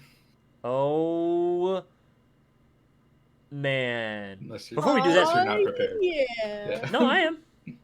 Oh, okay. Oh, no, I'm prepared. The only thing I gotta do to get even more prepared is take a pee-pee. I'll be back. Take a fucking shit. Bro, I got a freaking huge deuce brewing. Yeah. Bro, I got something cooking in the Dutch oven. I gotta go let it out. Gotta empty your bowels before we gotta perform. drain Leave the mic on. No. Someone cooked here. POV, I go to my bathroom and I put like a whole, I lobotomize myself and let all the juice out. You gotta do that. Out of my head. You cut open your You head, got it. your brain falls out. Well, yeah. The imagery here is that as I DM, my head swells up with a bunch of like fluid. Yeah, you get brain swelling. Yeah, from no. that. Yeah. Yeah. It's hard. It's stressful. No, yeah. That's just listen. You're just goaded with the sauce, and it's swelling your brain. I guess that's what you could call it. Must be back. Aw, he turned his mic off. He doesn't love us. Ooh. My choppers, my pearly whites. My choppers. The other night, Don like hopped on, and I guess he didn't know his mic was connected or whatever. But I heard him talking. He was like penis enlargement pills. He was like, Hey, man. He was like muttering to himself. He was like quoting like a video or something. But I just heard him go, "I'm gonna pick out penis enlargement pills." Listen, man. Whatever makes him feel more confident. We support her, bro. This is really Real. funny. And then he was just like, "Why are you laughing?" And I was like, "No reason. Don't worry about it." Nothing. Don't I worry also, about you know what the sad part is, Connor, about earlier? Ferrix's comment about like the whole like explosions, power, and like that was genuine. That was genuinely like from him. And then when you Yeah. chimed in like, "Yeah, man," I'm like, "Fuck, that's right, Jack's in the room." Shit, he's here. Yes. Go, I don't know. This train seemed pretty cool.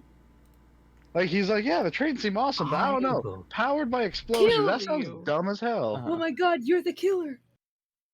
Maybe. Yeah, I I thought he think- was gonna become homies with the guy who you talked to earlier. I think it's gonna be really funny if Jack like lights a building on fire or some shit. You should convince Henry that the killer did that. Yeah, the killer was the killer. Oh yeah, you just keep blaming everything that happens on the killer, and Henry's like, "Oh my god." Look, Henry, Even better- I have to use this disguise. I'm secretly trying to stop the killer. Oh my But- god. But you know, if people knew about that, then you know I- they might be come on- after you be- too. Oh, Yeah. they come Let me after one up me? you on that one. Yeah, because you'd So- be after anyone who's Oh. close to me. Oh my god. There's I a have to hide. There's a crowd publicly condemning Forlen for setting a building on fire. Henry jumps in front of them. No, guys, it couldn't be Forlen. Forlen's a hero. He saved my life against a goat demon. The killer did it. Yeah, we just blame everything on the killer. There is no Forlen, only killer. That's Henry's alternate personality. The rat tail grows. He becomes the killer. So, Yeah. I'm back. Okay. You don't love us. You don't leave your mic on. I would kiss every single one of you on the mouth. Oh All right, my. drive over. But you're right. But you're right. I don't love you. It's loveless. Yeah. He doesn't Purely- mean it's it. purely No, I sexual. don't mean Yeah. it. Yeah, it's purely for It's me. just physical. Yeah. It's just for me. yeah. It's not just good for for- you. I feel like No. I like it. Spooky getting all excited like shit. We'll try. I think I do. I guarantee it would be the Well, you worst. brought it- I guarantee it'd be the worst kiss you've ever had. Guaranteed. I'd bet on it. Actually. Fuck you. I'm gonna kiss you back so well, it's gonna become the best. No, dude. No, dude. No, bro. No, bro. It's like Damn. no, you don't understand how math works. Negative times positive still equals negative. All right, bro. Well, it's a positive is greater than a negative. No, it's not how that math. That's not how math But works. what if so if he kisses you badly back, then it's good. Oh, maybe. By that Shit. logic. Two Is negatives this, make is it this our positive. time to bring in the bad sex devil? No. Oh no, No. no, No. Play the game, Dawn. That stays. You know, in the if fucking- two bad sex devils do fuck, I do No. think it's good sex. no. We are not You reintroducing that can't- no, topic. the bad sex devil Yeah, is they in hell. regain Okay, their but what if Chad- regain their Chad- angelicness. If but you what if don't a ask third bad Chad, sex don't devil ask Chad, don't ask Chad, joins? don't ask Chad, don't do Dawn, you son of a bitch, But if don't a do third it. bad sex devil joins, I'm does that putting make my it a foot down. good or a bad sex devil? okay, fine, No, Fine. That stays in the dad sessions, and they stay there. whatever. Hey, viewers, our dad My baby sessions, feels our daddy weird. sessions. Yeah, you That's don't where even know those what's go. going on. Yeah, you don't even know, dude. Our private dad sessions. Yeah, dude, our dad Oh, that's sessions go crazy, demented. and you can join too for $500,000. We released the recordings of the dad session at 1,000 subscribers. Dear God. Okay, all right. I will. I can and I will. That's so stupid. And then I will and I have. Yeah, check I'll me. do it. I'll Jack, do it. That's me, motherfucker. it's nighttime, Yes, it is. Objectively. and you're sleeping. Me, me, me, me. Honk. Shoo. What do you do? Jack will. He will have told the Jack squad about this beforehand. Mhm. So they'll hopefully be up as well. Yeah. All right, guys. I'm Yeah? gonna try and maybe make more than one stop tonight because there's more than one factory in town. I'm not sure All right. I'm gonna do anything yet. If I do, it'll only be like a like a quick little ooh, I'm the spooky man. Yeah. But yeah, All right. I'll Yeah. let you hang on to this just in case. And Jack will like boop one of them and give them the telepathy. Yeah, we'll say it's Verdi. Yeah. All right. Yeah. I mean, we'll be on standby if you need us. Alrighty. Well, I'm out. And Jack will backwards tumble out the window. All right. They give you a little salute, and they will be on standby, and you assume Forlen time. Whoa. So, it's a little different, assuming the mask of Forlen in such a big city. First things first, surprisingly easy to get around. A lot of rooftops, a lot of ledges. And a lot of people who, especially at this time of night, want to mind their fucking own business. So they don't look up. Oh, and also, just for the record, Jack is currently going with the one that lets him climb walls. Understood. Yeah, you don that mask. So, what exactly are you doing? Jack will make his way over to the nearest Bleak Rock plant. So, there's a lot. There's a lot of places. When you say Bleak Rock plant, you just mean factory that uses Bleak Rock, or... Yes. Yeah. There's a lot of factories... Unless any of them, like, stood out in particular. There are... Any, like, smokestacks? There are some big ones. There are a couple bigger factories that might stick out to you a little bit. Even with Jack's tentative just sitting in the high roads selling shit, you would probably have picked up on a couple factories that are a little bit... You'd see their logos on carts moving about a little bit more. And you'd understand they have a little bit more property to work with. One of the... there are three in particular. Kindle's Steel Mill, Portmaker's Cloth, and Dwarven Engineering and Stone Cutting. And all three of these seem to be not only big factories in the city, but they heavily use Bleak Rock. Jack will probably focus on those three. Yeah, these are some of the big ones. Because there are really small operations that you'd probably get the sense of. Because also, some people use Bleak Rock just, like, in their homes. They shouldn't, but they do. It's a bad idea. Yeah, it's a terrible idea, but they do it. They're bloody uneducated. It's quite stupid, isn't it? It's quite bloody fucking dumb. Anyway. Yeah. So, I'm Jack assuming... will... Yeah, go on. Oh, yeah. He'll go to probably whichever one is closest to him at the moment out of those three. You guys are in Southtown. I would say the closest would actually be Dwarven Engineering and Stone Cutting. Right. Yeah. Oh shit, my bad. We're not on BRB. Dear God. We're back For here. rock and stone, brother. Yeah. You would go to the Dwarven Engineering and Stone Cutting factory. It's what you'd expect. They cut stone. They bring giant chunks of quarried stone or mined stone to their factories for them to be cut into bricks or tiles or whatever else they're used, construction materials mainly. The thing about this factory, it's a lot different than the one in Trade Point, Woodrow's, which was a largely unguarded and... okay. It was a largely unguarded and kind of unremarkable affair. This is bigger.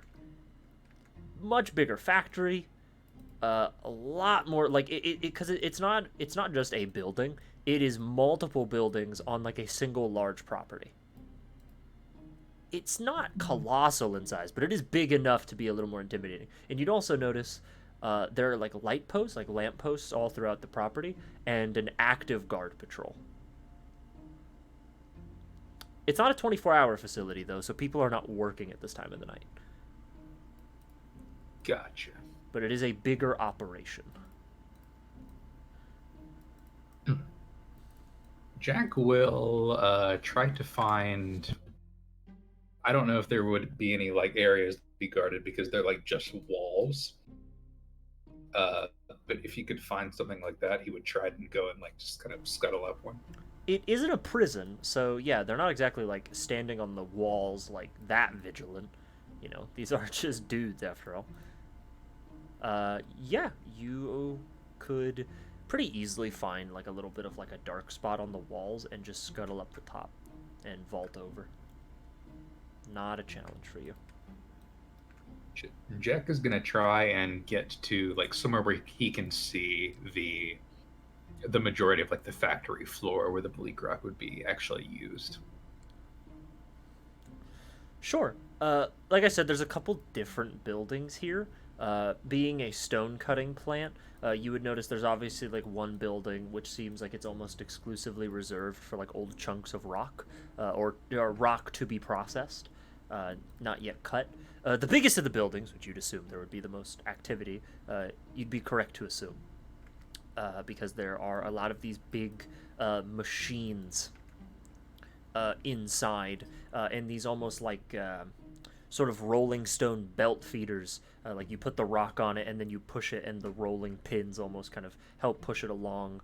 And then there's almost like these big frames that you can only assume on the inside, like the rock gets pushed through them, and you don't exactly know how it would work. You have to assume, though, there's some type of like fire-based or water-based cutting implement that comes out of these machines. And just telling by the various canisters and valves and things, it's very much a bleak rock powered device. It seems like it's a very, very effective stone cutting tool. Gotcha. For you to get inside, where your vantage point here, you'd probably scale up the sides of the wall, and you'd probably get to a high reaching window. There are lots of windows kind of towards the edge of the ceiling. The reason for this is obviously because they open these to let smoke out, but there's also various smokestacks and things coming out of the top of this factory. You could very easily see inside from a window. Gotcha. Onto what is basically the factory floor. The factory floor is closed. Like there are like these big style barn doors on either side of the factory. Actually, aha! I was smart. Look at me. Huh. I knew I did this. I forgot. So this is the factory. It's a very humble layout. It's a very, very humble layout. But basically, this is the building where they put all the rocks. This is the main floor. These are the walls, obviously, with the main doors. The big squares represent doors. These are like the big-ass barn doors. Gotcha. Well, these two. These two right here are the big-ass barn doors. This is actually a normal-sized door. Looks like some sort of back door. And you're probably just looking inside of this factory floor. You would also notice, though, in this factory, it looks like there are other, like, there's like a closed-off section, which looks like an office space of some kind. Probably where, like, clerks and people do their work. Seems like that would be accessible from this door. Gotcha. Righty. Well, if there's not anybody here, Jack wouldn't really think it would be much of a point to make any kind of display. But as far as the Bleak Rock storage goes, is there any way he knows of that he could, like, kind of just, like, ruin a batch of it? Ruining a batch of Bleak Rock. It is not as easy as one would think, because to be frank, the easiest way to get rid of Bleak Rock is to use it and to burn it. Because Bleak Rock is a unique material in that the only byproduct when you burn it that it really emits is smoke. And that just seems from the fire itself. Bleak Rock, so in real life, coal has a thing called coal ash, which is, it's like ash, and it comes off of coal. Oil has obviously various byproducts and things that are left behind in the burning process. To people's knowledge, Bleak Rock doesn't have that. It just turns into energy and then is gone. The only thing it leaves behind is smoke. And that obviously goes up into the air and goes away. So to people's understanding, it doesn't really have much of a byproduct. So to answer your question, it's kind of difficult to just get rid of without just destroying it, like, and using it the old-fashioned way. I would say for you, though, because I also, I mean, you probably know enough about Bleak Rock at this point in your life. You'd probably have some knowledge. The only other way to really get rid of bleak rock is to turn it into a liquid and then like dump it in water. Would be another way of completely ruining it, because obviously it would just disperse in the water. Gotcha. That's probably not doable over the span of like half an hour and a night. Yeah, that's a little difficult. Yeah. Yeah. Unfortunately, bleak rock is weirdly difficult to get rid of. But you could always just destroy it. Yeah. That might be. I don't know about setting a whole building on fire when nobody's here. At least, like, not when nobody's here who could hypothetically, like, prevent any, like, Yeah. casualties. It's really just guards who are just kind of patrolling the outside and occasionally the inside of the facility, but even they're not, you know. Yeah, Jack's not that batshit yet. Now, it's not to say, if you wanted to look into a way to completely ruin a batch of bleak rock, that is something you could probably look into a little bit more. But in the main building, I assume no one is there. Not really, no. Seems pretty empty. Occasionally a guard does like a walk, but, I mean, they're guards on a graveyard shift. They're not exactly jonesing to be very good ones. Gotcha. You would notice, though, these guards they're not city guards. They're mercenaries. These look like they're thugs of some description. They have been independently hired for this job. Gotcha. In that case, I'm going to try and find a way into this main building and see if I could maybe, like, cut the belt that is, like, used to shovel bleak rock in or whatever. There is a back door, but you would presume it's locked. There are also the windows, and they do open, but you might need some finesse to open them from the outside. Jack would try and open a window. He's a pretty dexterous guy. Do you have thieves' tools? I do not. You will make this check with disadvantage, but just make a dex check. 12. It's not Fort Knox. You were able to, with some effort and a little bit of swearing and a little bit of frustration, you are able to get a window cracked open. Yes. Jack will kind of like slink down in the shadows and try and find like the main belt and just kind of like throw a monkey wrench in it, basically. Just he's aware that it's probably not going to cause that much lasting damage for the moment. Now, yeah. This machine, make an intelligence check. Just figure out how you can fuck it up a little bit. 20. You get the sense that getting rid of the bleak rock's a little difficult. Getting rid of the machines that use the bleak rock, a lot easier.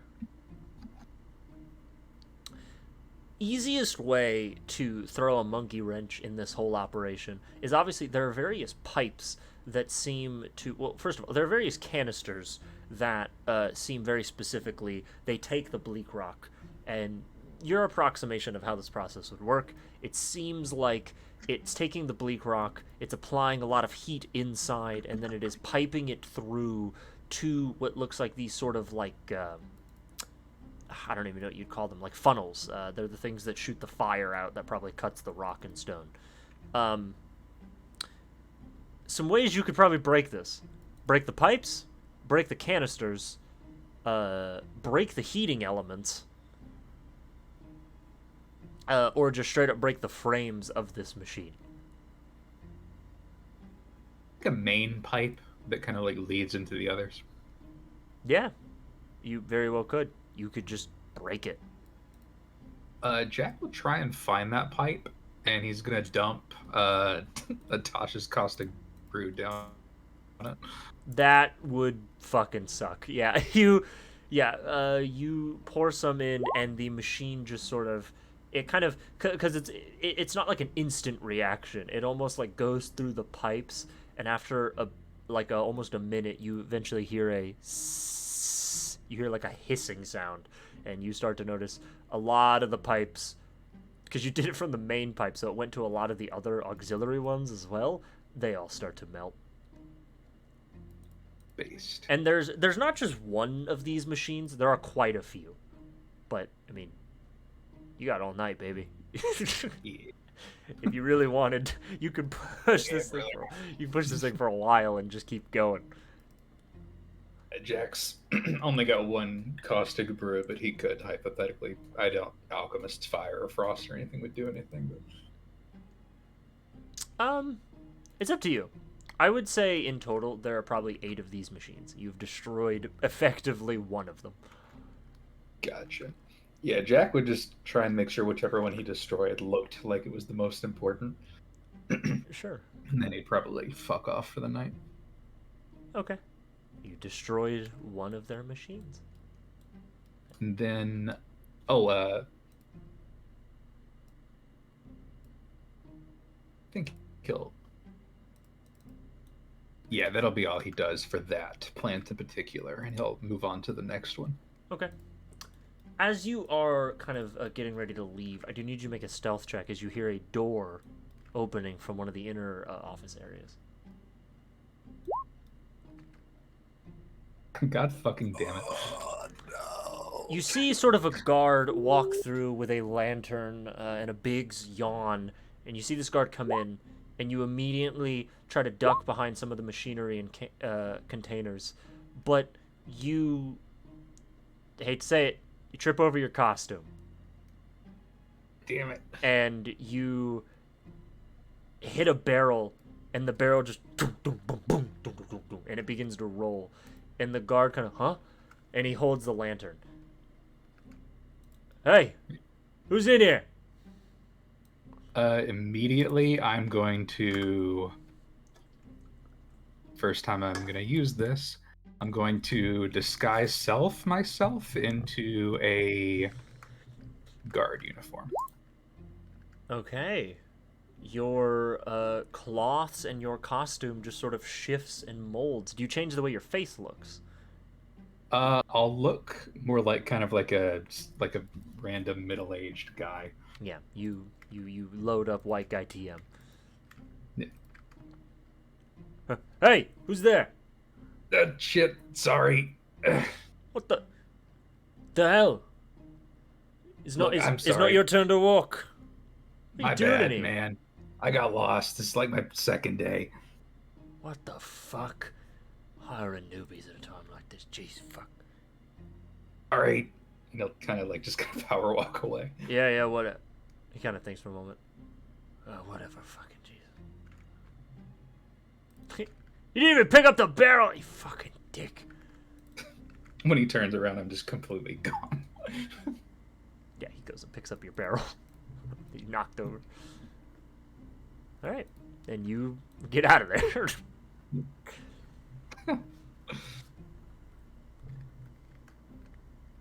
Okay, on to the next, I assume.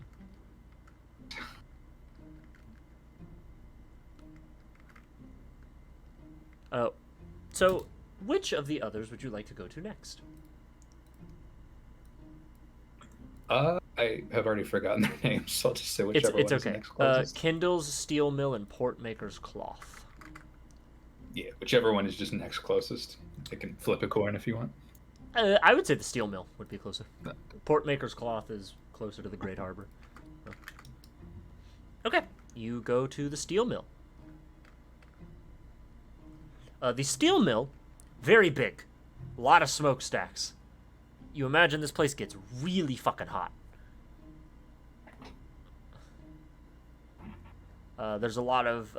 there's also, like, huge piles of kind of like metal shavings on the outside. It almost looks like this place, they typically will probably grind down the chunks of metal and iron and the refinements into various shapes and things. Yeah, this is a steel factory. The hallmark of modern engineering. And does this one look like it is currently open? It looks like Or they're... open as in, like, they're workers. This one has a few people seemingly working at night. Not a lot. It seems like one section of this factory is being manned, though. Right. Possibly some kind of expedited order that has allowed these gentlemen, or forced these gentlemen into having to work late. This place is also guarded. All right. No walls, though. No walls, unlike the stone cutting facility. Because my disguise stuff lasts for 1 hour, just kind of like skulking around, how similarly dressed are the guards here to the guards at the last place? Make a perception check.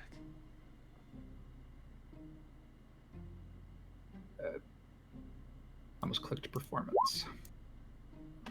Hard to tell. Damn it. Hard to tell. They're thugs. Yeah. Jack will just kind of drop the disguise self for now. And he will try and find another place to sneak in. Okay. A little easier to get into this one, onto the property anyway. To get inside the building, it is a little bit more difficult because it does seem like, unlike the last one, which was mostly one story with just a really tall ceiling, this one actually has 2 stories. The first story seems like the facility where they work. The second story seems like where they keep a lot of like the business paperwork stuff. Probably where like the foreman sits in his office all day and does nothing. Or where various secretaries write up work orders and things. This area is not like a factory floor or anything. The first floor is. The first floor does okay. seem to have like a bit of a factory floor. Weirdly, no windows on this one. It seems like they just keep the big giant fucking doors for shipping and receiving open for their only source of airflow. Well. Yeah. That's a choice. Yeah, it's not... Jack, being the union worker, being the labor activist that he is, would know, this place sucks. This place is hell to work. Jesus Christ. Why they don't have windows, you couldn't fucking tell. Right. So you go inside? Yes. Yeah. You would see the steelworkers kind of off in one of the sections of the plant. They have, I'll just say what it is. It's a blowtorch. Massive canister with sort of like a rubber hose that hooks into sort of like a brass instrument that is just spewing a beam of blue fire. Concentrated blue fire. You would notice there is a guy dressed in very, very heavy cloths and like metal, like mask, and he is sort of cutting some metal into what looks like bars. And then there is another gentleman who is, there's like knobs on the canister, which seems to be where the fuel and the bleak rock is stored, and he's turning them every so often.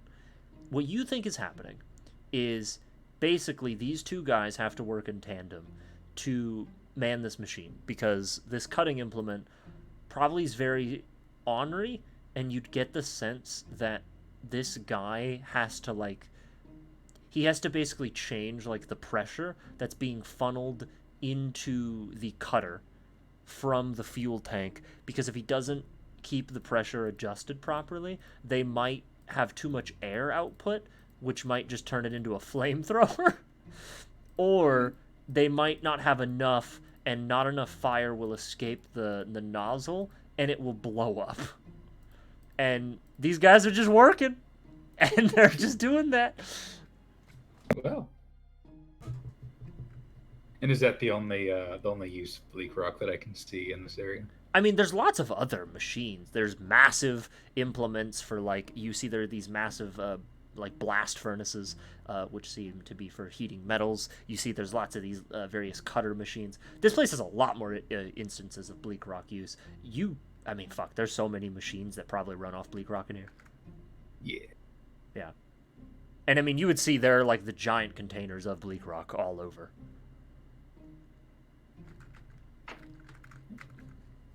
Jack is going to kind of like slink across the wall to get where he could be within 50 feet or 60 feet of one of the the big blast furnaces. Uh-huh. And then he is going to start casting control flames in a couple Okay. different ways. I will say, just before we start that, make a stealth check. Yeah. You are moving about You now, got people this. in here. Roll, Okay. roll better. Thank you. 20 is a lot better. Yeah, you are able to get to the blast furnace, and you are able to use control flame. All right. He's going to wait for one of them to open the blast furnace to shovel some stuff in. Okay. And then as soon as they're not like immediately going to get like fucked if he does anything, he's going to control flames to make this gigantic clawed hand reach out of the blast furnace. Okay. Yep. And then another one. And then they're going to combine into like this 15-foot tall flaming version. Okay. Yeah. Okay. So they kind of open up one of the blast furnaces, and then you do this. And these. Here's control flame. Yeah. Just in case. So you just have like giant hands come out?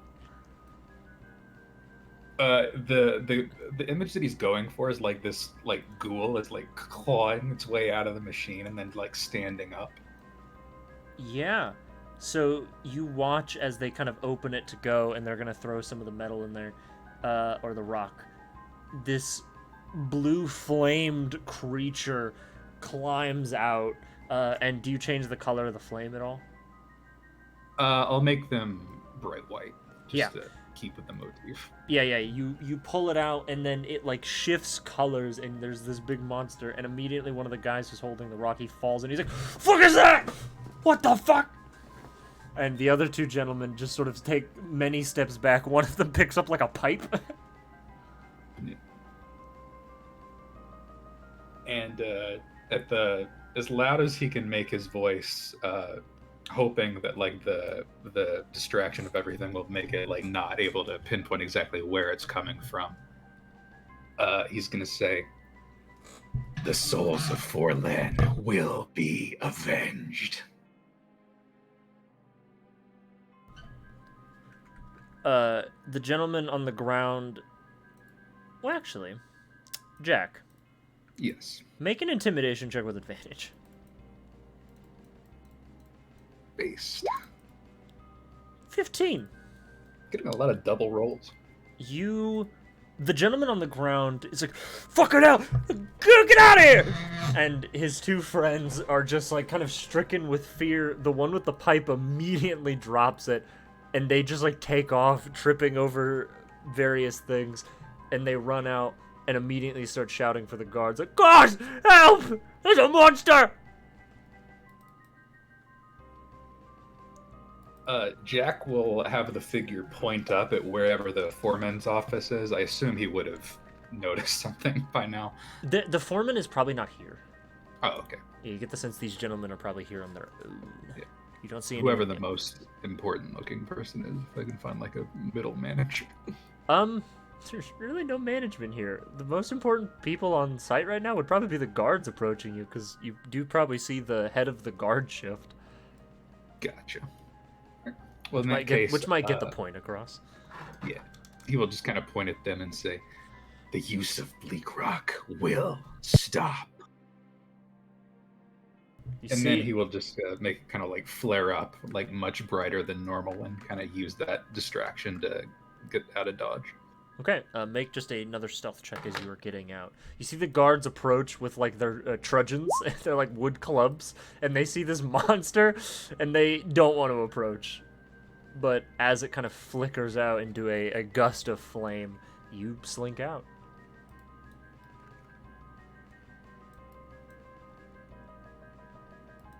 And you are able to get out.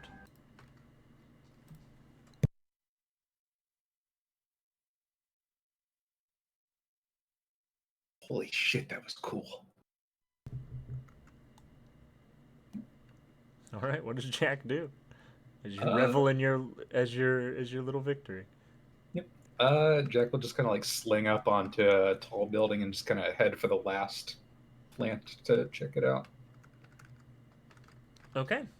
You've been out for quite a few hours now, but the adrenaline and euphoria from donning this mask and assuming this identity probably outweighs any amount of exhaustion at this stage. And you would eventually make your way to Portmaker's Cloth.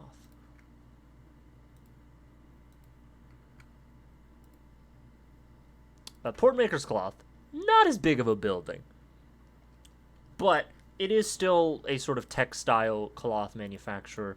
There's no like there is like one big ass shipping receiving door, but you get the sense that this isn't mostly like as much of a factory as much as it's kind of more of a sweatshop. Unfortunately, there's a lot of what you would assume is this world's version of like the cotton gin and various forms of like I don't know if you've ever seen those photos or if you know what the inside of like an old textile mill looks like. They have like the big fucking like almost like wires that like sift various wools and cottons and things, and they kind of fucking looms that chop your fingers off. Yeah, that shit. Yeah, with the little yeah, kind of like that. Once again, another garden facility. Same kind of vibe to the other guards. Let's do the same thing of trying to sneak around where I can find a window. I will give you this, and you have decided to do all three in a night. Something's weird. There's just one thing that kind of picks at you, just a little. The guards aren't exactly uniformed, but they're definitely dressed similarly. And you don't know how many merc guards all wear the same similar kind of dress. It's like they all wear like rough leathers, they all kind of have the same style of weaponry, but it's all kind of in the same way. It's not really a uniform as much as it almost seems like these motherfuckers get the same gear, almost. Yeah. So potentially they're all being like contracted from the same company. Potentially. Gotcha. Start getting that idea. It's the Twinkerton Agency. The Twinkertons, yeah. That's this world's version. But once again, not a walled facility. There are various windows and things that lead in. It's a little bit. This place is almost less of a factory and more of just like a big building, office building, of sorts. Another thing about it, it's not on like a big open piece of property. It's in between other large buildings. So this one actually requires you to be like a little bit more in the city. You're not just like on a big open piece of property in the city. You're on the busy streets. Yeah. Yeah. It's also a lot taller. It's like 6 stories tall.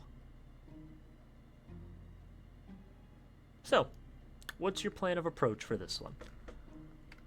I think similar to the last couple areas, he will just kind of like try and stick to the windows just to see if he can get a good idea of what's going on inside before he tries to actually enter. Yeah. Once again, not as giant of a factory. The biggest open floor would be the first.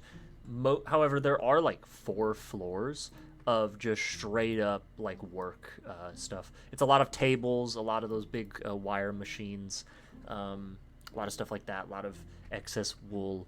You would notice that these machines do seem Bleak Rock operated. They seem to run off like very low power Bleak Rock generators that just keep them turning. So it's less of like an explode. Like the steel factory could go up and it would be fucked.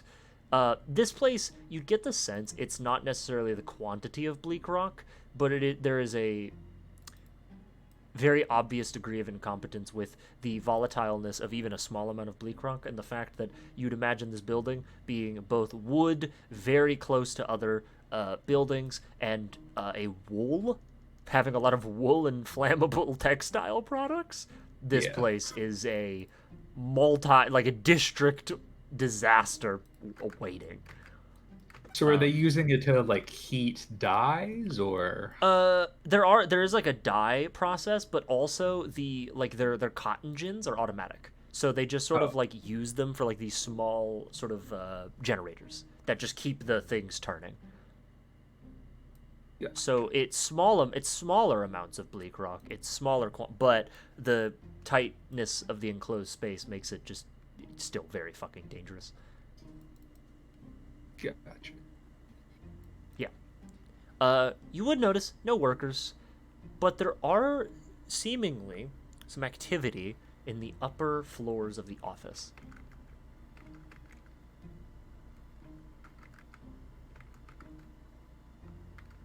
Gotcha. Are there any windows I can reach to get a vantage point of what's going on up there, or? Yeah. I mean, you can climb walls, buddy. You just start climbing up, and you are able to see most of the office looks empty, but it does seem like you are actually able to look at the back of a gentleman's head. Sort of half-elven gentleman, kind of disheveled at the moment. His suit jacket has been taken off, and he just sort of has his like doublet and his cravat on, sort of underneath, sort of sleeveless affair. And he sort of seems to be mulling over some papers in an office. This guy seems like he's kind of a top dog around here. He's got a very, very nice office, and you are looking directly at the back of his dome. Gotcha. In this same office, is there like, can I see if there are like any other windows on any other side or anything like that? That aren't like directly behind him? Yes. There is another one that looks out the street. The back of his office kind of faces one of the side, almost like alleyways, that you'd probably be scaling. But then he has another window that kind of overlooks the city streets of the Great Harbor District. Gotcha. Jack's logic is this place, if he tries to seriously sabotage anything, there's a much bigger chance that he could start a serious fire. Mm-hmm. So he's going to try and just do some fucking Scooby-Doo villain-ass shit. Okay. Jack is going to creep over to one of the other windows, and he's going to like just kind of like barely like pop the seal on one of his alchemist's frost and like try and make this like ominous, like creepy, misty window effect. Okay. Yep. Roll. And Hold on. Yeah, go on. Oh, no, I was about to just go on to the next thing. You can go ahead. Just for that, I'll say roll performance. See if he even notices. He does look up, and you see he kind of has like eyeglasses on, and he kind of adjusts them, and he looks over his paperwork, and it does catch him. And he kind of stands, and he walks over to the window. And if he can find any sort of like ventilation or any like cracks in the wall, he's going to try and like spray some more in just to make the room really cold. There would probably be some sort of like primitive semi-magical temperature regulation for this rich asshole. Yeah. And yeah, you see he walks over, he wipes his finger on the condensation of the window, and he's like, well, that's rather odd. It's rather queer. It's the middle of summer. And then the room gets very, very cold. He kind of looks around. And then back on the window where I could see the back of his head, Forlen's going to... This is really stupid. But he's going to like dab his finger in an alchemist's fire and just like on the window write Forlen. Just to leave like flaming letters. Okay. Roll intimidation. This is very stupid. Roll alchemist supplies also, by the way. You're rolling so good. That's very high. Tell that to the nat 1. Okay. Oh my god. I will give you a choice with the alchemist supplies one. So you're writing it in fire. If enough heat is applied to glass, it will obviously break. So do you want to like time the text of Forlen that like it will break in a moment and the window will just shatter? From the heat. Sure. Yeah, hell yeah. Yeah, you could control that, because if you rolled low, you wouldn't be able to control it, but now you can just make that effect even more fucking Scooby-Doo-esque, as he kind of looks, he sees the text, and he goes, oh my word, what is going, and then the glass just shatters, and he goes, "Ah! Oh, God!" And he runs out. He's And crying. just like as he's like looking over his shoulder, Jack is going to be like perched in the window like a fucking gargoyle. Like just as he sees him, he's gonna like whip away. He looks at you with horror and immediately begins crying. Don't hurt me! Don't hurt me! And then you whip away, I assume. Yeah. Yeah. You hear yells and wails from the building as you whip away. Probably very happy with your performance. The guy's got nightmares now. Yeah. Jack's just like cackling. Yeah, you've harassed that guy, tormented some workers, destroyed some property. Harassment accomplished. yeah. Humanity restored. Yeah. You go home? Yeah, Jack goes home. Yeah, you go home. Yeah, like climbing and fucking through the window. It's like still laughing. You like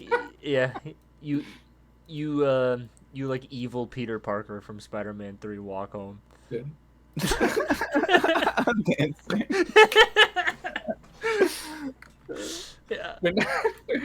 Hang on. when Jack jumps off the window, he fucking.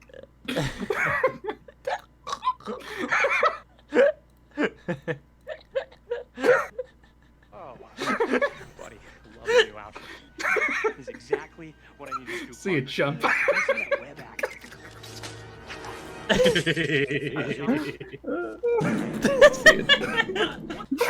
So I had to play that on stream. Yeah, we got What the hell? see you jump. I'm sorry, that was funny. That's a funny segue. Jack goes home, and you talk to your folk. I'm assuming they're like, how'd it go? It was awesome that time. That was like way better than the first time. That's good. People see you? Yeah. Hell yeah. Oh, one guy did, and I had to disguise myself. It was actually the first time I got to do that. It was really cool. But yeah, people saw me when I did the big fire ghost thing. Remember when we were talking about that? I thought it was super cool. Oh yeah, see, Anders, I told you that'd be sick. It was. That's great. Whew, man. Well, I guess tomorrow we'll keep our ear to the ground and, see if anything changed. Yeah. There's no way those guys come back into work tomorrow, right? Definitely not. Yeah, if your factory was haunted, or whatever they think's going on. Right, but you'd all relish in your small victories, and you'd probably go to bed. And as a third day comes to all of you in the City of Argents Bay, we're gonna end the session there. Alrighty. See you, chump. What Damn a, it. what a nutty session. Damn. God. Went from like, oh yeah, let's have a beach episode to we're fighting a fucking underwater salamander. I'm a bit bummed. Instead of a fighting- jellyfish, we found an underwater cosmic set. Fighting Hector Salamanca. Yeah. I'd like to think it's like that comedic, like Henry and Ferrex just calmly building a little sandcastle, Jack reading his book under the umbrella, and it cuts to like metal music of you two fighting. It cuts back to us talking to a funny little Jack hermit reading his crab. book and It's smoking also crack. underwater, so it's like.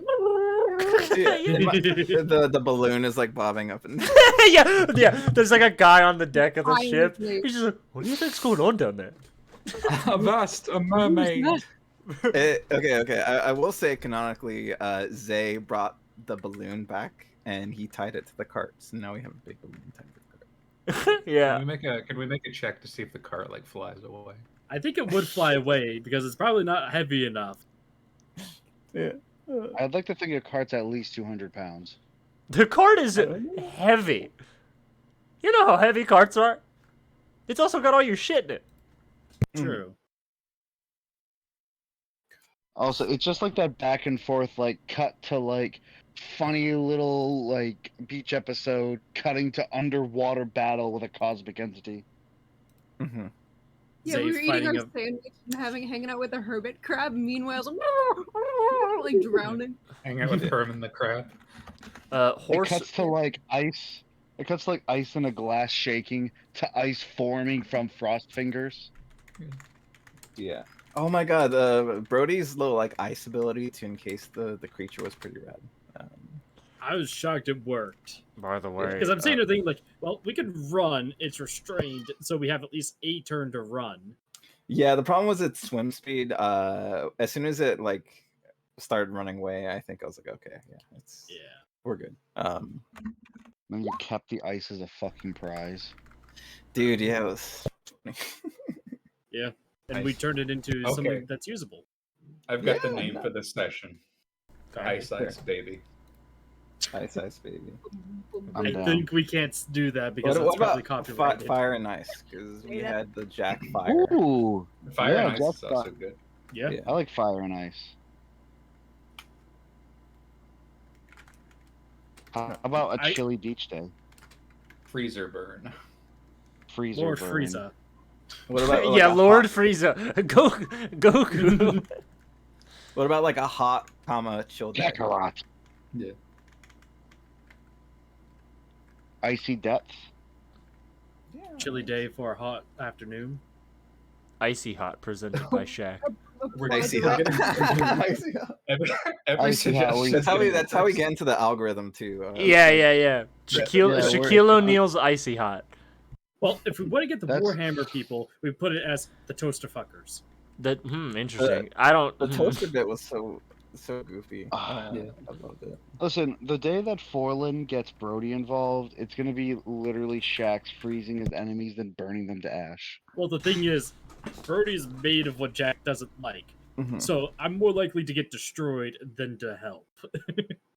I'm wondering if the first time we're gonna realize is when it's like revealed to us, or when we have to break him out of jail or something. The team is going to have to figure out what they think about Forlen being a criminal. I think, John, when you went to the bathroom, I mentioned this, that when Ferrix mentioned that he doesn't understand the logistics of explosions powering a vehicle, yeah, and like Jack was all on board. I actually forgot Jack would also be in that room. Yeah. So that was just coincidence. But the more I think about it, yeah, no, if he was like, I'm Forlen, I blow Bleak Rock factories, Ferrix would probably be on board. He'd be like, yeah, that checks out. Can't blame the man. Yeah. Ferrix doesn't know about Forlen. No, I'm attacking saying. Bleak Rock factories yet. But if he No, did, I'm saying, but if you're like, I blow up Bleak Rock factories You know, hypothetically. to save the environment. Yeah, the nature monk would probably be on board. yeah. You guys have only met Forlen as a weirdo in the woods, who actually, to your guys' knowledge, beat up your friend. Yeah. And keep in mind, yeah, that is the lore. Forlen robbed Jack and then gave Jack stuff back. That's the. But he's also the Chad who killed the goat, too. Yeah, Jack. Yeah, Forlen is also Jesus, a Chad. Jack's like Forlen's like a bad Forlen's just ex-girlfriend just with a all these Sigma male, with all these mixed honestly. signals. Yeah. I think you guys will learn Jack is Forlen when one of you, Spider-Man, kisses Forlen on the lips and realize that those are Jack's lips. Yeah, when Henry. Yeah, when Henry. Yeah, I know that anyway. Henry is the MJ, huh? He's the end. Yeah, unfortunate. I feel like Henry has most to- people in the group would be all right with the crime. Maybe Henry. Well, the thing is, I think that Henry is like not okay with like the terrorism, but like I think that like part of Henry like kind of likes that Forlen's a bad boy. You know what I mean? Yeah. He's, like kind of cool. And so he's, Yeah. like terrorism is bad, but also Yeah, he just he's- like he has this memory of Forlen like saving him in the goat cave, and he's like thinking about it. He's a like, little bit. I know I shouldn't like him. Yeah, but- exactly. So He's cool. like, I can fix him. I can change him. I can give him a Naruto speech, and he'll be all right. Henry, Talk no jutsu, Henry is so Forlen out of his busted. way. I'm sorry. Leave my boy alone. And then like The Zay's like imagery of not His really first boyhood paladin-y. crush is a fucking terror. Yeah, terrorist. What happens when you leave home, honestly? Yeah, that's what happens. It hasn't even been a month. It hasn't even been a month. Dude, by the way, Connor, the fact of like him being Forlen, being this ominous, daunting entity that's like blowing up factories and saying like, "We will be avenged," and then leaving the factory and going, "Oh my god, that was so cool." Yeah, that was sick, dude. That was Well, awesome. the most awkward thing is if he is on, because he's not sleeping in the caravan. He's sleeping outside the carriage, and that he doesn't sleep. He's on 24/7. I like It's to just think. that Really? I he's thought you inert. needed to rest. No. He's inert for 6 hours, but he still hears and sees. Oh, okay. I do like to So- think. I like to think that it's kind of just a thing of like Brody is always on the side of the carriage that Jack gets in on the opposite. So you never I actually disagree. see him. I think it'd be funny Yeah. if he constantly sees Jack coming back, but he just never. Brody tells just anyone. knows, and he just never doesn't says care. it. Yeah, he just doesn't say anything. He ain't snitching, unless there's a problem. I'll leave I that mean, up to if- Connor. It's you have a domestic criminal and a war criminal. I don't think they have too much like not in common. I mean, in character, Jack would know to not be seen by Brody, but out of character, it is a very funny idea that Brody knows and doesn't care. I mean, I will leave that to you guys. It's up to you. They like both come back at the same time, and they're covered in blood. They just like don't say anything to each other. Yeah, the idea of that happening to Brody, but like, because like out of game, we all know what Jack was just doing. We just saw it happen, but like with Brody, like, don't know. Not even me. Also, I want Brody to. keeps trying to like tell everyone, but they keep interrupting him. And something about when you were like, "Oh, there's a monster." A part of me is like, I feel like that's such a normal thing to say in this world, like with like the shit that magic can bring about. Saying there's a monster in that room, I feel like it's not too far fetched. I think Another thing is Jack, I think more so than any of the rest of the party at this point, kind of sees Brody how Brody sees Brody. Where like Jack recognizes that Brody is his own person, but he also recognizes he's a robot and thinks his life is probably like inherently less valuable than anyone else's. Yeah. Yeah. So I don't know if Jack would care so much if Brody knew, but also he wouldn't be like trying to tell Brody. I feel like Brody is like, yeah, it's weirdly enough he's probably the most trustworthy just because like he's very blunt and like to the point, and he doesn't have any motives. He's just like, yes, I understand, or whatever. All right. Well, what is the official name for this session? What are we gonna call I think Ice Icy and Fire Hot. is really good. Yeah. Ice and Fire, or do Icy Hot by Forlen. The Midnight Caravan, a song of Ice and Fire. Midnight Ice and Fire. All right. We will just call it Ice and Fire. And with that, Yeah. we'll end the stream. Night, everybody. See ya. See you Bye, next week. stream.